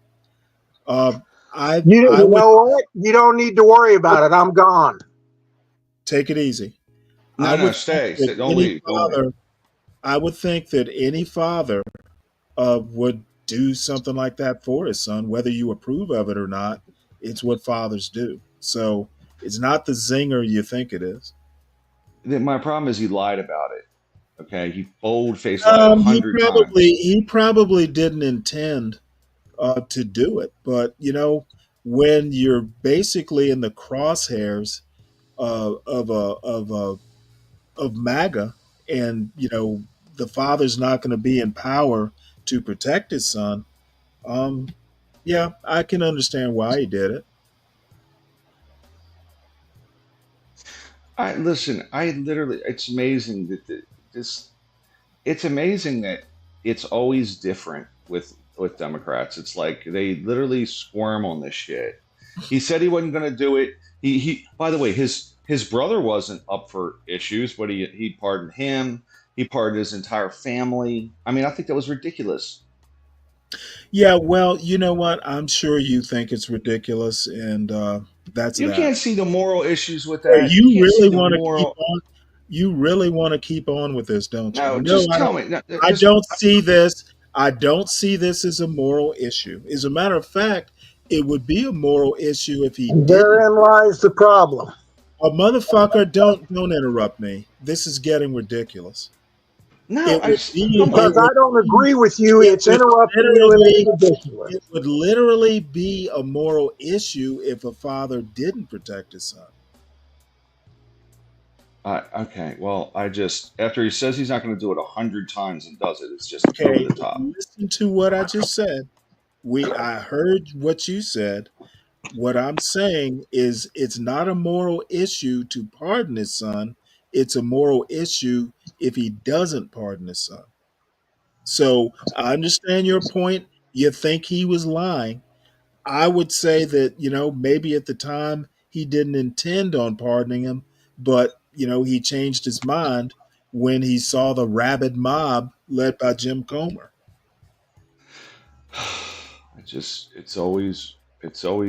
It's postmodern thinking, folks. You It's know just what? You have no bending clue. things. You have It's no clue. hypocrisy. It's You It's have moral hypocrisy. relativism. Moral you have relativism. neither moral relativism. Yeah, it's what's good for What are you me is talking not good for about? thee. Wait, hold it. Well, Now what's let's more? explore. Let's see if you really know what moral relativism is. What would be the opposite? A Um, parent, a how is a parent shielding the child from something the parent can't protect the child from? Moral relativism. Why should he be shielded for In breaking the what law multiple society, times? in what culture do parents not protect their children? Um, okay, so there we have it. So No, there we have it, that you're using terms that you don't know what they mean. From that standpoint, it makes sense. However, from the standpoint that he completely boldface lied to the American people multiple times Okay, about you it, know because it what? was multiple You know times. what, Ryan, stick to economics. Well, hold on a minute. Hold on. Answer this for me. Trump has just excused a woman that came after him for the archives, and I think it's wrong that he did it. He It is didn't morally excuse, he wrong. fired her. He fired her, right? But on the other Well, side how of the is that? coin, Oh, you Biden, meant excuse as in, excuse me, you no longer have a job. Okay, I got you. yeah, I didn't No, mean the word he excuse wasn't good. It fired was the her. wrong word. He Okay, fired it was a he fired her without cause. Now, I don't know. She may serve at the pleasure of the president, so he may be perfectly justified for doing it. I mean, if you serve at the pleasure of the president, you don't need, you can go on a whim. okay, but Trump. So Trump used his power as the executive to do something that I thought was, I think that is, he went after a political enemy. And on the opposite How side, could an Biden, archivist be a political enemy? I'm sorry, How? he- he- I don't he's think mad at her because I she went don't after to know get the that I documents. don't know that the national archivist is a political appointee. Well, Apparently, it is. Well, you know what? I actually don't know if she's a political appointee. yeah. Okay, so let's use the word Well, someone that this impacted his article or political career. this essay will tell us. But anyway, all I'm saying is you're really good at economics. You You're might want to. justifying. I'm shocked you're justifying what he did with. I mean, I got to be frank. I can't believe that you're justifying his actions with his son and all the other No, no, partners. no, He had a no, lot no. of partners. I'm not justifying it. Well, Commuted why don't you? sentences after the Oh, wait, court hold it. ruled. Now I'm confused. Yeah, What do I need to justify? you're justifying his act as his actions of pardoning his son. That's crazy. That Yes. he said 100 times he wasn't going to pardon him. Okay, Absolutely Ryan. not. I'm not going to pardon him. Ryan, as I Merrick said, Garland, his own man, you really need to stick to economics. You're not so good with the philosophical moral stuff. I think that most people put a one in the chat if you think that it was wrong that he pardoned his son Okay, and most of it his does family. not matter. See, you were on track when you said most people. Most people would protect their son from the wolves. Whether, you know what? As a matter of fact, Hey, I take offense to that. protecting a child really, is it really even a matter of right or wrong? When Protecting is a it? No, 55-year-old no, no. crack smoking child. Tell Come me. on, man. When is it? Get When is it real. wrong? Give me a scenario when it's wrong to protect your child. My Let me father think. When told you my say brother and I that if we did anything wrong, we were going to answer for it. there you Okay, If go. we There's an got thrown example. in jail, once if we got again, thrown in I jail, got that we were gonna have to get ourselves out. That's what he told us, and we never got in trouble after that. Okay, I think you don't quite get the idea that what your response was doesn't actually answer my question. Sure, it does. It was a No, direct Right. answer. okay. It was a warning. You never actually got in trouble, did you? You literally just said that. So there was never a time he had to come and protect you from something because You he. never went to Malaysia, took a God bunch of dick damn it, pics. Ryan! Let me address Wolf, please. You know, you Put them on the guys, internet. you Put them on guys, the internet. you guys talking for each other really isn't helping. If I'm addressing All Wolf, right. why does Ryan need to talk? Wait, go ahead. And Go vice ahead. versa. What I'm pointing out is your father never had to protect you. You heeded his warning. And good for you, good for your father. Your situation doesn't quite meet what I was asking.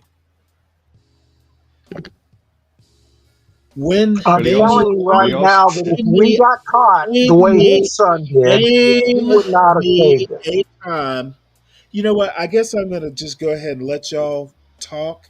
And then when you're done talking, I'll go back and re-ask my question. Go right ahead. So, Ryan, my all right. father, Now, if we'd have gotten in trouble, Kim, he let would me not have Kim, let me bailed ask us you out. something. Okay, this is Kim, awesome. If what if if you but you didn't. Dude, these okay, counterfactuals mean nothing. Kim, have you ever had a gun when you were a crackhead No, I have and then not. took a bunch of dick pics and put them on the internet? Okay, Also, so slept with. Have you ever slept with your dead brother's wife? Connor No. did. That guy's fucking nuts, man. What is wrong with this all right. clown? Well, All right. let's go back because we're getting way off track from where my question was. Name me a Yes. time that it's wrong for a parent to defend a child. Look, I would defend my kid, but I'm not the president. And I would have said, Okay, hey, so guess what? present. I'm So going to pardon my kid every time. if a parent happens to be president, it's wrong to defend your child. Um, I wouldn't lie about it. I'd say I'm going to pardon my kid every time Okay, because it's my you know kid. what? You literally have an inability to answer direct questions, yes no questions, with a yes or a no. Well, you're So trying to back me into a I cul-de-sac, guess Stanley. I know this you're. this is I know how this you is are. just getting too frustrating. I should meet you where you are. Okay, that's fine. Let's do that. All right, and this fool, God's child, Let's go. says I'm a communist. Okay, Archie Bunker.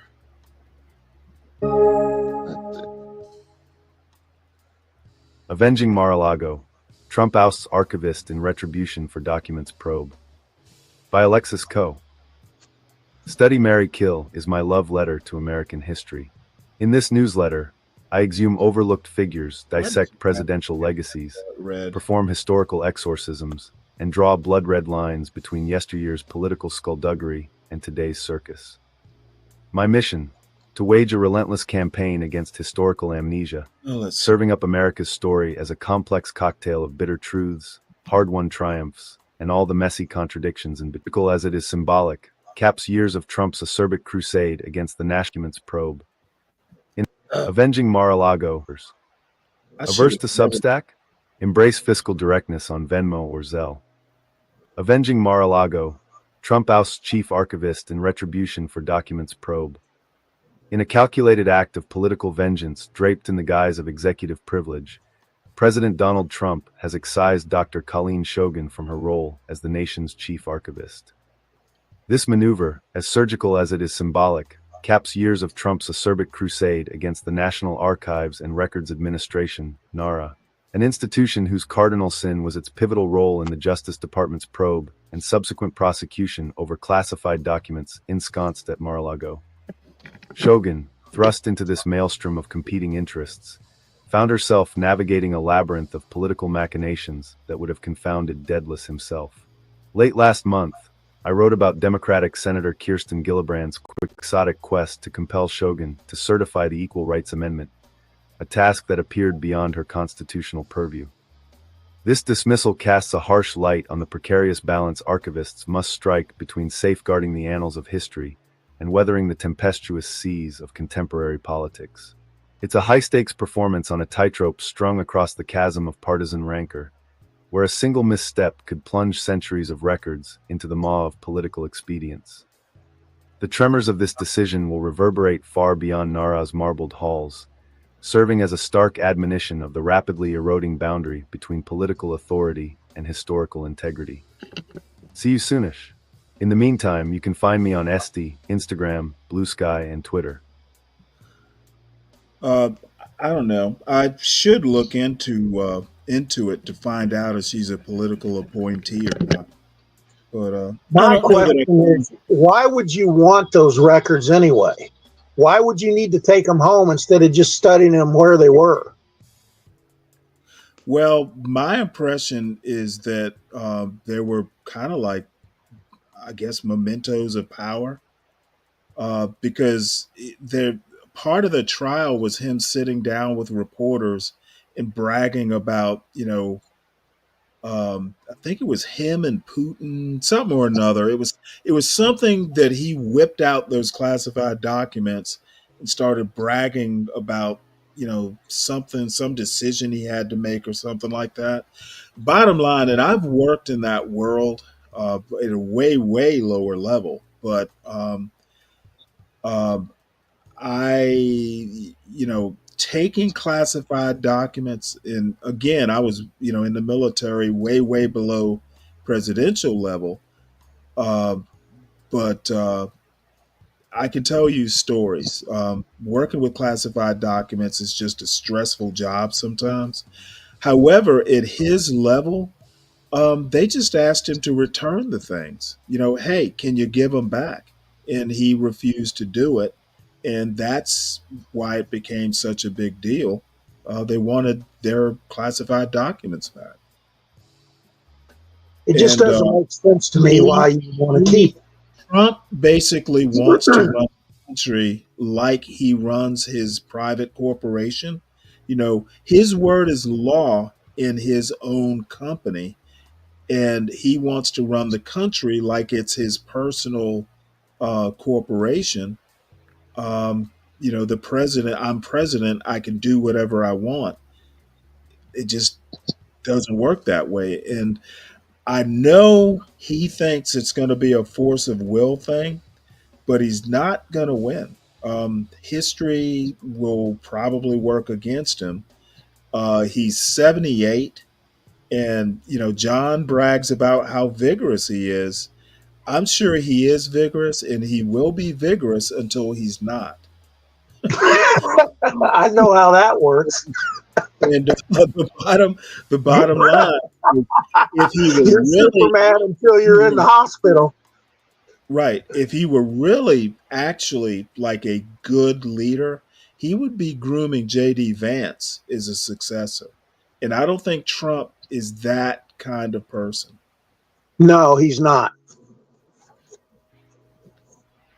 I don't know why he picked him. I actually think Vance is not a bad pick on paper. I don't know that Vance has the personality. Vance actually reminds me more of DeSantis than anything. I don't think he has he certainly doesn't have Trump's charisma. And I Yeah. don't know, but I do think Vance, I think Vance would probably be more like a Jimmy Carter. Very, very smart, very good at dotting I's and crossing T's. But getting out there and inspiring people, I don't know. Yeah, that's not his deal. I don't know that he would do that. You He would you not. know Yeah. something weird, Stanley? These guys, when you meet them in person, are completely different than well, I guess it's not weird. They put on a fake face when they're in office, as opposed to when you meet them personally. That doesn't surprise me. I mean, if you've ever met any sort of performer, they're a lot different, off stage. And Yeah. it's neither here nor there because it's a strain for me to even host a YouTube show. I tend to be a little bit more of an introvert. So, you get used to it though. Yeah. Well, it's different. If you've spoken to a lot of people many times and you've been an athlete in front of a lot of people many times, you don't feel nervous about stuff like that. Right. Well, as you can imagine, the sports I ran were not team sports.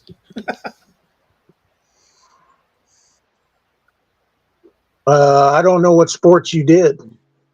Oh, cross country mainly. He, pro- In Oh, he college. probably really? did. Nah, he did male cheerleading.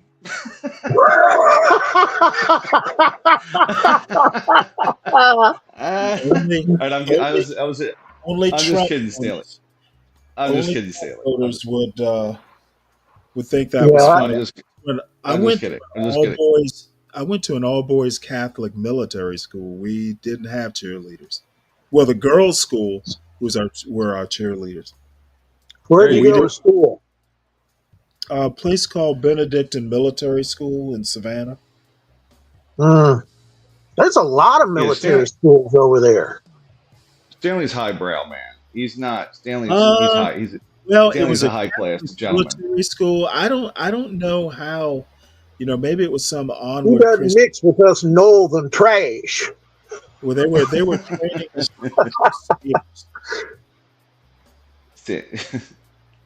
Yeah, The he's got a training, good. training us for the next crusade. There's a lot of military schools over there. I think there was a lot of them in the South too. In Texas, there's a lot of military Well, schools. the schools have ROTC programs. That's essentially what it was. I mean, Was it? it wasn't like we wore uniforms every day. You basically took ROTC. Well, your first 2 years of high school, military was mandatory. The second 2 years, you could either take PE or ROTC, and Uh-huh. I chose the ROTC option, um, which I don't know. I think it was the right option for me. Did you Having get a scholarship money from that? I did have an ROTC scholarship in college, but I gave it up because I didn't I didn't like the army, so I wound up after college going in the Navy, Hmm. which which suited my personality much better. I'm kind of a shoot from the hip guy, and in the army, everything's in a field manual, and if you deviate from that field manual, they tend to get a little annoyed. My friend was a chief. Uh, he retired a long time ago, though, about 20 years ago.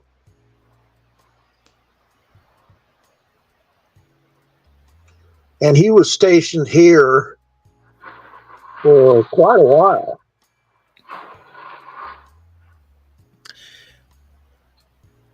I really want to read this article, but it is so damn long. I We can't, do what an does it say? automatic. I can't read what it says. We can Yeah, go into an automatic. European Journal of, what does that say? American, studies. oh, European. I'm legally blind, so I like my No, it's some my fonts some are so huge. it's some academic journal, and the title of it is "Insult Politics: Donald Trump, Right Wing Populism in Incendiary Language." It was written back in 2017, so it's like a political science journal, apparently. But He, I wanted to see what the eggheads had to say about it. You Doesn't look you like mean the it's got an auto reader. you mean the Europeans?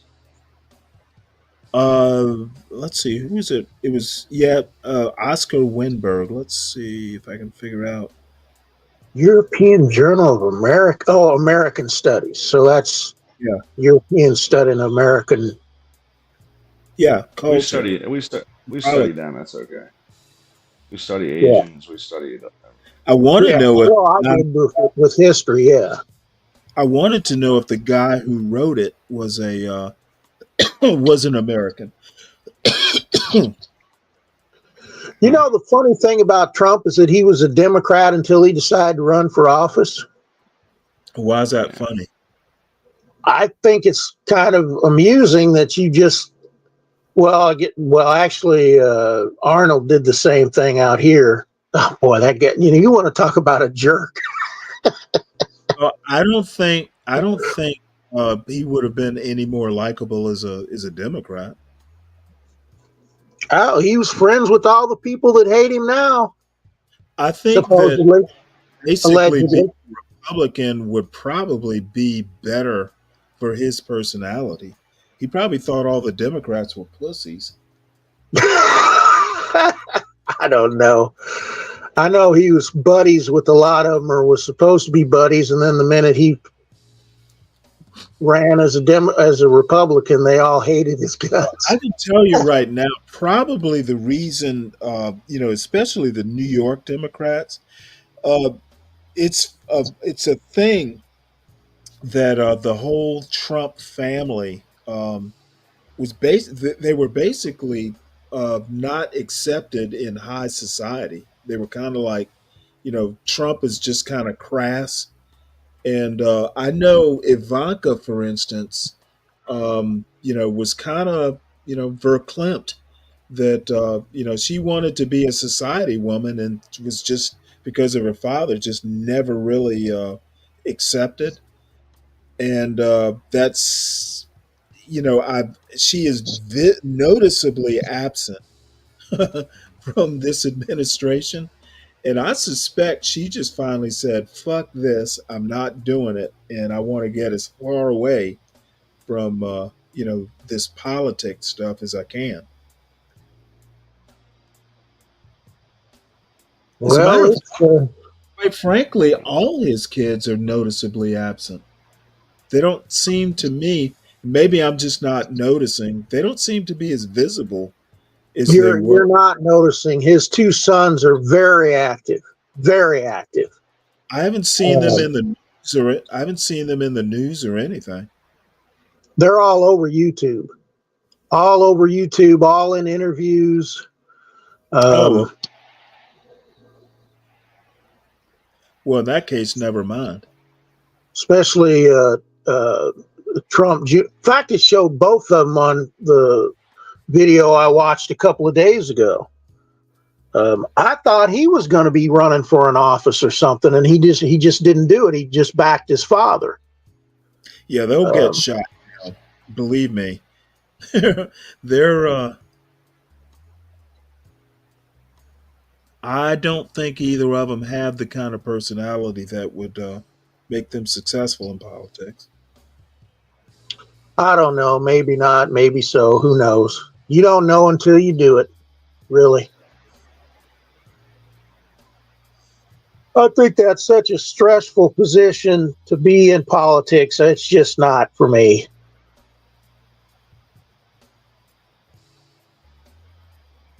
That's weird. Why?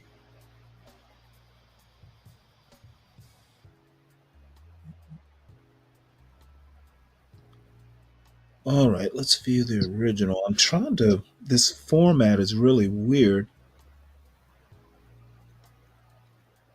There's an abstract, then there's an intro. What's that introduction not coming out in the reader?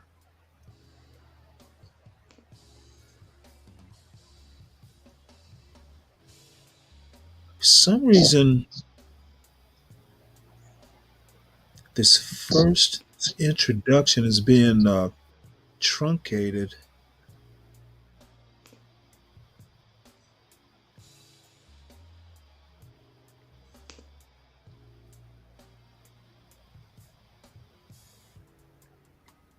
Oh, there we go. All right, well, we'll read a part of this. Introduction. I want to start here.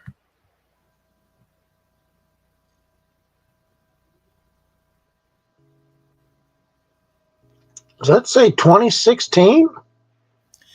Yeah, the article is from 27. The papers from 2017. Essentially, what they're doing is kind of analyzing Trump's rise to power in election, and like the title says, it's basically back in 2017. Remember, Trump was kind of like a new phenomenon.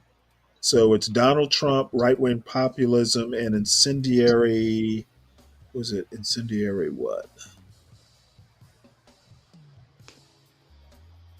Insult Politics is the name of the article. Donald Trump, right wing populism, and incendiary language.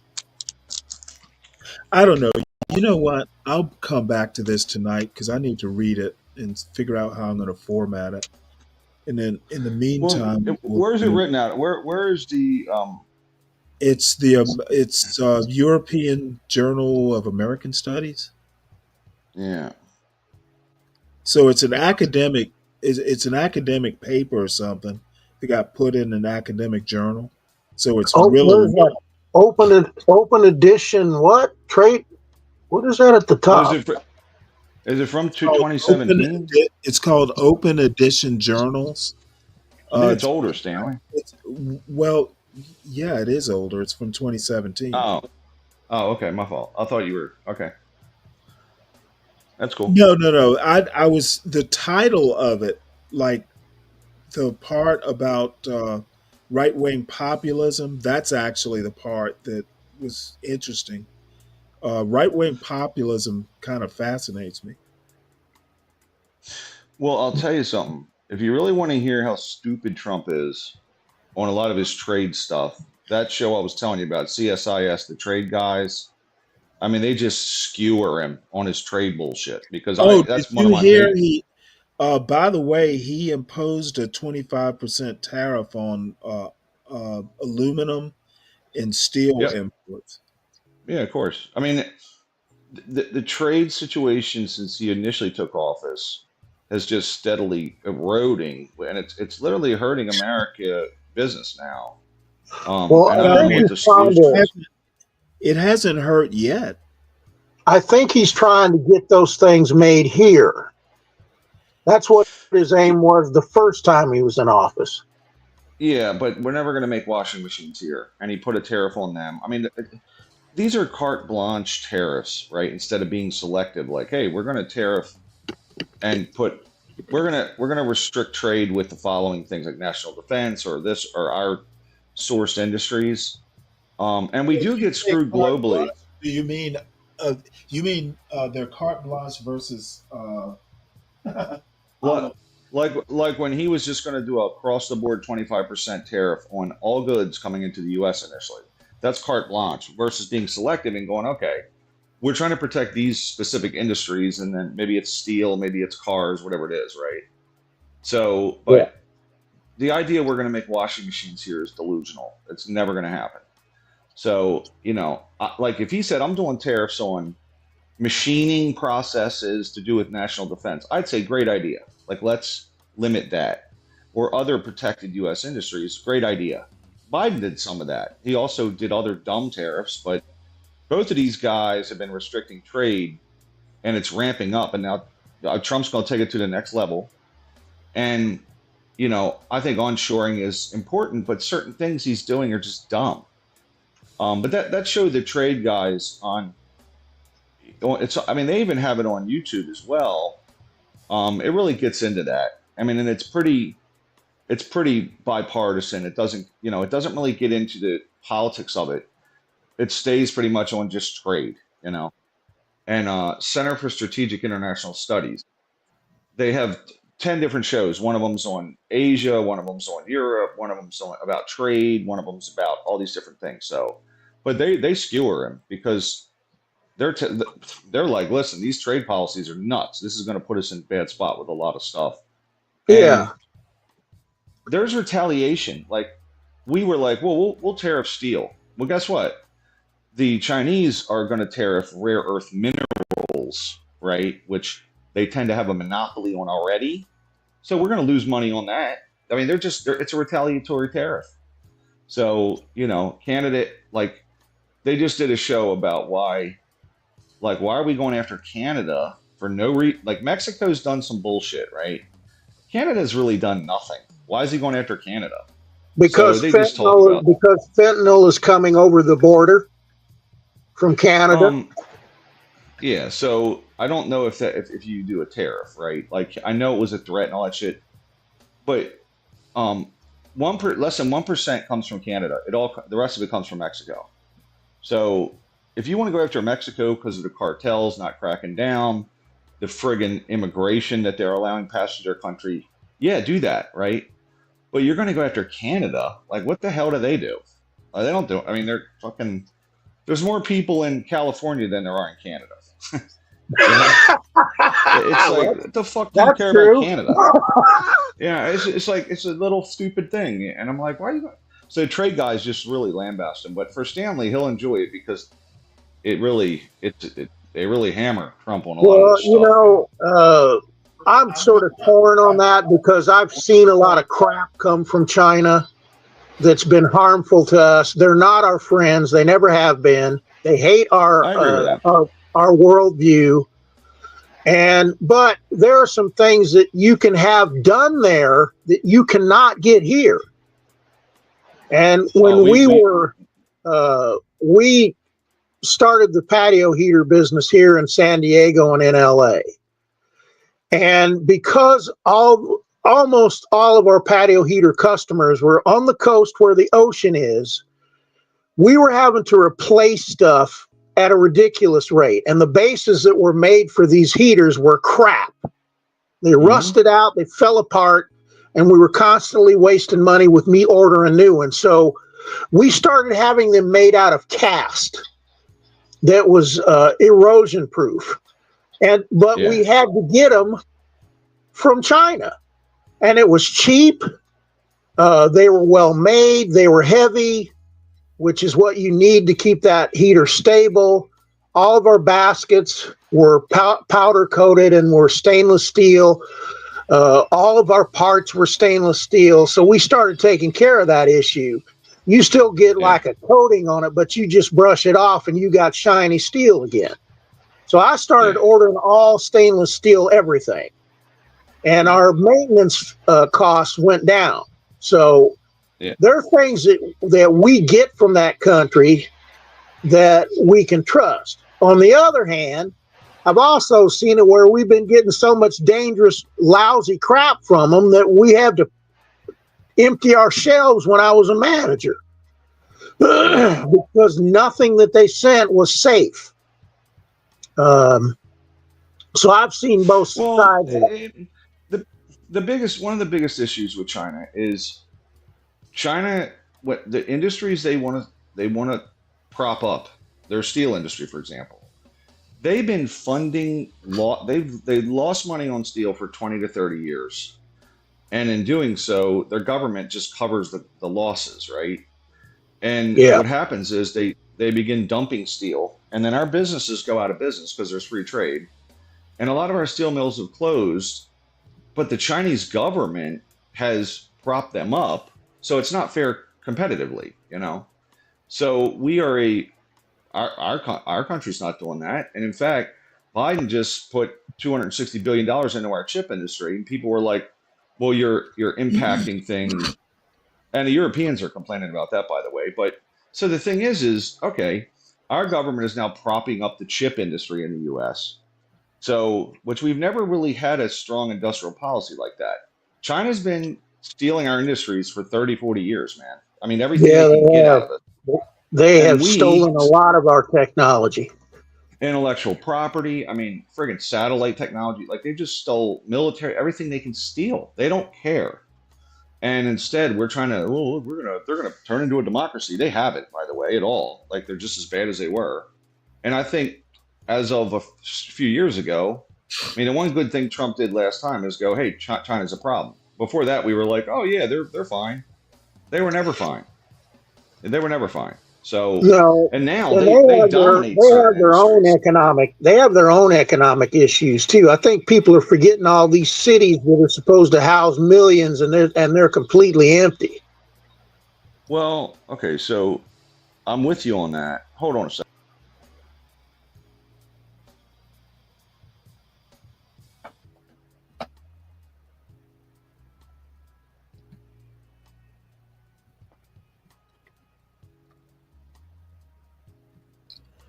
Sorry. So look, here's the thing with China, right? So their government's propping up these industries, and I'm I'm sorry, I just had a visitor there. So my wife had asked me a question. But and they do have a lot of these issues internally. Um, what they're going to do to get out of this recession is they're overproducing goods, and they have very little internal demand. So like their people don't buy shit.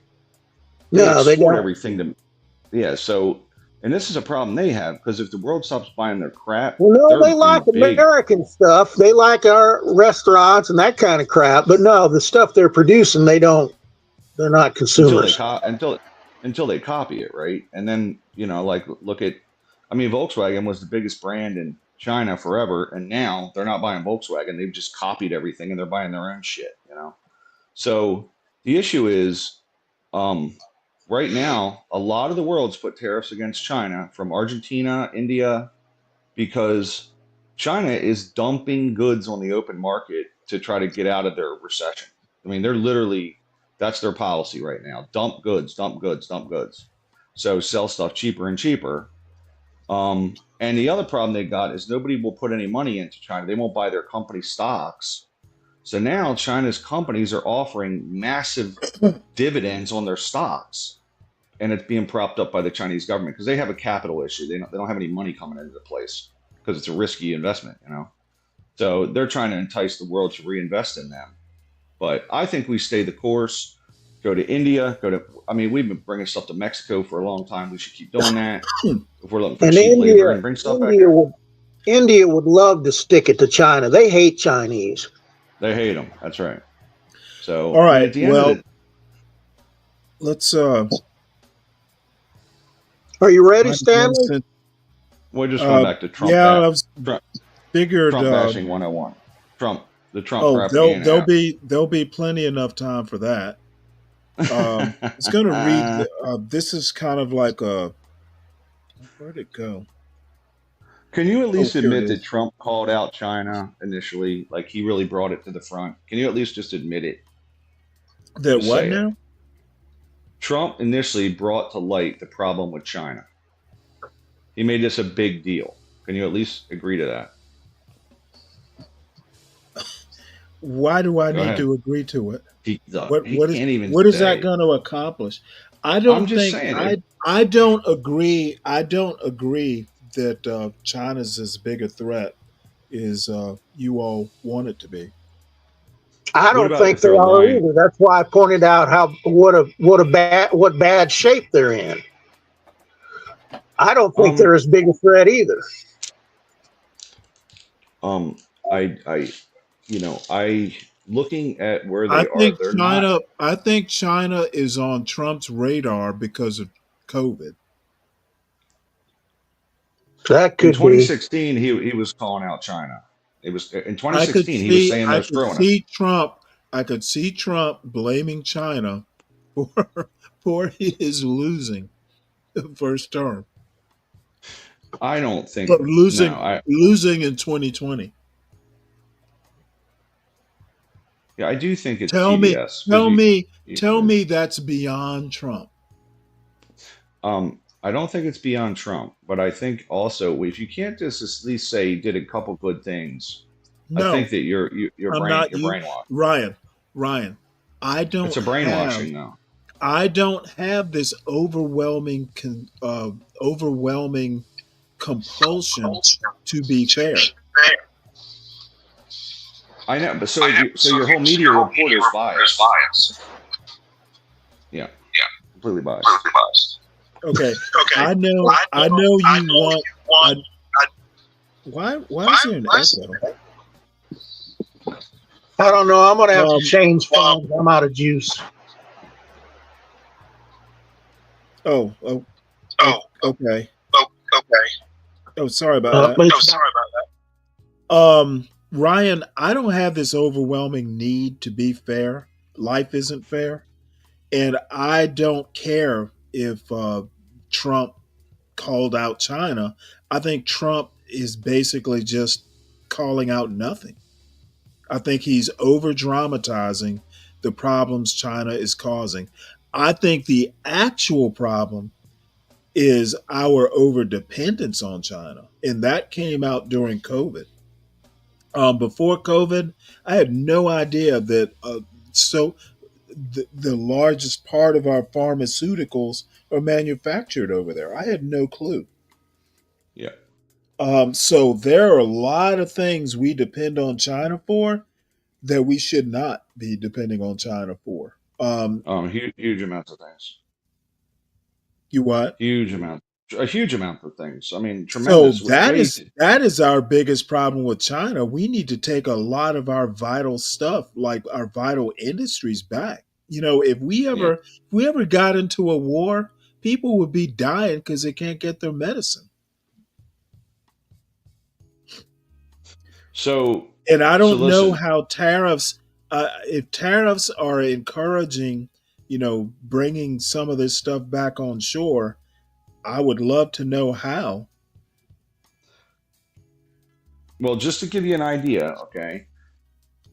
The original tariffs were less than 100 billion in revenue for the U.S. Biden kept all of the tariffs and added more tariffs. And Biden's a national security guy. He's kind of hawkish. So he even saw them as a threat to many, many things. And of course, Trump's going to add more.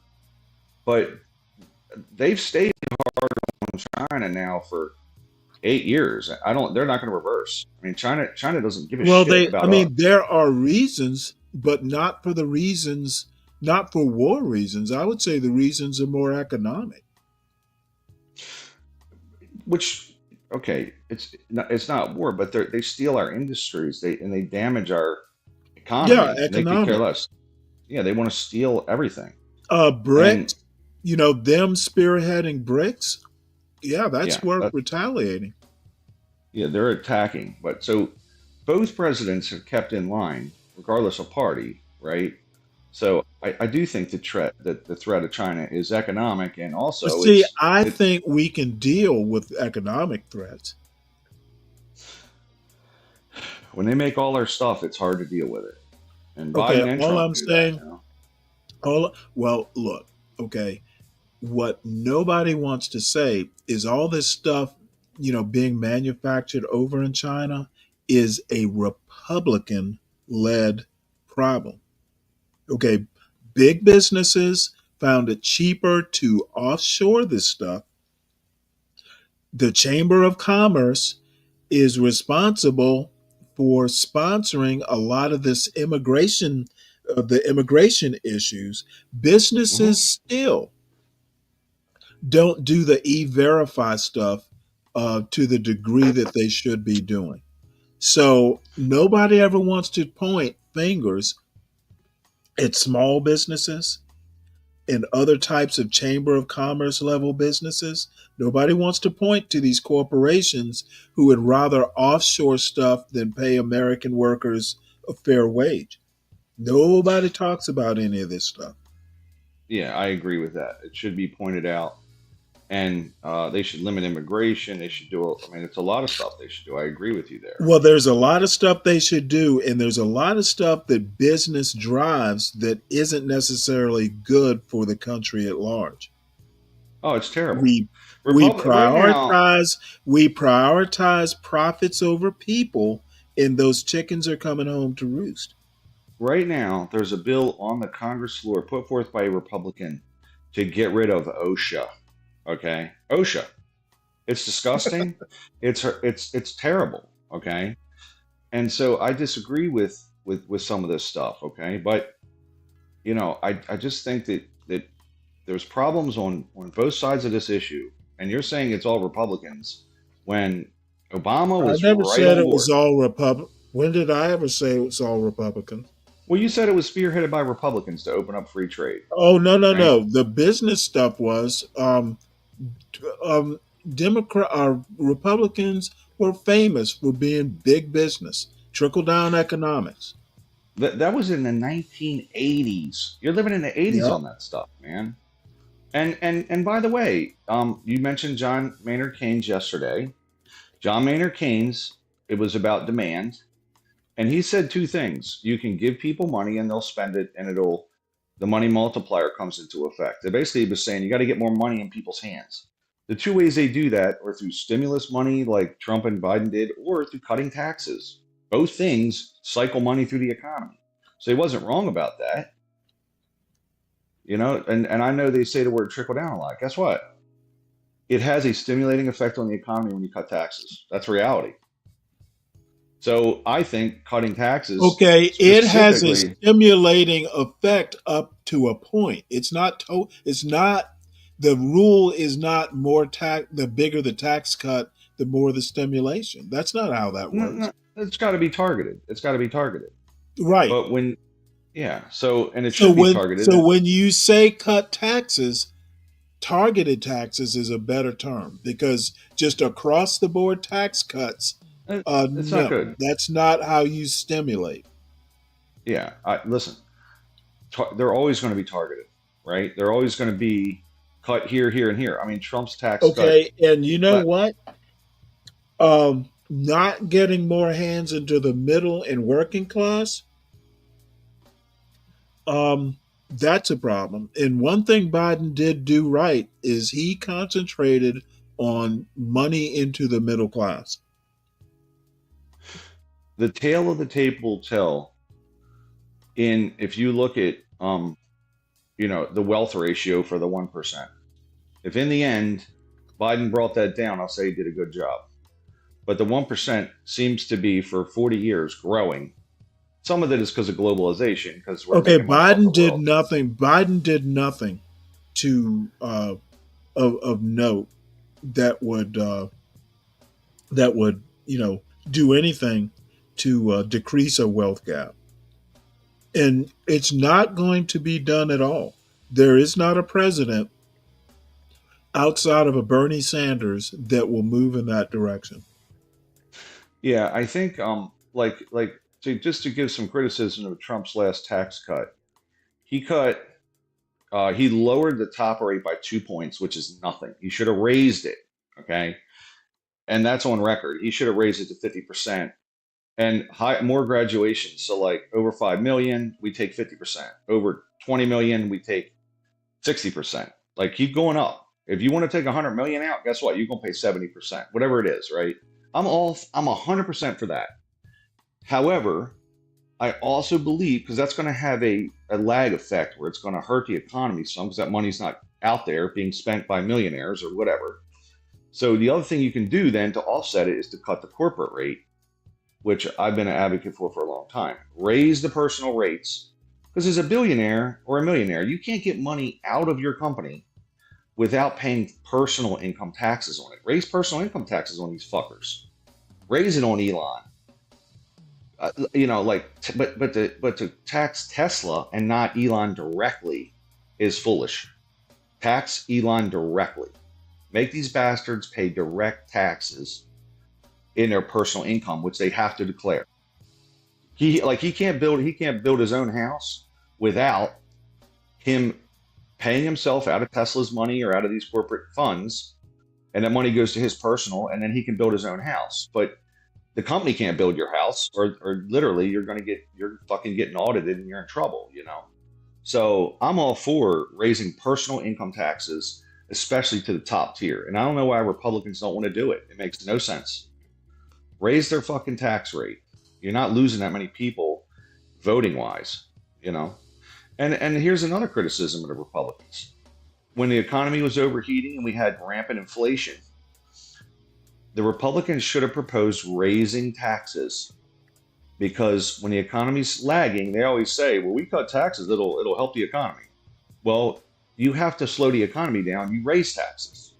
So none of them proposed raising taxes, and that's why they're full of bullshit. But there's no sense. Yeah, well, you know what? The spirit of Reagan would choke them all out if they proposed that.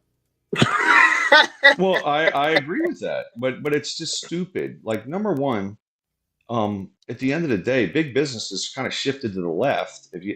As we can see, Wall Street very much supported the Democratic candidates. So why don't you want to raise personal income taxes on the top earners? They're going left. Who gives a shit? Raise it on the rich. There's a lot of loopholes in the tax code, so that's probably not going to work. Okay, but on personal income taxes, there are virtually no loopholes. Like there's no deductions you can take. Trump actually got rid of that, and it pisses me off. But if you buy a house, you can deduct home interest mortgage, right? Well, $100 million, how much is it? If you buy $100 million house, it's barely any fucking money, right? Like you're saving on the payments for a year, which let's say they're $3 million for a year. You get to write the interest off, but ultimately you have to pay interest at some point, and you're going to get taxed on it. So jack up the personal tax rates. I think every person would agree with that, other than these fuckers in Congress, and I'm talking both parties. So, but the corporate tax rates, consumers pay that shit because they raise corporate taxes. Walmart raises their prices, and when I go buy a bar of soap, it's more money. It hurts the poor. It's a poor tax. I mean, it hurts the poor way worse than the rich when you tax corporations. Make the rich pay personal income taxes. And what are you going to write off as a rich person? Tell me. What can you write off now? What are the loopholes? You can't write off your maid. You can't write off your maid, Stanley, unless you can. If you cannot you can write if off you get your her maid. pregnant. Okay, look, I can tell you, I'm going to open a shop and start building street rods and taking it as a loss and writing it off. Well, so that would be your business would then be losing money, and that's a corporate tax. It's a corporate tax. It's not a personal tax. Well, I had a friend that company's did losing money, that, not and it you. wasn't a corporate tax. It was off of his personal taxes. Well, that is questionably legal. And so at that point, you'd have to just be a company. Therefore, you could get sued personally if you're just a company. LLC. If you're just LLC. It's still treated. There's still personal liability involved in that. But what do we talk? We're not talking about that much money. Well, they can't even see your funds in an LLC. You're telling me that when you pay your taxes and the IRS says we're going to audit you, they can't look at your funds? Absolutely, they can. They can't see. They can't see the money in an LLC. That's why people do it. I know because I looked into it. Okay, I owned an LLC, and I did my taxes at the end of the year. Limited liability corporation. My accountant said, "Hey, listen, where is this $60,000 that's not being accounted for in your books?" "Oh, yeah, I took that out for this and that." "Oh, good. You have to pay taxes on that, sir." My accountant said, "You're paying taxes on the 60 grand at a personal level." Believe me, it's hard. I wonder if it's because of I haven't looked at that stuff for a long time, so I wonder if it could vary from state to state. I don't know. I know that there's state tax and federal tax. I just know that, I took 60 grand out over the course of the year. I'd go to the bank and hit the machine, I had to pay personal income taxes on that money.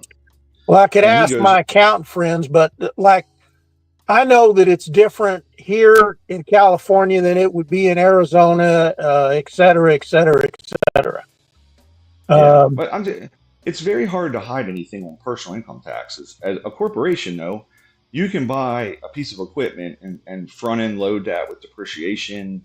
Like you can show losses in a corporation. At the end of the year, if a corporation has $100 million sitting in a bank that's free and clear, they can go buy $100 million worth of property and they pay no taxes that year. Well, how I did it, Ryan, when I was in sales is I used employee business expense. Yeah, that was great until Trump got rid of that in 2017. He got rid of it. Well, I don't know. I don't have to pay tax anymore, so I don't know what's going on now. But that's what I did when I was in construction. That's what I did when I was in sales. I depreciated my vehicles, wrote off all the maintenance on them, wrote off all my clothes, all that kind of stuff. Meals. Well, you have to show it's for the good of your career, right? Like in other words, I use a percent. Hey, I'm going to write out 10% of my mortgage, and if you get audited and they come to your house and where's your office and you don't have one, guess what? You're going to get fined.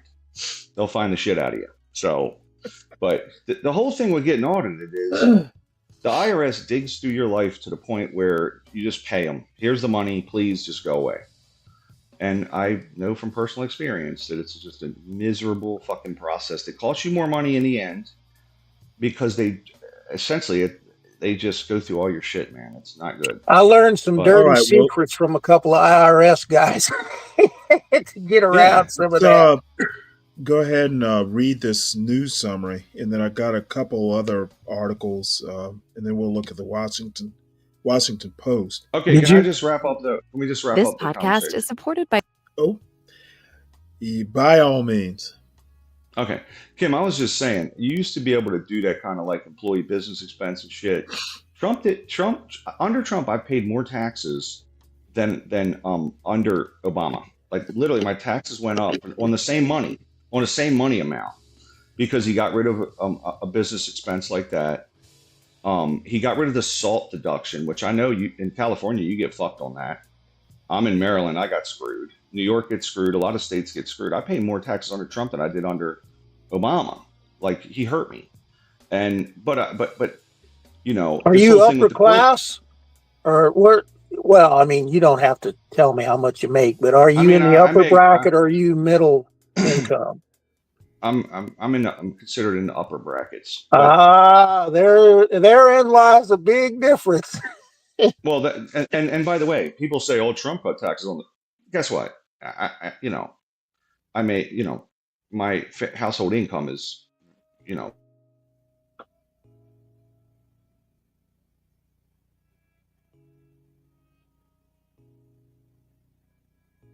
Is Ryan still there, or did he disappear? Apparently, the IRS is auditing his phone.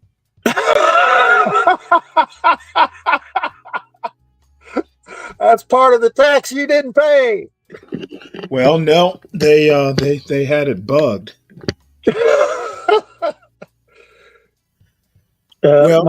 Speaking of records, my friend worked for Hughes back when they were here in El Segundo, and one piece of paper went missing from his office, and he was warning me about talking on the phone to him because the FBI was investigating it.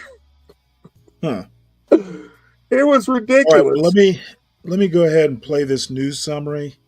A couple more interesting articles. Well, one opinion piece, but let's play this. And the reason I'm doing this is I used to do the news at the very beginning of the show. And because I always wind up going long, I had no idea I was going to go this long. But, since, there's a morning drive going on at this time, I figured I'd just... crap, it's 7 o'clock there, huh? Yeah. Man, it's weird getting these hours straight. I'm telling you. Yeah, well, because you just forget everybody else is on a different time zone. I think most of the people, at least that I talk to around here, tend to be east of the Mississippi. We do have a few West Coast people, but not as many as you'd think. Yeah. Is made in Washington can affect your portfolio every day. But what policy changes should investors be watching? Washington Wise is an original podcast from Charles Schwab that unpacks the stories making news. Here's what we're covering. Times, it's the headlines. I'm Tracy Mumford. Today's Tuesday, February 11th. Here's what we're covering.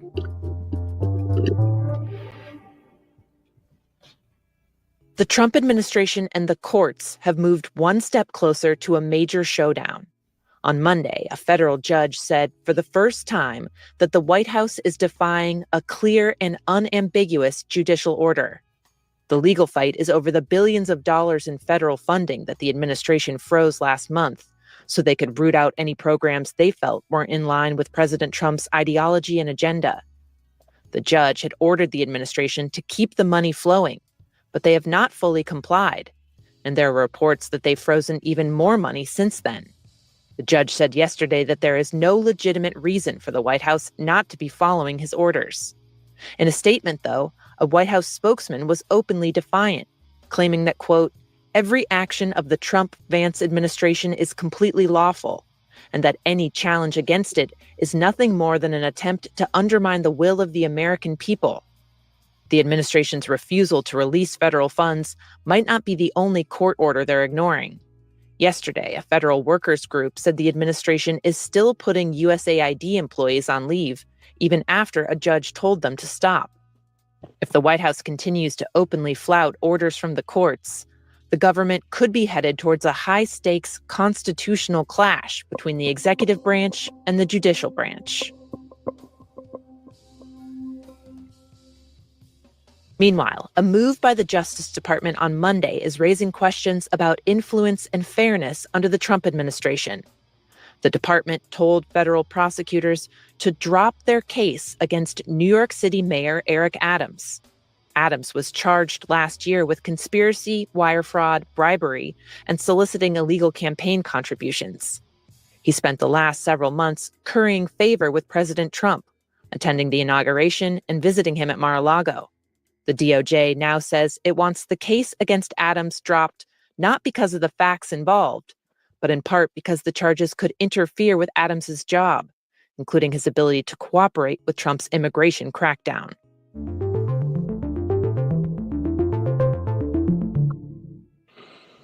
In Gaza, the fragile ceasefire between Hamas and Israel is on edge. Hamas now says it's postponing the release of any more hostages indefinitely. It was supposed to release more this weekend. The group has accused Israel of violating the agreement by delaying the return of displaced Palestinians, blocking the delivery of some humanitarian aid, and opening fire on civilians. This morning, Israeli Prime Minister Benjamin Netanyahu is set to meet with his security cabinet about how to respond.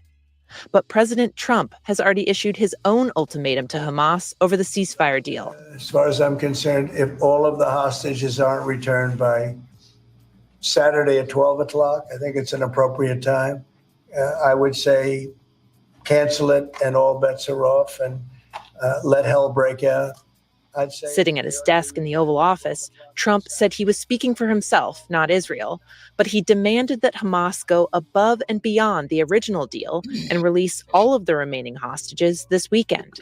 Saturday at 12 o'clock, and after that, it's going to be a different ballgame. Mr. President, when you say all hell is going to break loose, are you speaking about retaliation from You'll Israel? find out, and they'll find out too. Hamas will find out what I mean. At the same time, Trump has doubled down on his brazen plan to relocate the entire population of Gaza and redevelop the territory. I say we go in, we knock them all down, we just create some, no more Hamas, there's no Hamas there, there's nobody there. Okay, I ask you, why is an American president setting ultimatums or deadlines for an Israeli war? He shouldn't be. The fuck is he doing? I have no freaking idea. And I keep thinking that to do this stuff, he's going to have to put boots on the ground. You know what I'm saying? We shouldn't be over there. Well, I mean, I don't know. I mean, there are always, military liaisons and advisors and stuff, back and forth between allies. But, I mean, I'm surprised no one is calling him on that. I mean, his own party should be calling him on that. What the hell are you doing? Trump is a fucking loose cannon. Maybe he's counting on that, but I don't think he should be over there. Wait, they'll find out. Yeah. Yeah, that doesn't sound good to me. Well, and I know Egypt and Jordan have already said, look, the last time we took these refugees in, it caught us hell, and we don't want it again. Oh, well, Trump has already told them, if you don't take these refugees, we're going to either withhold or, they're going to do something with foreign aid. Dude, what the? And he's saying we can find a separated area where you can accommodate them. What, like they're just going to stay there? Well, no. The initial speech I heard said something like, we would find a country willing to take them. Well, he was saying, when I heard it, he was saying that because they had said, the question to him was, well, Mr. President, Jordan and Egypt have already said they're not taking them because it just about ruined their countries the last time they took refugees from Jordan's like Gaza. 50% or something like that. Yeah, and he said, "Well, But I just we saw can the work out a article deal." yesterday. He was saying we can work out a deal. There was an So article yesterday saying he was threatening their aid if they yeah, didn't do hostages, or I'm sorry, do take refugees. Dudes, just I don't know. yeah, I don't like what Trump's aide I don't have like that previously at tried to all. downplay his relocation plan, saying Gazans would only be removed temporarily. Trump said in an interview on Fox News that they would not be allowed to return and that they'd be permanently resettled in Egypt and Jordan. Both countries have rejected that idea, which could violate international law. But Trump is now saying he might withhold aid from them if they don't go along with the plan. The threat puts Jordan and Egypt in a difficult position. Both receive extensive U.S. military aid, but neither one could absorb 2 million refugees without risking massive upheaval. The King of Jordan will be at the White House today, where he's likely to discuss the plan with President Trump.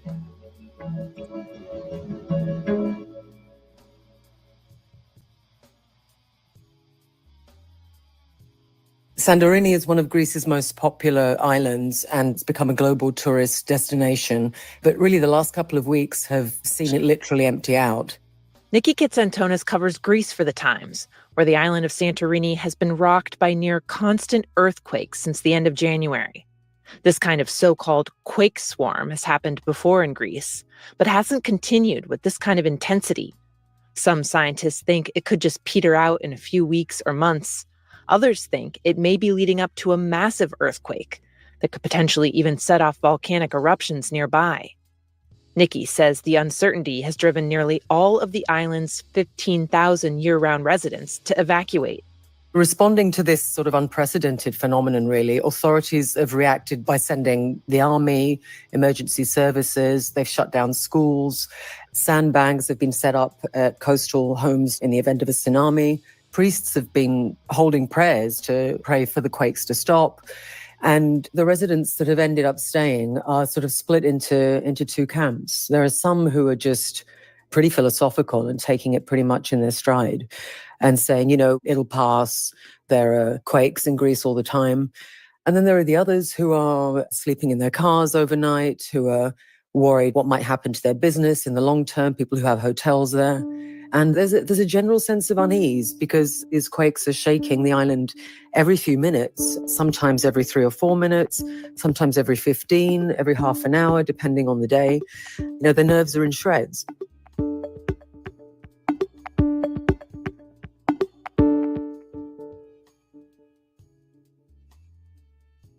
And finally, an animated movie about a charming, adorably ugly child who is the reincarnation of a demon has become the highest-grossing movie in China ever. Ne Zha 2 has had more than $1.2 billion in ticket sales in less than 2 weeks.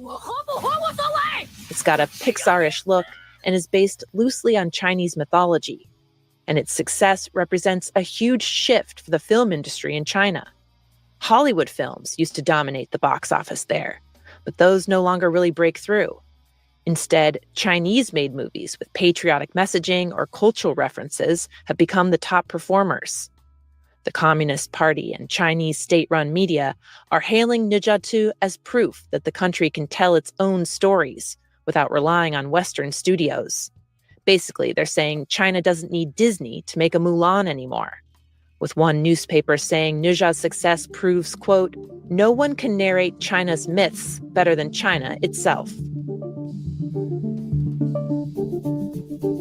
Those are the headlines. Today on The Daily, what Trump demolishing USAID could mean for American power and influence overseas.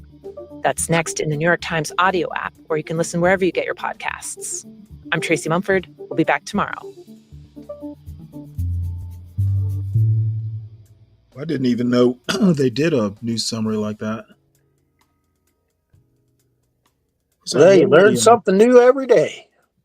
Well, I generally don't I hadn't been doing this. This is actually fairly new, I think. I haven't done a morning news in a while. This is an article. Let's see. America is full of people Trump doesn't like. I just can't resist. I can't resist this article. Well, that title is pretty funny. It's an opinion piece. America is full of people Trump doesn't like. This article is by Carlos Lozada and read by an automated voice. Oh. In its early days, the second Trump administration is delivering a clear message. The United States is full of the wrong kind of people. Federal civil servants, for example, have been deemed the wrong kind of people. Their political and ideological allegiances are questionable, their ideas destructive, and their low productivity jobs not worth their salaries. Too many are lawbreakers or just evil, whether they toil at USAID or the Treasury, the CIA or the FDA, in Washington or throughout the country. They should look upon that fork in the road and opt to resign. In some cases, they should be purged. Children born in the United States to undocumented parents, or to parents who are here legally, but only temporarily, such as people on work or student visas, are also the wrong people. They are not true Americans and should not be granted the gift of citizenship. Refugees and asylum seekers are the wrong kind of people and should be prevented from entering the country. Transgender Americans lack the humility and selflessness needed in the U.S. Armed Forces, according to a Trump executive order, and can no longer serve. Former officials such as Mark Milley, who served as chairman of the Joint Chiefs of Staff during the first Trump administration, are disloyal and undeserving of government protection or even of a Pentagon portrait. And anyone fitting a diversity category of any kind is automatically suspect, a convenient scapegoat whenever something, wildfires, plane crashes, goes wrong. It's a familiar political impulse with antecedents that predate President Trump's terms in office. During the 2008 presidential campaign, Sarah Palin, the Republican vice presidential nominee, mused about the virtues of real America, those patriotic small towns that make up the pro-America areas of this great nation. She later offered one of those "I'm sorry if it came out wrong" apologies. But now we've gone from praising real America to parsing real Americans, and the audit is being conducted by a vengeful and decidedly unapologetic executive. If, according to the Trump administration, so many people in the United States are the wrong kind of people, who makes up the right kind, who belongs here, in our military, our government, our territory? The administration invokes meritocracy as one way to answer those questions. As Trump put it in an executive order on his second day in office, individual merit, aptitude, hard work, and determination should be the overriding factors when hiring workers, not just in government, but throughout key sectors of American society. This directive might be more persuasive if Trump had followed it when selecting key members of his administration. Did Matt Gaetz, Trump's first pick to serve as Attorney General, possess the individual merit needed to lead the Justice Department? Does Tulsi Gabbard have the aptitude required to become Director of National Intelligence, or Robert F. Kennedy Jr. to oversee the Department of Health and Human Services? Is Pete Hegseth the hardest working option to run the Defense Department? The answer is evident. Their merit is not found in professional experience or outstanding qualifications, but in their fealty to the president. When new appointees are hailed as disruptors, remember that in the Trump era, disruptive is a euphemism for obedient. The racial imperative behind determining the right and wrong people, recall, for example, Trump's disdain for outsiders who supposedly poison the national bloodstream, fuses with arguments over merit. Darren Beattie, a former Trump speechwriter who has been named acting Undersecretary of Public Diplomacy at the State Department, wrote late last year that competent white men must be in charge if you want things to work. It would be one thing simply to roll back the excesses of DEI programs throughout the federal government. But this worldview takes that process to its illogical extreme. If the quest for a diverse workforce is prohibited, its opposite must be the best, the only workforce possible. During his campaign for the U.S. Senate in 2021, J.D. Vance told a conservative podcast host that should Trump regain the presidency, he needed to fire every single mid-level bureaucrat and proceed to replace them with our people. Vance's use of "our people" has always stuck in my mind, mainly because I wonder who the future vice president had in his mind. Who counts as "our people" to this administration? Which marker of belonging makes someone theirs? Trump has often referred to people in the first-person possessive. At times he alludes to a category of people, as in "my judges" or "my generals." But he has also claimed title to specific individuals, as in "my two Steves," referring to Steve Bannon and Stephen Miller, and in the case of one unfortunate former House Speaker, "my Kevin." Trump has also longed to see "my people" sit up at attention for him the way North Koreans do for Kim Jong-un. With this last line, "with my people," Trump may have been referring to his aides and underlings, or perhaps to his party, or maybe to the MAGA movement, or to voters or even Americans overall. That ambiguity captures the risks and the power inherent in a notion like "we the people." When it does not include everyone, when it is malleable and shifting, you never know who counts, for how long, and who makes the calculation. Does Trump determine who is the right kind of person for America today? Does the Office of Management and Budget pick? Does Elon Musk decide who is part of the future and who gets tossed into the wood chipper? Belonging has long been elusive by wealth, race, sex, and ancestry. In his second inaugural address, Trump warned that our government confronts a crisis of trust, but he also declared that, with his election victory, national unity is now returning to America. One could dismiss this vision of renewed civic harmony as an obligatory line, or just more Trumpian self-regard rather than a faithful reflection of reality. But that misses the administration's underlying project. National unity is indeed returning, if that is your conception of the nation is limited to those on your side, if only some of the people are really the people. This president prefers to lead a nation in which belonging is constantly up for grabs, in which certain people are the wrong kind and others are the right kind, in which some are real Americans and others will never be. The result is not just a crisis of trust in our government, but in each other.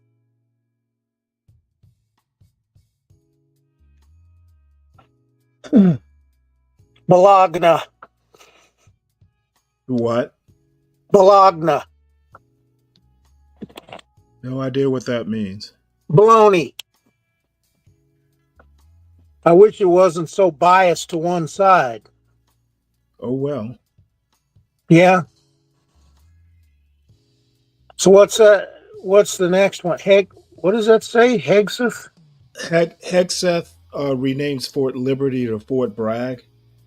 Pete Hegseth, the new defense secretary, they did a really interesting thing. If you recall, Fort Bragg in North Carolina, Fayetteville. Yeah. I actually spent the summer there when I was in Army ROTC. They renamed all the bases that were named after Confederate generals to neutral names, like Fort Bragg, that was named after Braxton Bragg. They renamed it Camp Liberty. So, and I have to admit, this is pretty clever. They have renamed it Fort Bragg, except it's after Private Roland L. Bragg, a World War II veteran. So it is Fort Bragg again. It's just a different Bragg. And the dude, he won a Silver Star. He was with one of the 17th Airborne Division during World War II. So I have to give them hats off. They basically, everybody wins in this. They get something called brag, and the opponents basically can say it's complain about it after a Confederate general.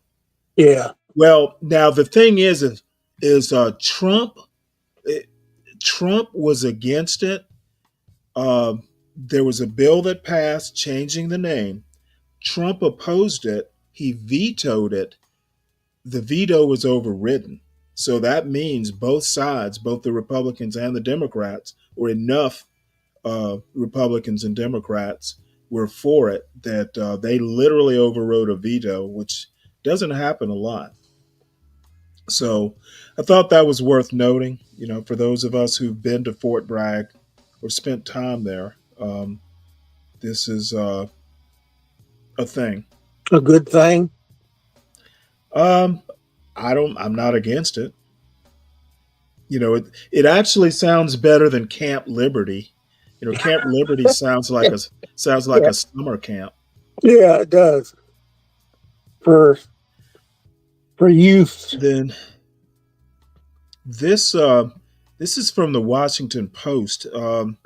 They have it's the 50 people reshaping our society in 2025.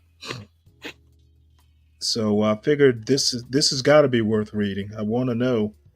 I have a burning desire to know who's who. It's a bunch of pictures. Some of these people I know. I don't know who he is, but I figured we'd go through it right quick. These two people are writing industry, some HBO thing. I don't. It's they used real life experience in investment banking to craft their high finance drama. I think I've heard of it, but I don't. It's not something I would be. After Billions, I don't need to watch any more financial dramas about rich people.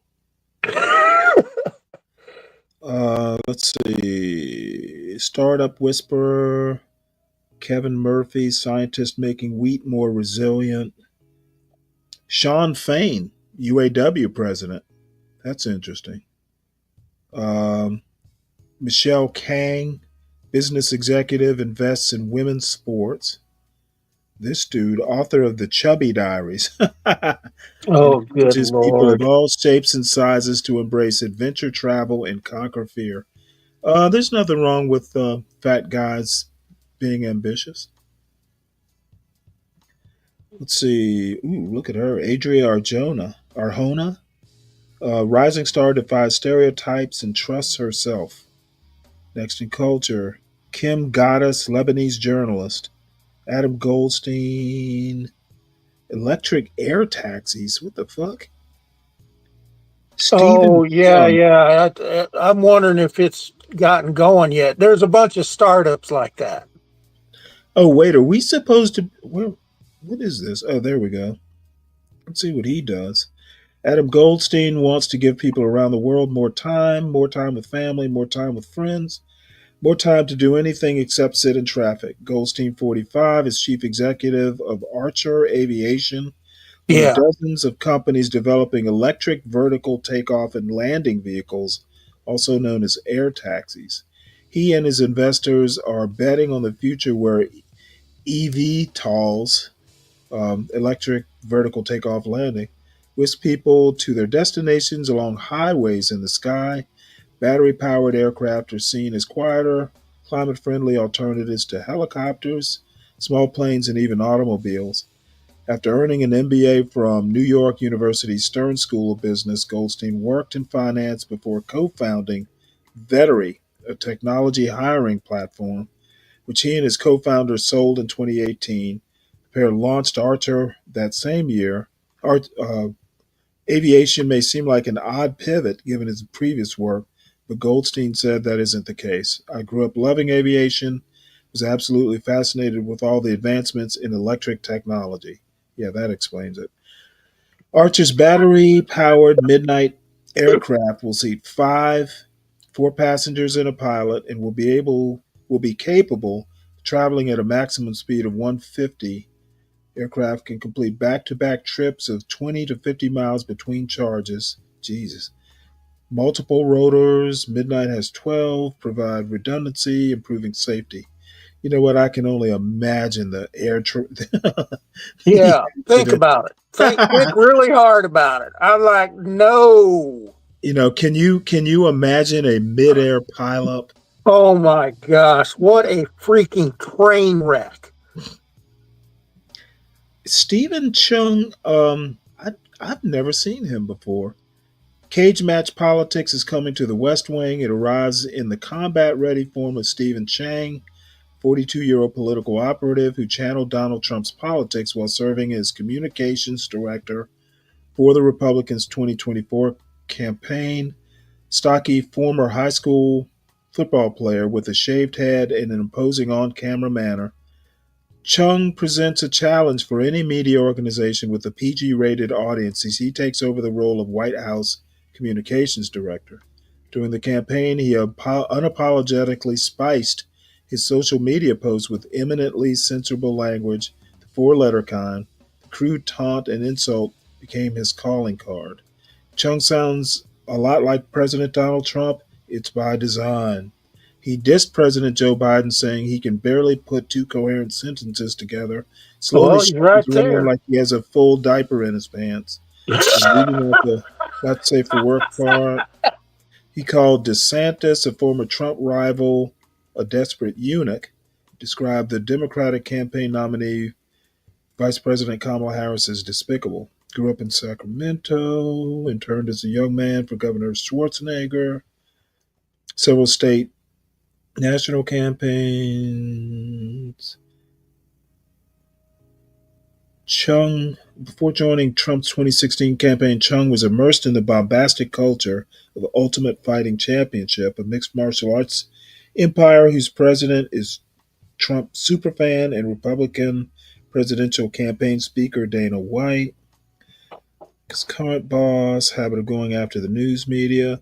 You know, I am convinced that the left needs a Trump.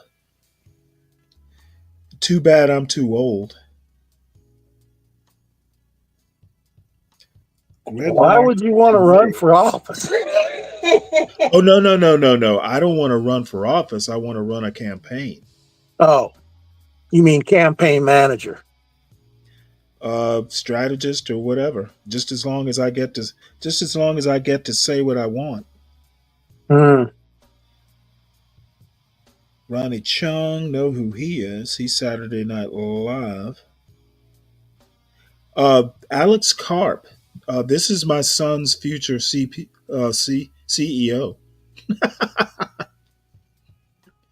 Alex I want my son to go work for Palantir.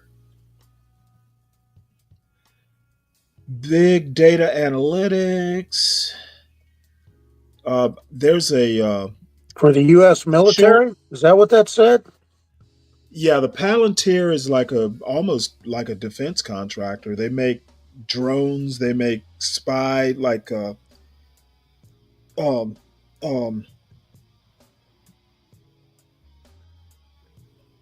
listening systems. They do data analytics. There's a I'll see, can I remember where I can find, there's like a documentary they did specifically on him. He's a Kamala voter, by the way. Does that say indisposable? I couldn't read that. But he is, what's his name? He is a Kamala voter, but one of like the main dudes. What does that say? Peter Thiel. I can't read that word under the him. Oh, Alex Karp has made himself all but indispensable to the U.S. military. Okay. The CEO of big data analytics company Palantir Technologies, Karp, 57, began by working with the U.S. intelligence community in 2003 to fight terrorism through data analysis. By the 10th anniversary of the company he started with Peter Thiel, the tools they designed were helping Marines in Afghanistan conduct bomb analysis and commercial bankers in the United States outsmart online fraud. So they're like a big place where somebody like James Bond's Q would work. But I'm hoping that whatever my son does I think he wants to do something with AI. So it's a joke, but it would be great if he went to work for Palantir. Who is this? Ray. After a record-breaking night at the Brit Awards, singer-songwriter steps into the limelight on her own terms after after years of experience under the radar. Pretty nice. Oh, she's got some poochers there. Well, she looks like a dragon lady. Barring that, She probably she looks is. she looks like she will scratch you. Skylar Moore, Vinod Baklachandran, surgical oncologist, has created an individualized treatment plans using RNA vaccine technology. RNA vaccine technology for patients with pancreatic cancer.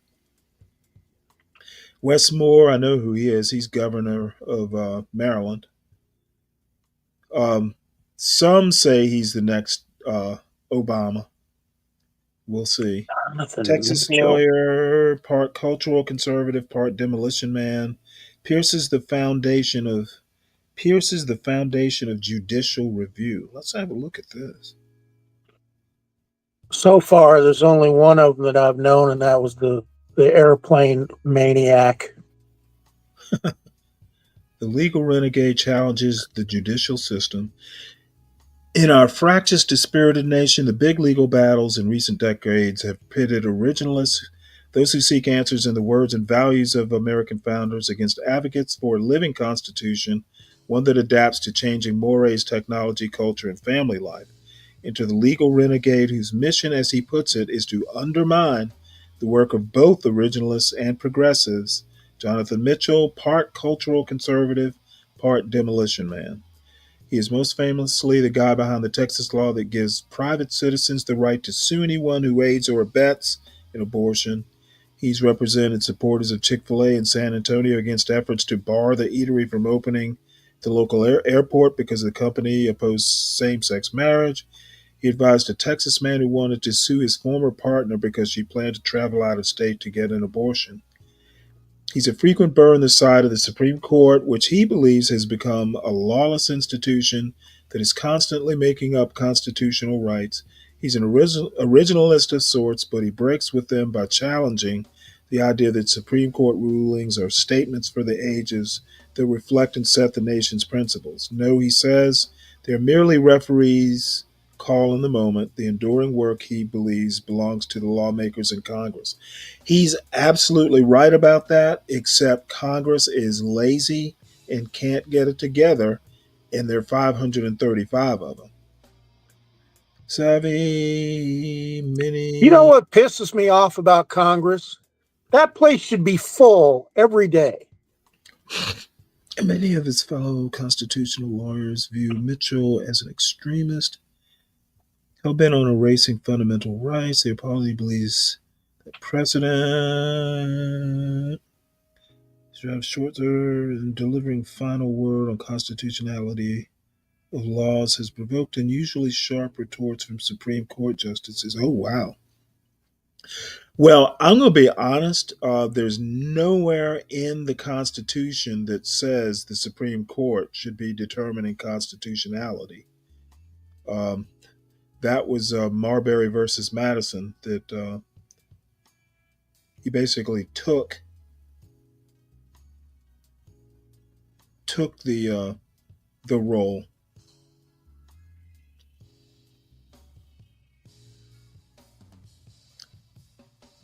Married with children. Sissy's not looking to take the country back to another time. Nation protects laws. Adding that is a good thing, saying we need to have legal protections for racial minorities and women that we didn't have. Okay, the one thing that really that I've noticed over the years is that everybody says slavery is over, but they never want to address Jim Crow. And Jim Crow, slavery was one thing. There's an argument that Jim Crow did way more damage or was much more problematic than slavery ever was.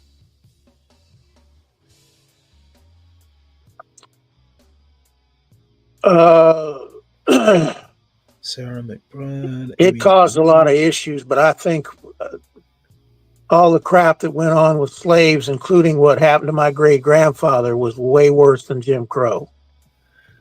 I would disagree. What I'm looking at, I mean, obviously it was bad, and there were physical.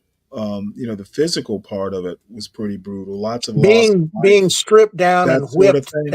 and whipped Okay, I'm was the, not. This you isn't. know. This isn't going to be a debate. I'm just saying that I think Jim Crow was destructive because a lot of generational wealth was neither created.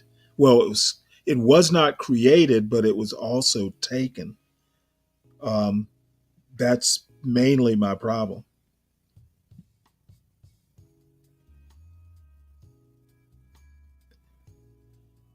I don't know who any of these people are.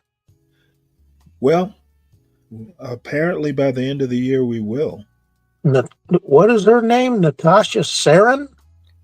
Yeah, and the economist who quantifies the long-term effects of tax policies.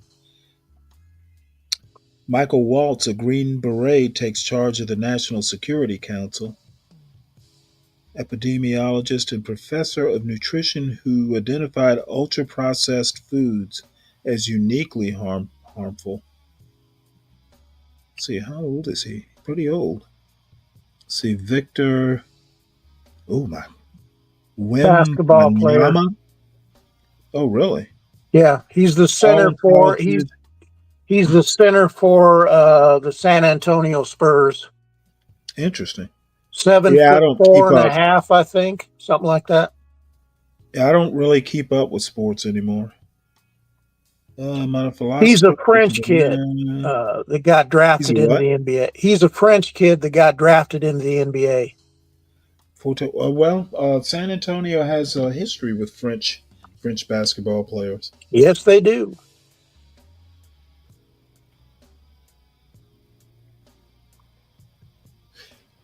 Stephanie Lutert, academic researcher, combination of on the ground reporting and data analytics to tell a detailed story about immigration at the border.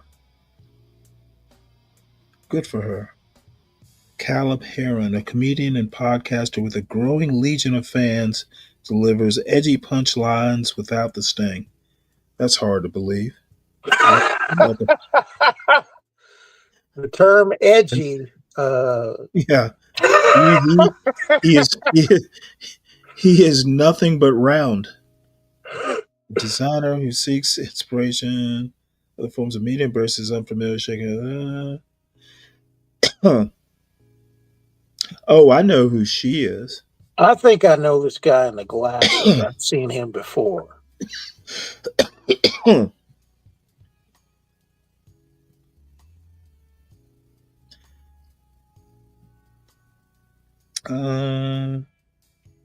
CEO Alaska Airlines. Yeah. That man should know who he is. Publisher, deputy CEO. Didn't know there was such a thing as a deputy CEO. Where do I know her face from? I've seen her somewhere before. It does look familiar. But I was thinking she was a chemist, but I don't think she is. Key government's development of the Moderna. Was she at? Oh, okay, yeah, I do know who she is. She helped develop the RNA vaccine or the COVID vaccine. She was some sort of researcher at the University of North Carolina, and now she's at Harvard. But supposedly she's just like actually brilliant. Named a Freeman Rabowski Scholar by Howard Hughes Medical Institute. Recognition of not only her scientific accomplishments, but her commitment to creating an inclusive lab and of the time she devotes to mentoring other ambitious scientists from minority. So she's a DEI scientist. I wonder will they tell her not to do it, not to do DEI. Her target now is to replicate the success she had with the mRNA vaccine at NIH in her own lab, all the while focusing on the issues, health quality, and public health that the pandemic brought to fore. Yeah, I'm kind of jealous. I I decided that I did not want to live life in a lab. Oops, let me exit. I did the same for brokerages. Let's see here. Andrea Armstrong, New Orleans legal scholar and MacArthur Fellow, tackles difficult issues in U.S. prisons with visitation rights to better health. Interesting. Rebecca Gompertz, doctor, facilitates access to telemedicine abortion. Oh my God, can you do that? How do you do that?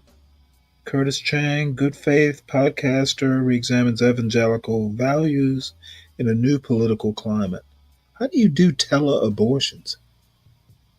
Jared Isaacman, self-made billionaire in the finance world, is the first commercial astronaut to walk in space with an eye towards future space travel. So he was the one who went up. He was the dude who did the spacewalk. Apparently, you have to be a billionaire to be a commercial astronaut. Not according to Stan from Australia.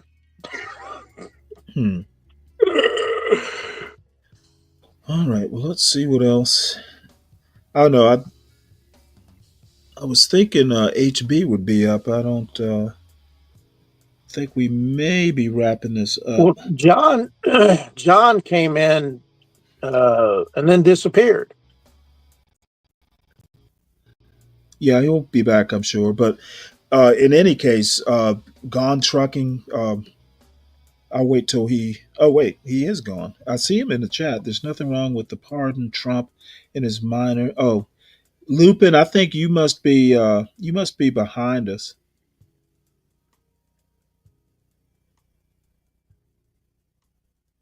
Yeah, that was a long time ago. Wait, how am I asking questions? You have questions about real estate.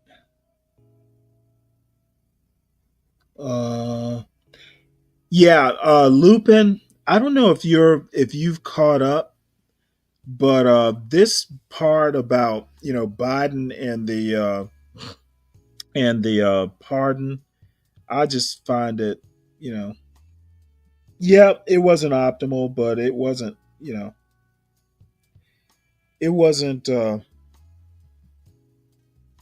that controversial to me.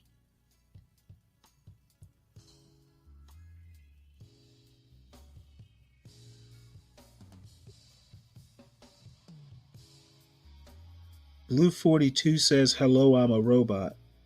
Interesting.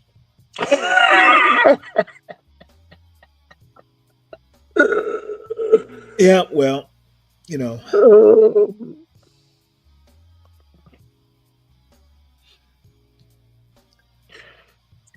What happened to that one article you were looking at? Which one? The blue paged one. I can't remember what it was about. Oh no, that wasn't an article. It's right here. It was basically just a summary of headlines. No, it wasn't this one. It was an entire like light blue page or something, and you said, "Well, I haven't read it," and it did, and then you went to this other stuff.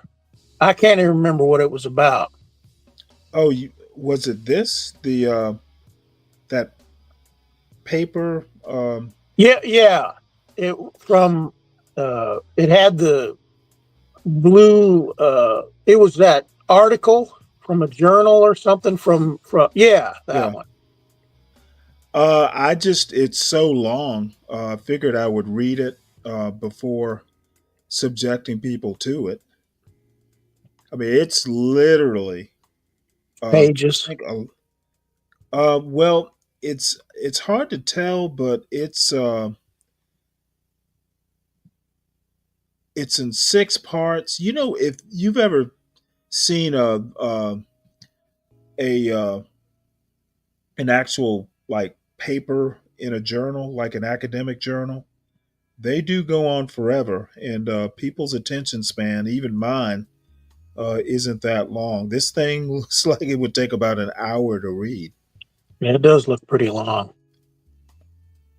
So I figured I would go and read it and then find the good parts, the salient parts, and then just kind of piece them together. I might even just do a short video about it and present it.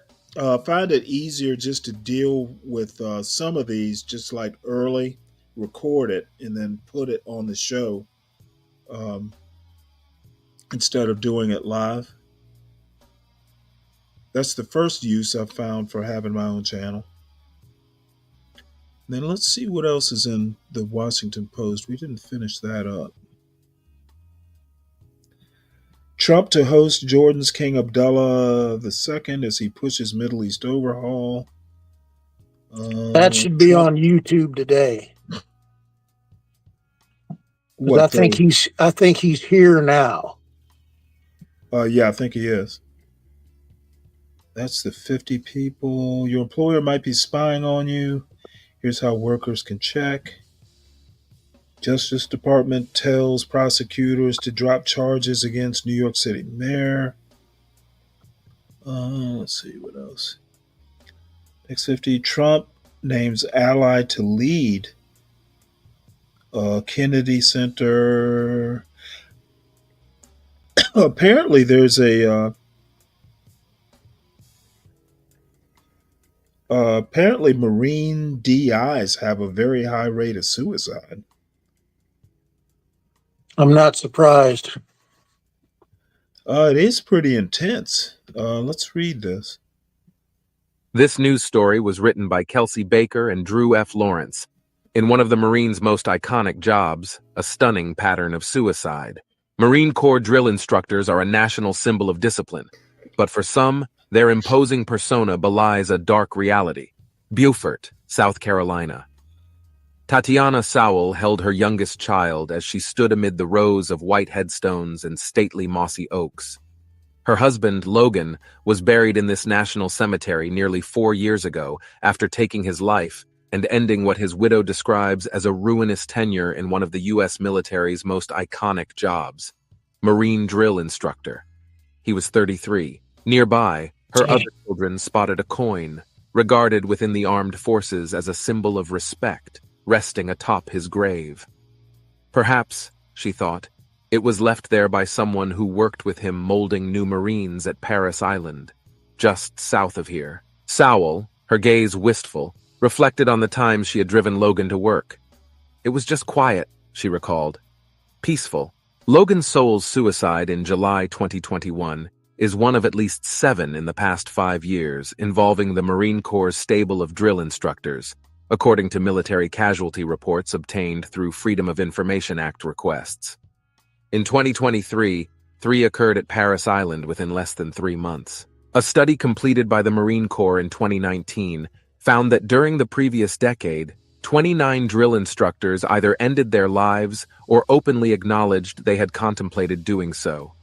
An aberration the study's authors characterized as startlingly high compared with the occurrence of suicidal ideation among Marines who had never held that job.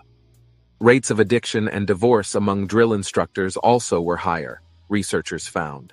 Critics and relatives of those who died accused the Marine Corps of fostering an environment that contributed to their deaths. They describe routine 90-hour-plus work weeks, sleep deprivation, and an always-on culture that frequently caused the job's requisite intensity to seep into their personal lives, igniting disputes with loved ones. Others detailed bouts of depression or alcohol dependency. While the adrenaline-fueled assignment has always been high stress, the 2016 death of 20-year-old Raheel Siddiqui, a Muslim recruit who was found by investigators to have suffered vicious abuse while at Paris Island, led the institution to sharpen its oversight of the men and women who indoctrinate newcomers. There is uncompromising accountability now, which has made the hardships long associated with being a drill instructor dangerously unbearable for some, observers say. They note, too, that the Marine Corps lacks adequate services for those who are struggling and need help, and tacitly condones a culture that stigmatizes those who seek it.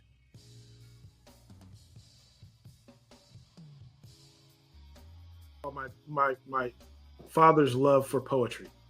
My father was a bookworm, but he was I'm also a going to Marine. preempt this And for so this. he had a very clear idea as a U.S. Marine Corps marksman. This is, are you familiar with the American Enterprise Institute? It's a conservative think tank, and they're doing a little YouTube show called it's a series of shows called Invisible Men, and basically Ian Rowe is the top left. He runs schools, but anyway, this is like this particular program is on intellectual diversity in Black America or the Black community or something. So I figure I'd listen to this, He you know, followed the these Gonzos. boring Black conservatives for a little while. Exhibits, and lots of people are aware of Leimert Park here in Los Angeles, and we were some of the first people to do art exhibits and stuff in Leimert Park. Oh, it's And of championing course, the Watts intellectual Poets became diversity famous, within the Black with community. Stanley Crouch being one Stanley of the most Crouch, I famous know who he of is. those people that we Yes. knew. Yeah, a true loss. What's your favorite poem? My favorite poem is Imagine- Revolutionary Dreams by Nikki Giovanni. Ooh, Nikki Giovanni. Can you recite any of it? I can paraphrase a it. Black But feminist. you know, I thought that I was going to be the one who was going to read move the revolution and teach these white people how it should be done. But then I sat and thought, if I considered better not what say that on AEI. I would be if a natural woman when she was being natural, then I would have a revolution. Wow. And I think that was written in 1971, and it goes directly to the idea of a revolution of mind, not necessarily one of power struggles, being in the street protesting, you know, burning down the house, whatever. It was mental liberation. Right, right. So now let's talk about your revolution of the mind as you ascended into adulthood. You were a frat. You were alpha at college. What was that experience like? Well, I was a continuing student. I was always, you know, the bright kid, and I learned in high school. I went to a Jesuit prep school that I was logical. So I started programming computers in high school. I did speech and debate, and I love geometry. So I love theories and lemmas and corollaries and all that stuff. So I've been philosophical since I was a kid. Also because my mother went to one church and my father went to another church, and I went to Catholic school, which neither of them were. Oh, by the So I way, had to reconcile all let of me these worldviews. preface this. That's why I kind of there's so much anti-Black dysfunction on this channel that I've made it my mission to kind of highlight positive things that happen in the Black community. So you won't be seeing a whole lot of body cam videos and just a bunch of things that kind of bring you down. And I figured I would mention that. with blue collar people that I never thought I would associate with, and I came to love and trust them as they did with me. I worked in the warehouse with Vietnam vets, and they told me stories that, you know, I guess I have forgotten some of them, but I always respect who they were and what they did. So by the time I finally got into college, I was 20 years old, or 20, 21 years old. I wanted to do all the things that college kids did, and that included student government and pledging a fraternity. And Is that all the college kids saw the alphas, and I learned who they were because my father Black students, yeah, kind pledged of. a traditional Black fraternity, and my mother, she would Yeah. never conform to I would anything. tend to disagree with you. So I I didn't know didn't, who but the alphas were all the blacks until I looked and I was that I like, knew in I'm gonna Ball be State blue collar. did. I'm going to be on the Did dean's what? list. I'm going to be in student government. I'm gonna join a Were fraternity. I just definitely did in fraternities. There were a few that weren't, but not very many.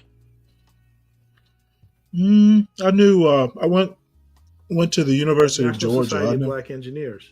there are And quite a I was number a that student did, council quite a number that representative didn't. of the School of Engineering and Computer I Science. didn't. I don't. I'm not much of And a joiner. one of the best friends, sharpest people I knew, we talked, and one day we go to lunch together. We both had internships at Xerox, and he puts on a gold cardigan sweater and some black Ray-Ban shades.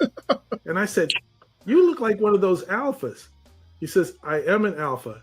It's the hardest thing I've." And see, that is And, anathema to have me. some good friends ever since. I look 40 like years. what? Well, they You had a referenced special way that they dressed an in those association of black fraternities. engineers. Yeah, In never. 2025, do we need? I mean, I guess I did join the Navy. I was in Army ROTC, so I did join some things, but I just never saw fraternities. I just found them silly. Well, I also found it very odd that someone would want to be branded as, I mean, that just blew my mind. And I had, there were guys on the team that these Omega signs branded into their arms. I was like, what in the hell? Well, you know what though? The University of Georgia, they would beat the shit out of you if you didn't. They were, believe it or not, the Omegas had the highest grade point average of any of the fraternities when I was at Georgia. Did they? Because oh yeah, white fraternity, black fraternity, they were the top because they would pretty much beat the shit out of you. If you're bringing down the grade point average, we're going to beat the shit out of you. So, it worked. It was the lambdas and the within betas on our Black America campus. today. And as long as you can network, why not? Why not? The people who feel a need for it will go there and join the organization and contribute.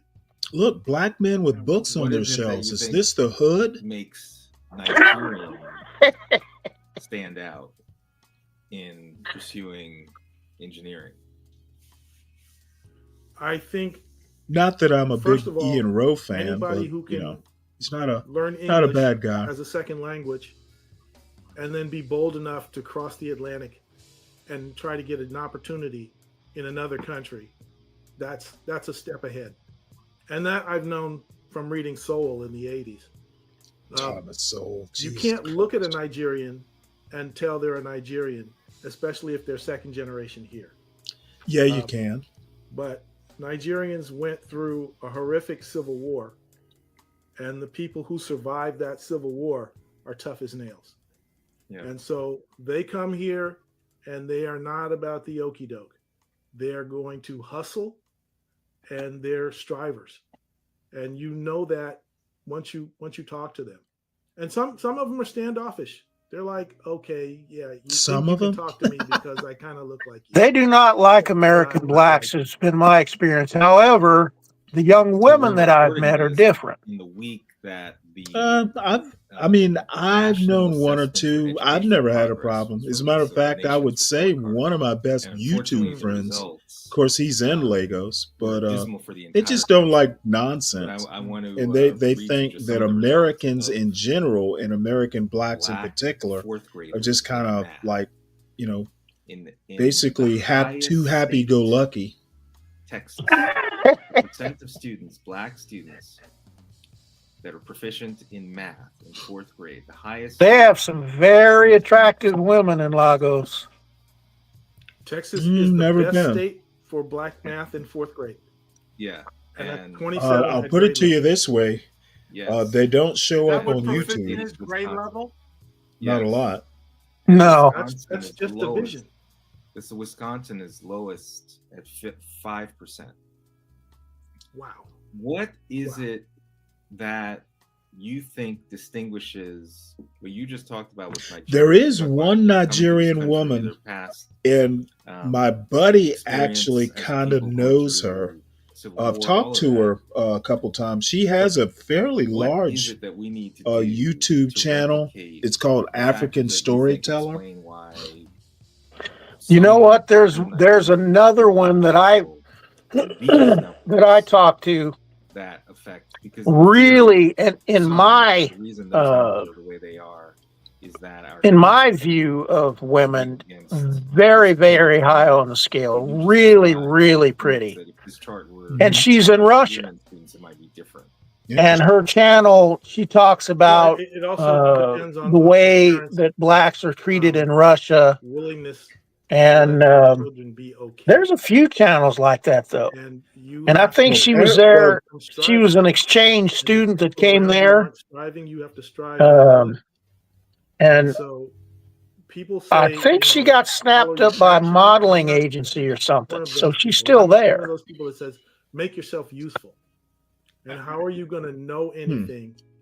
How are you going to know your value to anybody unless you help somebody do something and then they say, oh, thank you. Without you, I couldn't have done that.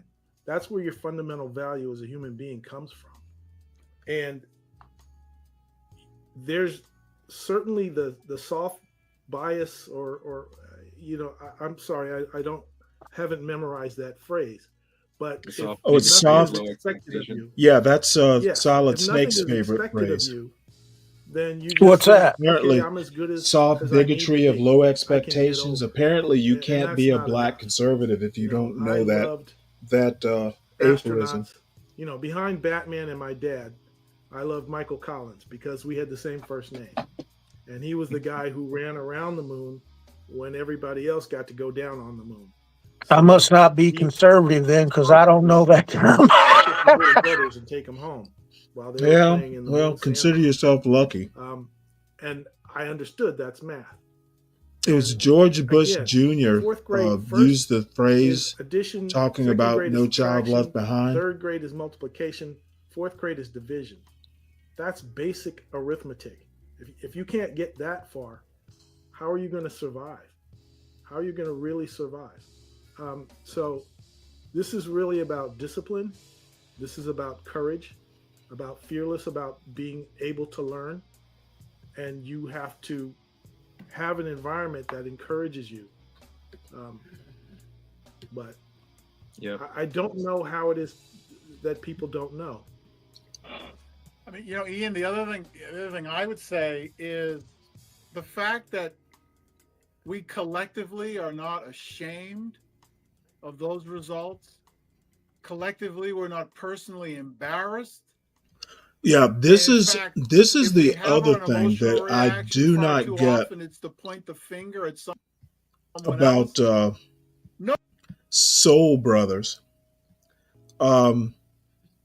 This collective, we need to be ashamed collectively because people aren't doing well on tests. I just can't get on board with that.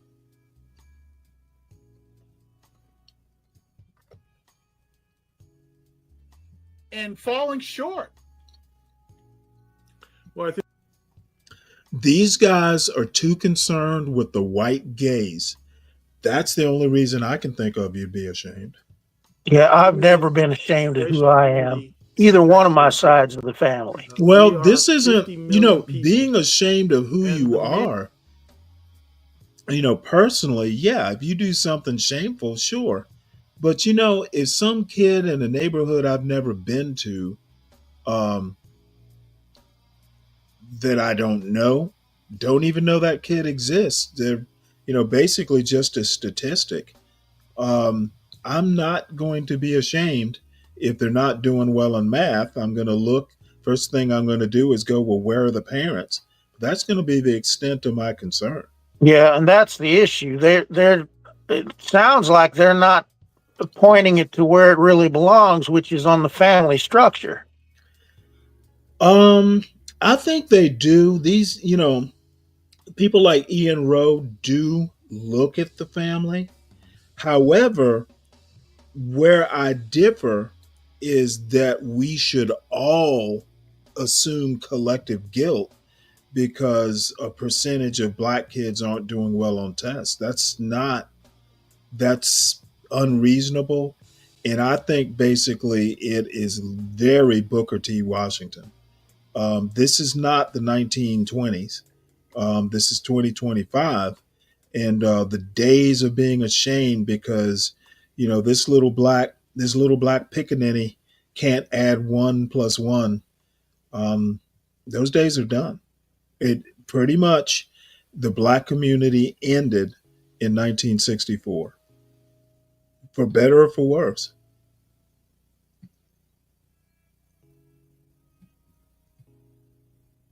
Narrative of why that situation exists.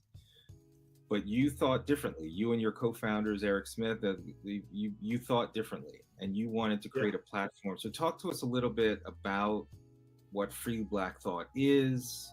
What are the Free ideas Black that it Thought. promotes? How does it challenge the current narrative around these issues, particularly issues around race? Where do I Free know Black that Thought from? is going into its fourth or fifth fiscal year, and it's a 501c3 nonprofit organization. These are the kinds of things that I wanted to do at this point in my life. So this is, I think, my third nonprofit.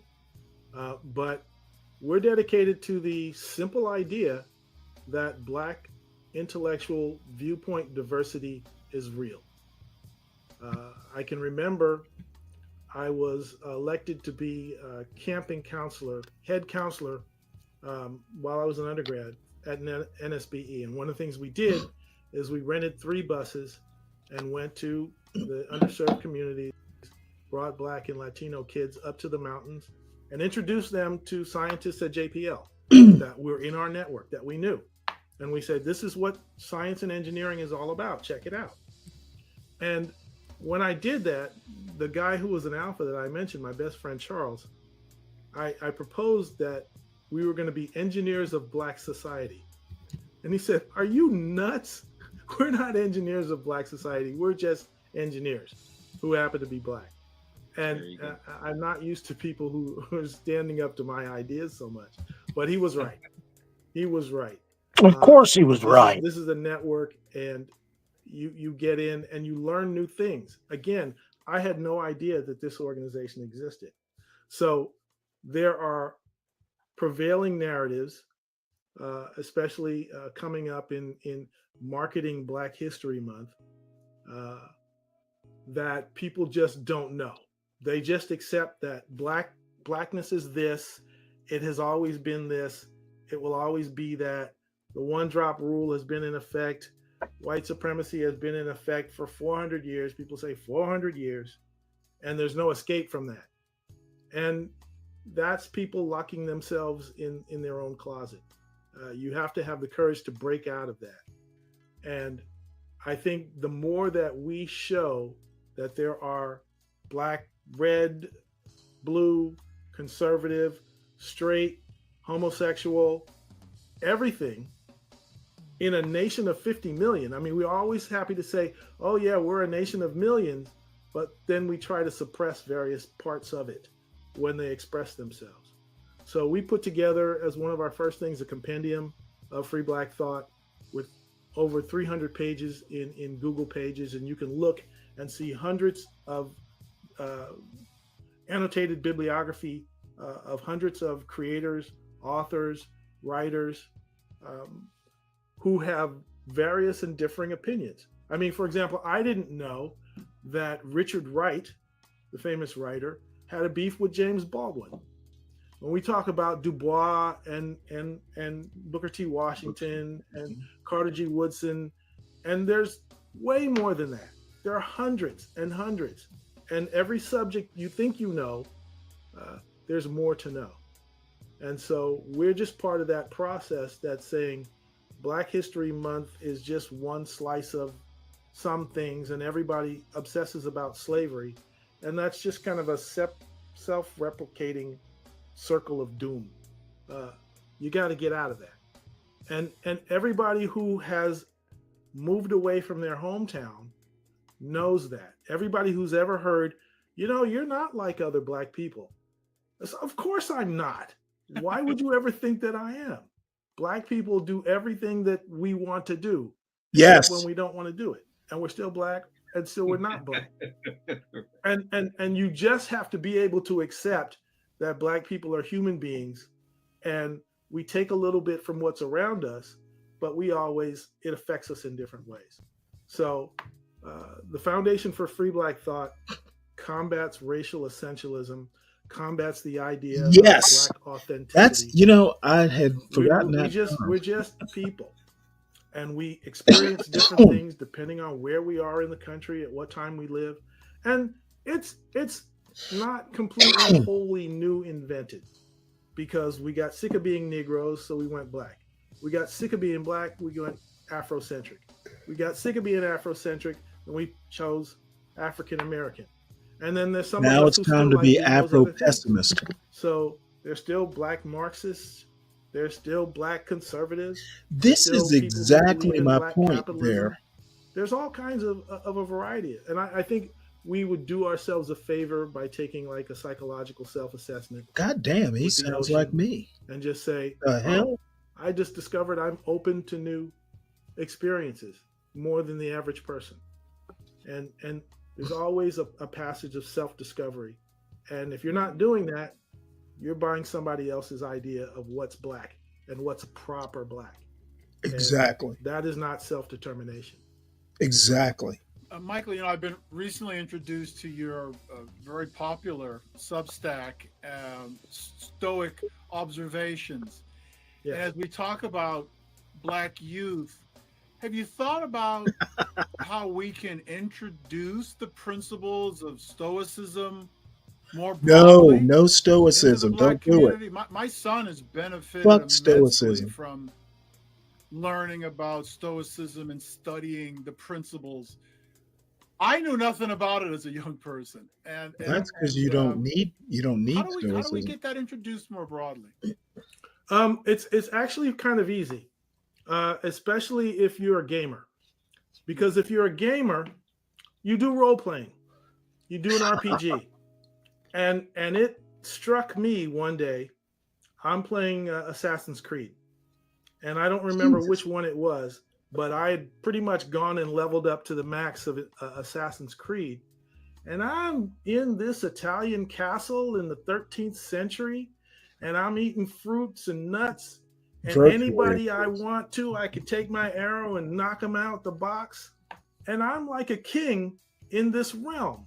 And I said, I could do this. I could see myself as a 13th century Italian prince, right? Oh, God. And so I said, there was wisdom in that level. There was wisdom then, and there's wisdom now. And there's certain things that we have forgotten, why we feel alienated if we live in a small boxy house when we belong outside.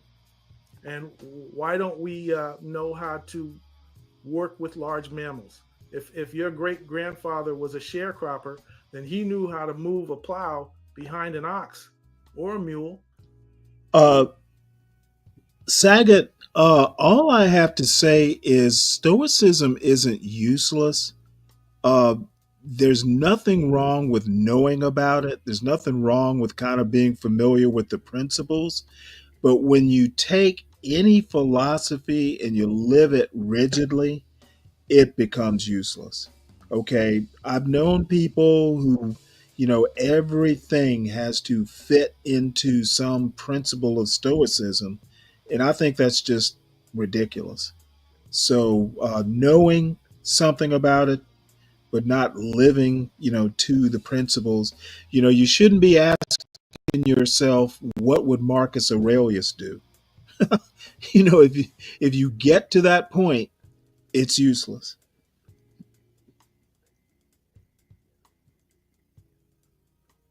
Even remember what city it was. Okay.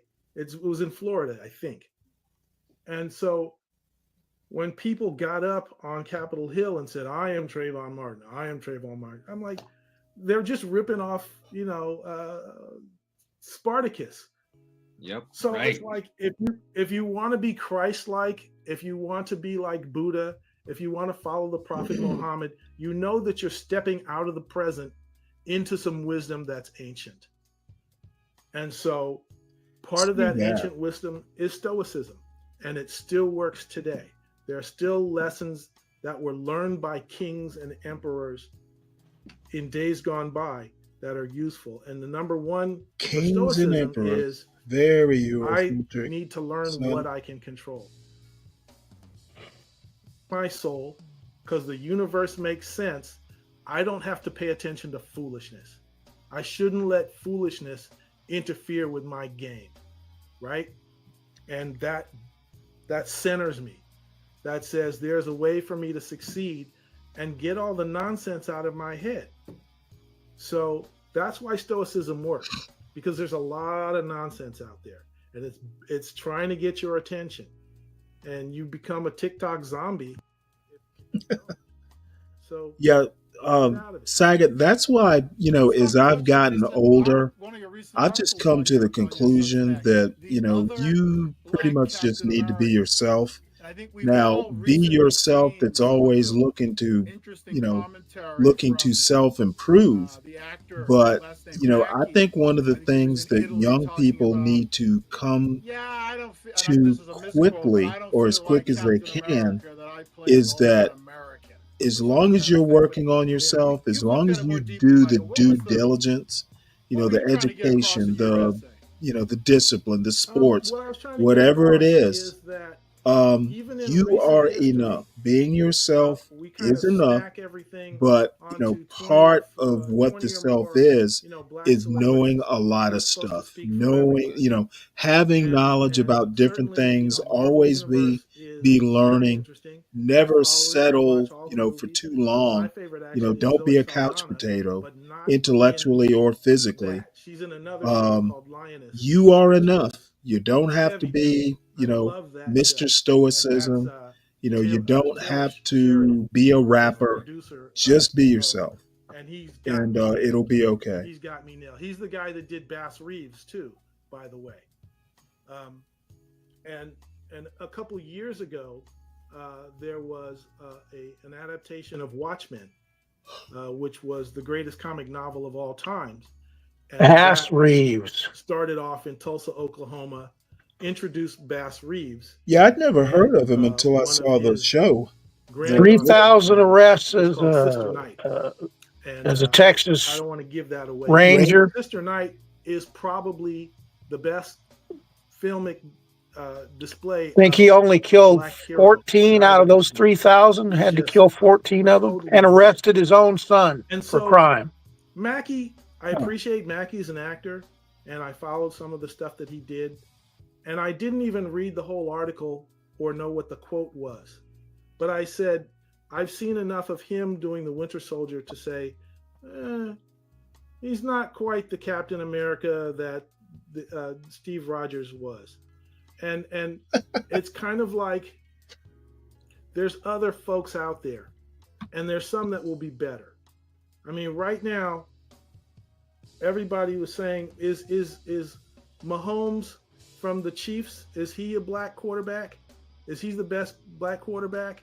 And I can remember back to Warren Moon and Rodney Peete and Cam Newton, Doug Williams, and now, Randall Cunningham, don't forget him. The guy from Philadelphia, he's the man. All right, no question about it. Hurts, and he could win the Super Bowl. And so, if there's not a black hero today, there could be a black hero tomorrow. And don't get too caught up in it. But I said, there's other alternatives that could be cast as a black Captain America. The guy that I saw said, I think why there's are various we reasons talking why a black about a person fucking should be comic Captain book character? Why are we taking this seriously? But there's an author called John A. Williams who's written a book. Well, we aren't. They are. And it's about or he is. I should say. He goes back through history, and he was a Buffalo Soldier, and he was with Crispus Attucks, and he was in Vietnam, and he was in Korea, and so he lived all the lives of these various black soldiers. And like I said, my Crispus father was Attucks, in the U.S. Marine was he Corps. a soldier? My He grandfather wasn't a soldier. was in the Connecticut State Guard. Okay, during the Jim Crow era, but he was in Connecticut. They offered him a My dad went to Crispus Attucks High School in Indianapolis. It no longer exists. My family has a history of service, And Well, so I think I'm yeah, a little bit well, more qualified my to say last what ship that's no like longer to exists. be the It's kind of person at that the puts your bottom of body the Atlantic, in harm's way to save other people. housing fish right now. I'm the oldest of No. Did four they boys. sink it on And I did purpose that stuff all Oh, the yeah. time in my neighborhood. to And decommission so or I think, something? Yeah, it was if we just target have this practice. narrow Oh, idea of what a black hero is supposed to look like, Yeah, they decommed, they tried to it was make a Michael Brown my destroyer. hero. They They decommed those tried to make things and George Floyd my they make hero. good target practice. Those are not my was heroes. it out here? My hero is Matt That was in Hansen, Virginia. who went to the Oh, North Pole No, I was twice. an East Coast sailor. All right. I had the chance I'm not a hero to of go these to people that you hang Coronado out and do on the the block. division officer That's not it. basic That's course not enough. there. So I'm And like, I let's look at some other people who could be probably my made the hero, right who decision. are I acting just didn't today. want to be that far away And I from named my 2 or 3 of them. parents, from home, basically. So, Michael, we have speaking of heroes, we have a But segment I of the kind of show wish that I we call the had. speed round, where you would have we enjoyed offer it up here. some heroes. Well, the funny thing is, looking at it from a deployment standpoint, one of the reasons I wanted East Coast is because I figured the Middle East, if you're going to go to war, I think Desert Storm. I caught the tail end of Desert Storm. Did you? So I figured staying on the East Coast there was a better chance I'd be part of it. Well, as it turned out, it really doesn't matter which coast. Doesn't matter which coast. Everybody wound up in the Persian Gulf, and Yeah. so the the Pacific deployments. I mean, you get to see a lot of cool places. Um, Places like Australia, for instance. Yeah. I really wish I had gone, to visit. Mainly because I hear they really like Black American sailors. But My friend ended up in Taiwan and Philippines and all up and down through there, and was telling me stories about that. yeah, I've heard great things about it. As a matter of fact, the Seventh Fleet is now stationed. It used to be out of Honolulu. It's actually, ironically, stationed in Yokosuka, Japan. Yeah, Japan. Right, you would think, the Japanese attacked Pearl Harbor, and now the U.S. Navy, one of the fleets, is headquartered there. Yeah, that's isn't that weird? Yeah, but I mean, I went a number of places, but of course, the grass is always greener, so I can't complain.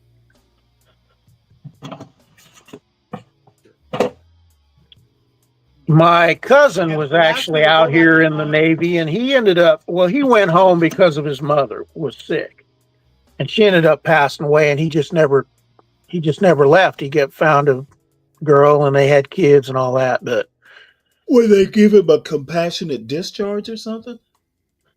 I haven't really asked him because I mean, it's his business. I don't want to pry. Right.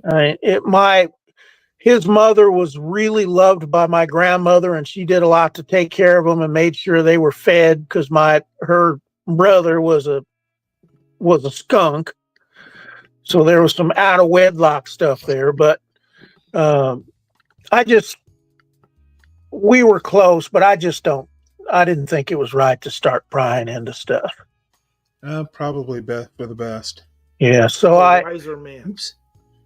I know he enjoyed it out here, but that's why he left. So, okay, thank you, Michael. You are so clearly someone who has experienced your own revolution of the mind. I mean, you grew up with 800 books. Your parents, you called yourself a radical. The arts movement, and I know you are now developing a vision for how you want kids at least to have the opportunity as kind of a hybrid homeschool.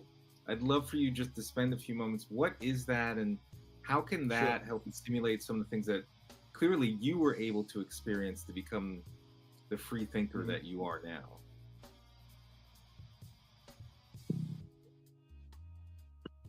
This is the weird thing. They're acting like this is some weird, fuck.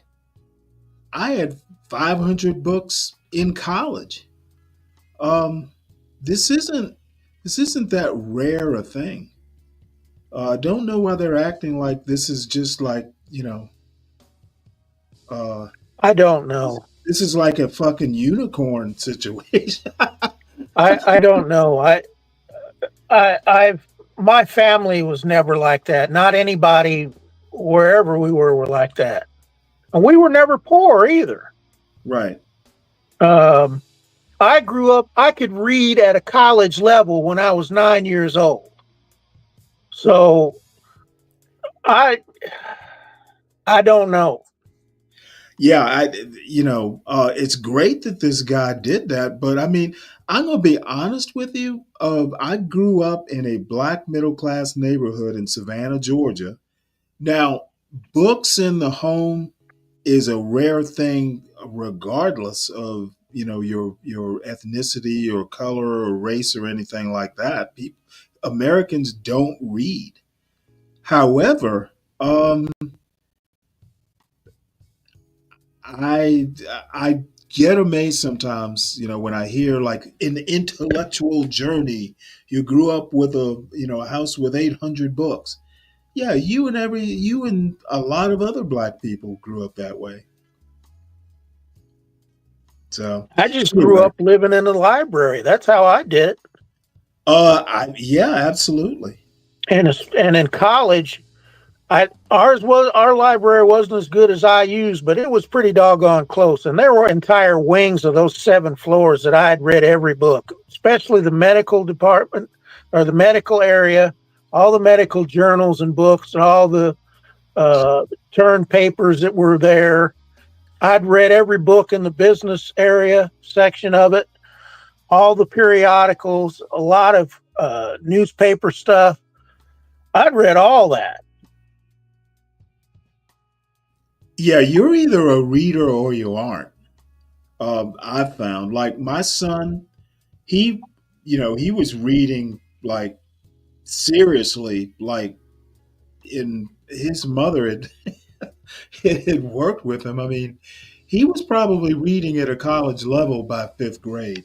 He was just, Well, see, that's the important thing is if your mother reads to you when you're a oh baby, shoot, it was worse than that. you start liking it and you pick it up. Well, I'll tell you what, I used to take my son into the bathroom with me.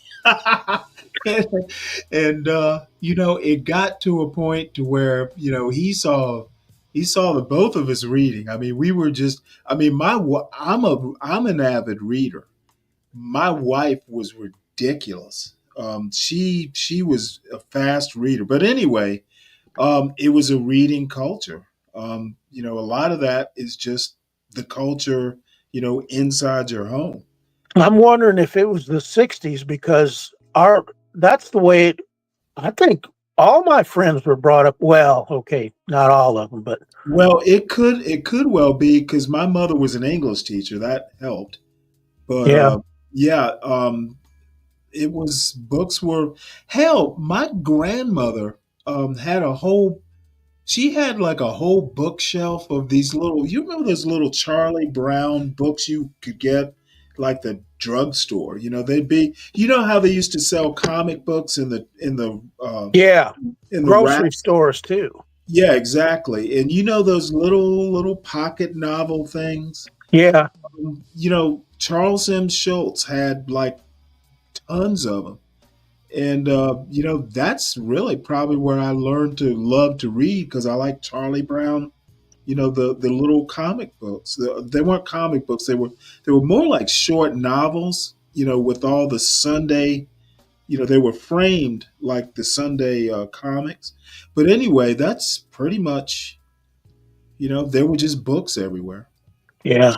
Books, just all kinds of books. Well, I worked with at-risk kids here, and they had periods of time where they had to read. All right. We had a lot of time for that. You couldn't pass unless you got a B. They had a music trend. My friend has these. He used to be a restaurant over in Encinitas called Victoria Station, and they were train cars. There was 4 of them. Well, he's got those out at his place. And we set up one car was his antiques and stuff. He has every Aladdin lamp ever made and Depression era glass. One train was for study, and one was music, and one we had sort of for exercise, where I taught him about nutrition and training and that kind of stuff. And that basically was just a bull session where I told him what went on during the day when I was a manager, the decisions I made, and what the results of them were, and how you think as a Christian doing that, and that kind of stuff. And we had a library set up, and we had special training programs, special program for computer learning that this guy had. His thing was that he was trying to figure out why some kids can read and some can't.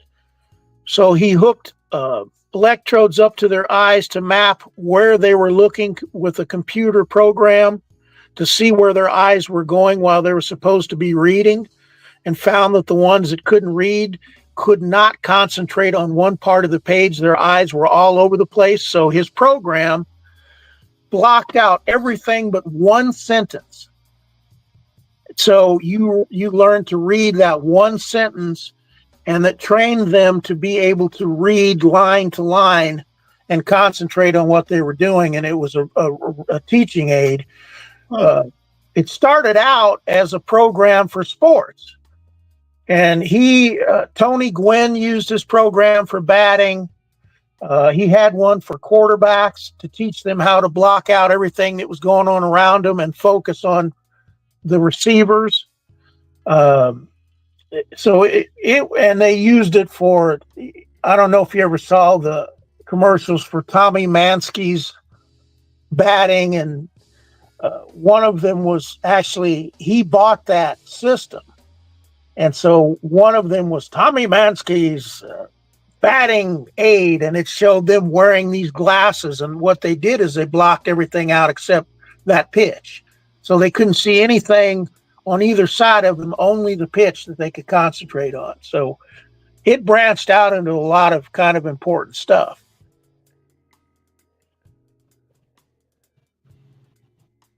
So I very much want, as an educator, I very much want hybrid homeschool to work. For parents have options to get the inside scoop. And maybe to close, speaking about helping kids get the inside scoop, Nike and I started this podcast this documentary years ago when we were at Harvard Business School, and we have this Daryl, this imaginary 16-year-old black kid who lives in forgotten USA, this imaginary urban city. Mm-hmm. And Daryl hears a lot of stuff about how the system is rigged against him, and just, he has a certain impression of what's possible. So I'm curious, Michael, what you would say to Daryl for how he should envision his future and what he has the power to control, as you were talking about with Stoicism. Yeah, I would absolutely do a drop squad. I would kidnap Daryl. I wouldn't just talk to him. I'm saying, dude, here's some new hiking boots. We're going to go up to the mountains. And I'm going to show you how to camp and live in the wilderness. And we are going to survive on our own with no civilization around us. And this is how you take care of yourself. You may go to the gym doing leg day because you think you're going to be a sprinter. Well, maybe you will, maybe you're not. But how do you survive when there is no track club, when there is nothing? All right. How do you learn to depend on yourself in the wilderness? And so we'd spend a couple nights out there, cook breakfast, bacon and eggs on a campfire. And then I say, now let me tell you something else. And almost nobody thinks about it this way. But if you join the Army, you will be instant middle class. You will have food, clothing, shelter. You will have education. They'll teach you what you need to know. And you will either be smart or you'll be strong. All right, they won't accept anything That is less. If you're not smart enough to be a leader, categorically then you'll do incorrect. 100 push-ups You every will day, not be and middle you'll be class. humping a bigger guy. If you were The ever hell is afraid he of talking anybody about? in your life, Yeah. once you get through that boot camp, Minimum you won't be wage afraid isn't of exactly nobody. middle class. Well, I don't know. Now, you can do okay if you're not married. Okay, I've known plenty of junior enlisted guys that were married, and you will not be. There are plenty of junior enlisted that were on food stamps. So I don't know where the hell he's getting that information from. Yeah, I don't either. Oh, Um, and by the way, he mentioned having bacon and eggs for breakfast. Where did that come from? Did that come from them or did that come from someplace else? in the military? No, when he was talking about camping and being self sufficient. Oh, well, I mean, it's Bacon and possible. eggs? Wait a minute now. That's from It's civilization. That's possible, not but independent. I mean, there is such a thing as glamping. If Yeah, you're that's not what he actually was talking about, though. right. So Well, if he wanted to push there are that, they people, should have there been are people. fishing or catching their game in traps. Okay, well, what he's talking about is like you pack a cooler and all this stuff, and it's a camping site where basically a camping site that you can see your car, or you're going to like an RV, Yeah, or you're that's going not to the real deal. one of those one of those camping campgrounds, one of those. Yeah. deals. KOA. No. He's not talking about backcountry camping, like where you don't pack all that stuff because you don't want all that weight. We'll just live off the land. That's not the I camping. used to do that with just a knife. I cut my own shelters, found my own water, found my own food. I didn't take anything but a knife with me. Yeah, I don't know that I want to do all that, but It's not that hard if you know what you're doing. well, no, I'm not. I'm not saying I don't know what I'm doing. It's just But it's not. It's a very hard. It's a very hard life. yeah, you got to be careful. You got to be ready to do some days where you don't catch anything. You are constantly on the hunt for food, constantly. And you also need to be constantly worrying about getting wood backed up for winter if you're going to be out there that long.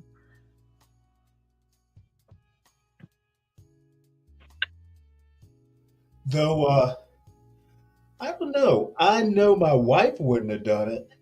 I doubt if I'd been able to talk her into it, but No, you wouldn't have been able. Well, you know what? I'm Some thinking women might, but most won't. well, my wife's family had like a cabin up on a mountain in Northern Virginia for like wait forever. Yeah. And, I happened to move up to that mountain, and her brother was living in the old cabin.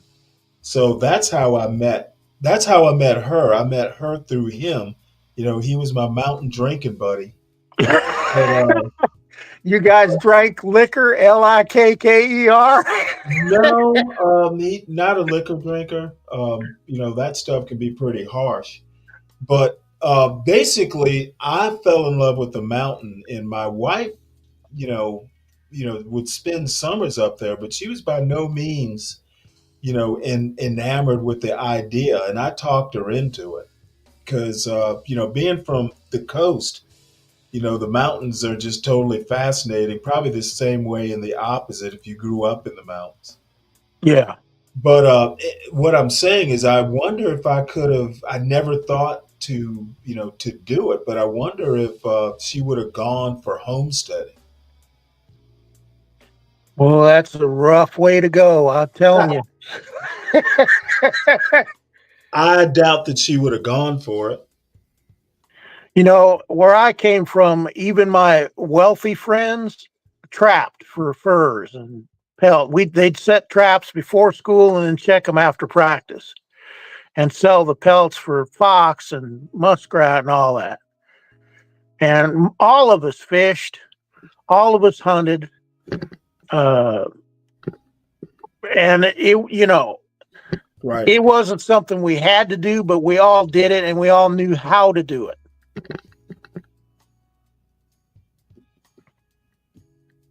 And I'm kind of ashamed now. I probably couldn't dress an animal, to tell you the truth. Yeah, well, I mean, you know, you can say you've done it though. But you know, he's talking about being self-sufficient. Most of the time, you have to have a community, Right.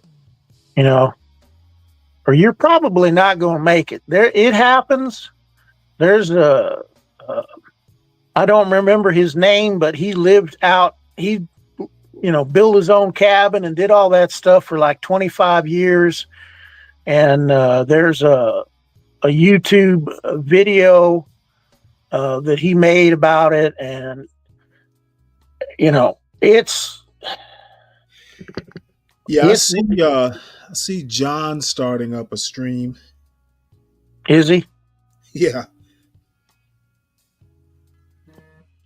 Were you there for the dead guy thing? I'm not watching that shit. You know, like I said, I'm pretty much over, you know, this negativity thing that John especially is fond of doing.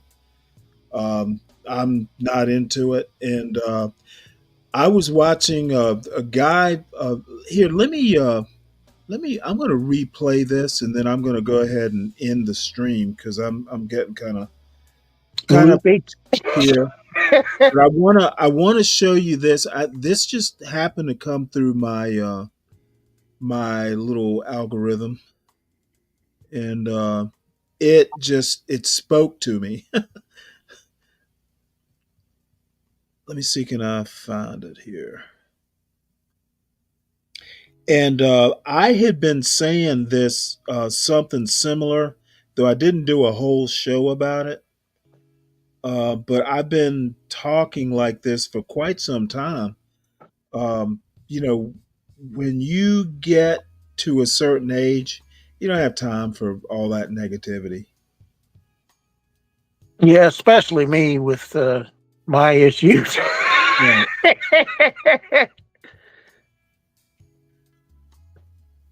Okay, let me share this out.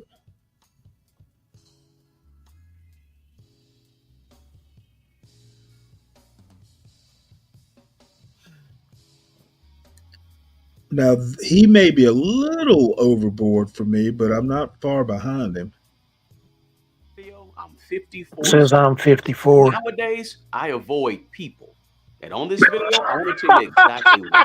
Hey, can Now, you here's the hear deal, it? guys. Yeah, I like can hear it. Right? But frankly, I want to protect my mental peace. At this stage in Hold life, on one guys, sec. I peace of think mind means everything. this happens right? every time I do Bluetooth earbuds. This StreamYard does not work well with Bluetooth. What am I doing? Let me drop out. I'll be right back. Drop out and come back in. Okay.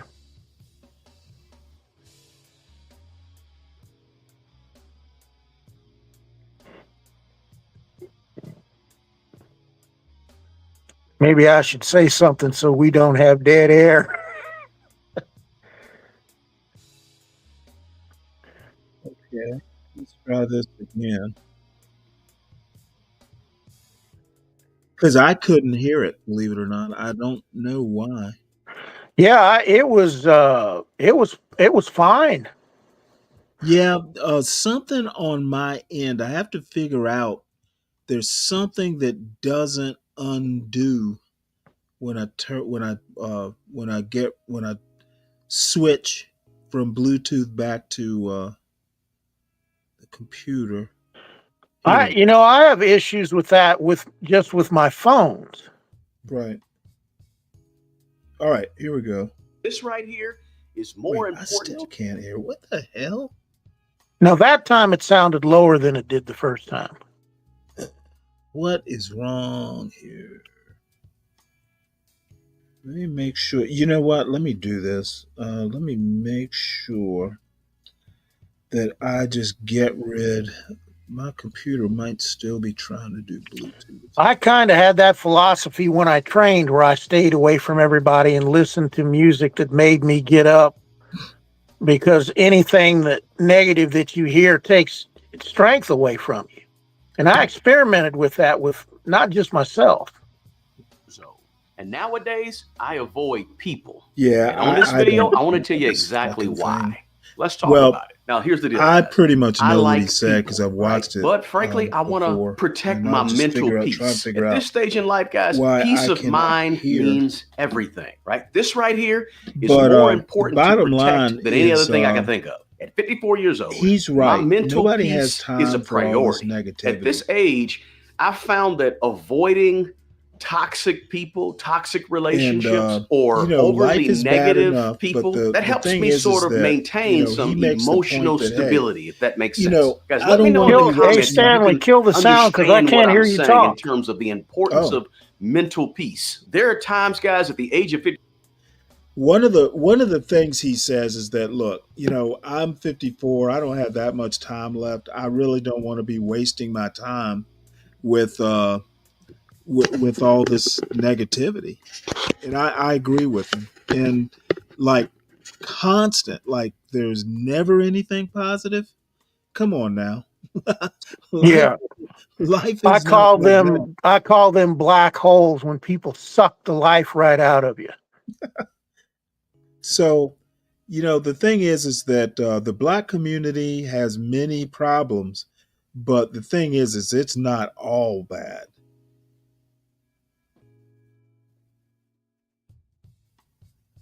And anyone who thinks it's all bad is just not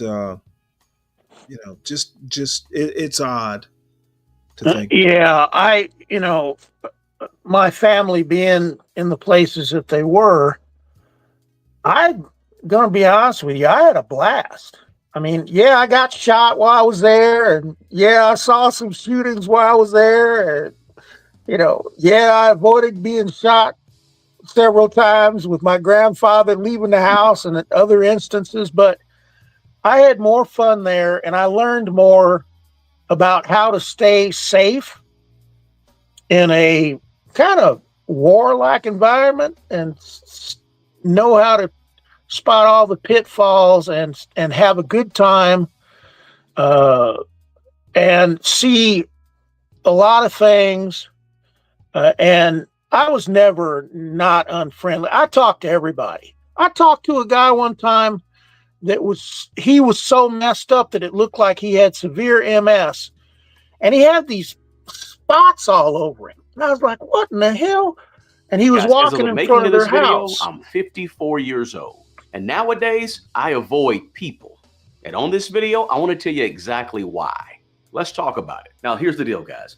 I like people, right? But frankly, I want to protect my mental peace. At this stage in life, guys, peace of mind means everything, right? This right here is more important to protect than any other thing I can think of. At 54 years old, my mental peace.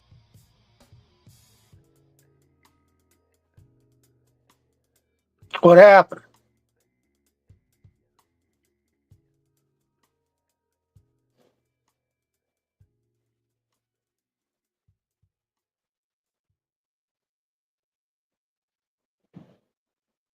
Long story short, that guy had been knifed 90 times, and that's what all the spots were on him. And he just said he was in the wrong place at the wrong time.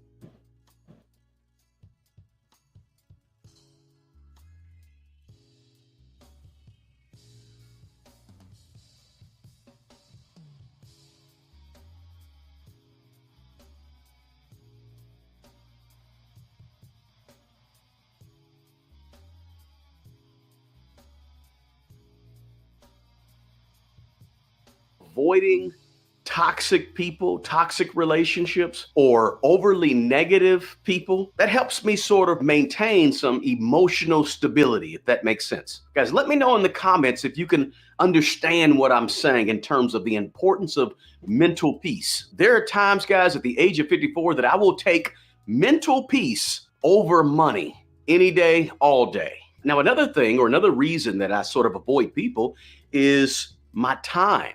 As I've gotten older, guys, I've sort of put more of an emphasis and priority on my time, the value of my time. And I have a much clearer understanding nowadays that, time is running out for me. And so I need to be more intentional with how I use my time.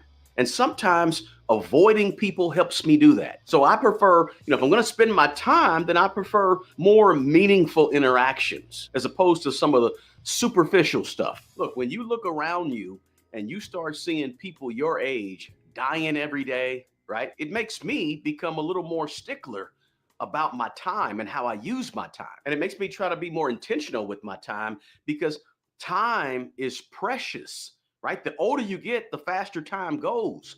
And so I want to be intentional about it. Therefore, I try to avoid certain people, certain situations that people are in because I don't want to waste my time. Now, another reason I sort of avoid people nowadays is prioritizing my health. Look, people can be stressful. Let's just be real about it. People can be sort of a lot of stress on you, and that can affect your physical health, right? Stressful relationships can negatively impact the way you feel in your physical body and can increase the potential risk of things like heart conditions, heart attacks, diabetes, high blood pressure, all these things that are triggered by stress. And sometimes avoiding negative people or negative situations that involve people, that can impact your health more than we even know. Now, another reason I sort of avoid people nowadays, guys, is focusing on my own personal growth, right? At the age of 54, look, I want to pursue new hobbies. I want to pursue new things, get new information, new experiences, like involve myself in self-improvement activities, right? Meet new people and things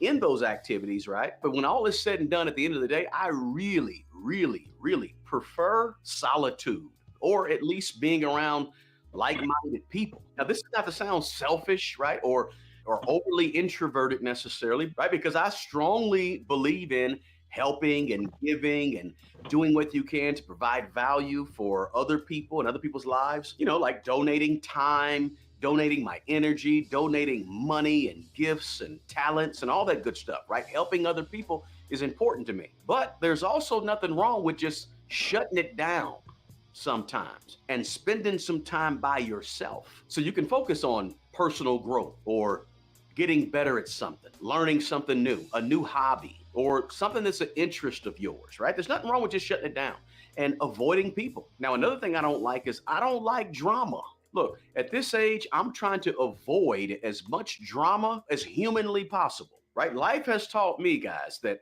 unnecessary drama or unnecessary conflicts with people is just not worth the emotional investment that it requires. So at the age of 54, I'm not trying to get wrapped up into what I call OPD, right? There's OPM, other people's money. I'm not trying to get caught up in OPD, which is other people's drama, right? I don't want to have nothing to do with OPD, other people's drama. But hey, drama queens and drama kings are out there looking for you, lurking behind closed doors and behind the trees, watching you for when they can involve you in their mess or their issue. And if you're not careful, if you don't avoid these people, they will have you losing your natural mind with their issues. And at 54 years old, I'm going to avoid those people because I don't want to go there. Look, I like and appreciate my solitude. Alone time is good, right? Being alone can be fulfilling. It gives you time to think, gives you time to reflect. It gives you time to visualize, to dream, to be creative, to build something, to think about what you want to produce or achieve next. I mean, there's all types of positives to alone time where you can relax without the pressure of conforming to someone else or other people's expectations or just social expectations. When you're alone, you don't have to conform to any of that.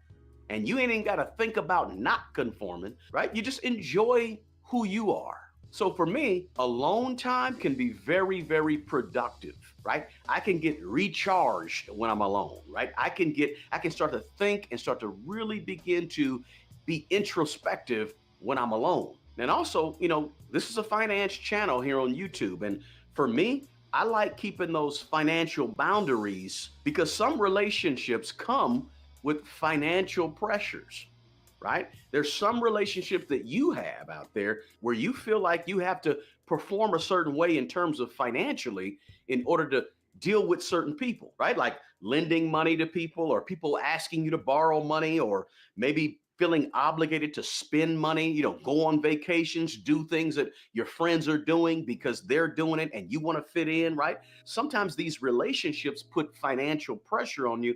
And oftentimes when you're alone, it's easier to have those financial boundaries. And you got just energy, right? Social interactions, especially with demanding people, they can be exhausting because they sap your energy from you and drain you. And you can feel it in your body, in your mind, mentally, emotionally. You can feel yourself being drained by somebody else. So for me, avoiding people sometimes gives me the opportunity to conserve some energy for more meaningful activities, more productive activities. So oftentimes, guys, I avoid people and sort of limit my social interactions to simply protect my energy. Listen, as you get older, you got less energy. It's automatic. It's called biology.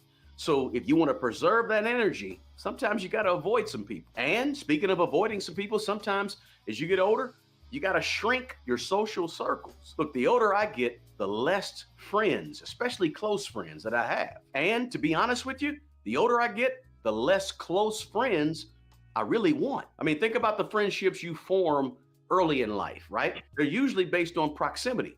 You're around certain people as you're growing up and you're going to school and they automatically become your friends. Some do, right? You share the same environment. You got your work environment. You have these people from your job that you work around 8 hours a day, 10 hours a day, and they sort of become your friends, some of them. And you got your parenting activities that you take your kids to, and all of a sudden, dads are talking to dads and moms are talking to moms, and next thing you know, you form friends that way.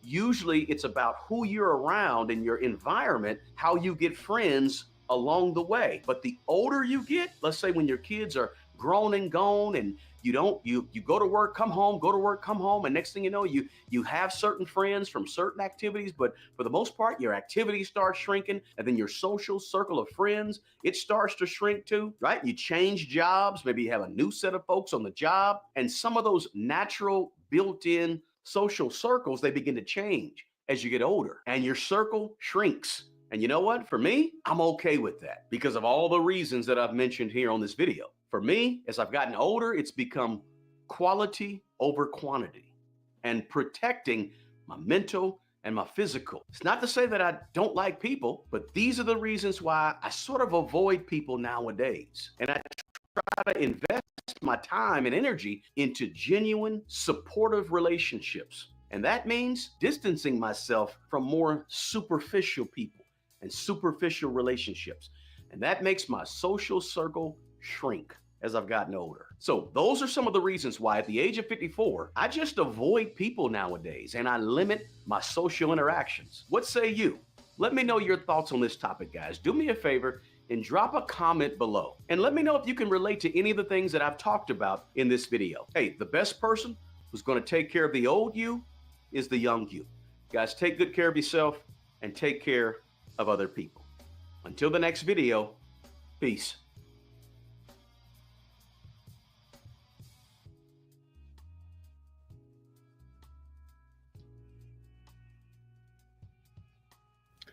All right, folks, I'm gonna be wrapping this up. Please make sure that you all hit the like button on your way out. We're looking pretty light on the likes, and if Silent Snake isn't here to remind me, I forget to mention it. If you're new to the channel, please subscribe. Also, please subscribe to Stanley Cross 6000. It's all one word. That's my my independence my Independence channel, where I'll be doing the occasional side project. Um, let's see, what else is there? John does have a show. I'll drop it. I'll drop the link in there if I haven't already. You go ahead and head on over to his show. I have no idea what time I'll be on tonight. It depends on if Portia feels like doing a show. It's either gonna be around 9 o'clock tonight, or it'll be around somewhere between 12 and 2 o'clock tomorrow morning. Mm. It depends. But and I don't know if the spirit hits me. I may be back on HB's show if he starts one up. I thought Portia would be around for that. I don't know. I thought I don't know what HB's up to. He may be home. I think he was on his way back to Texas. But either way, if they're on, fine. I may join. If not, then that's fine too. And I'm not going to be doing a show, commenting on dead bodies. That's on. That's John's. That's John's, bailiwick. Not particularly interested in all that stuff. Leaked? What about Leaked? I have no idea why you're bringing up Leaked. These are some interesting titles. Look poor. Yeah, cut them off. Buy nothing. Yeah, apparently his channel is primarily a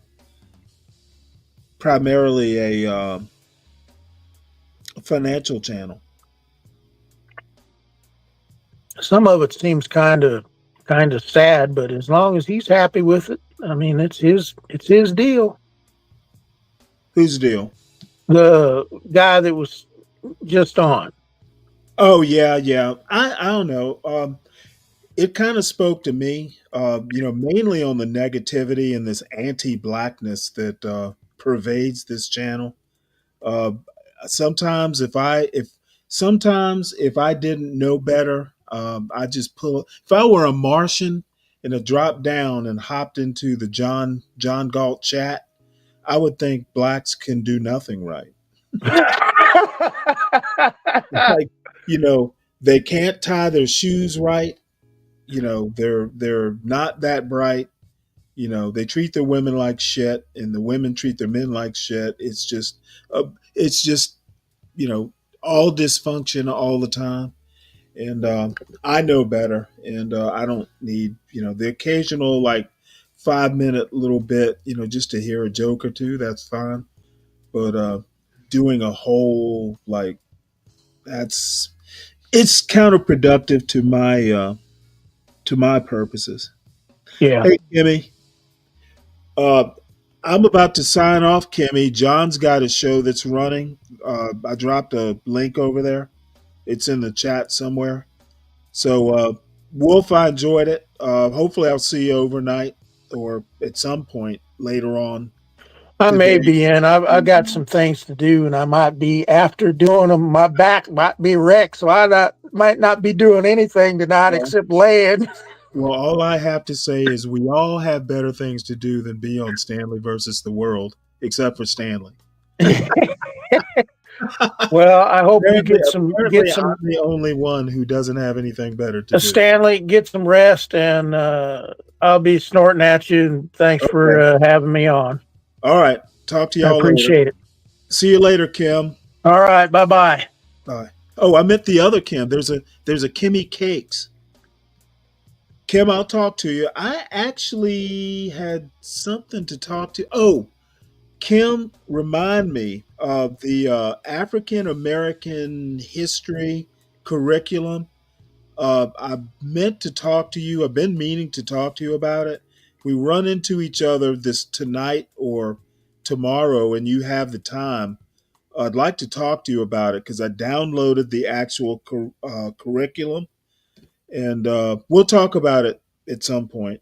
So, All right, folks. I enjoyed it. I will see you all later.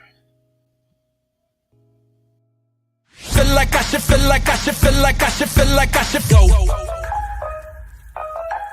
Go. Feel like I should go. Feel like I should, feel like I should, feel like I should, feel like I should go.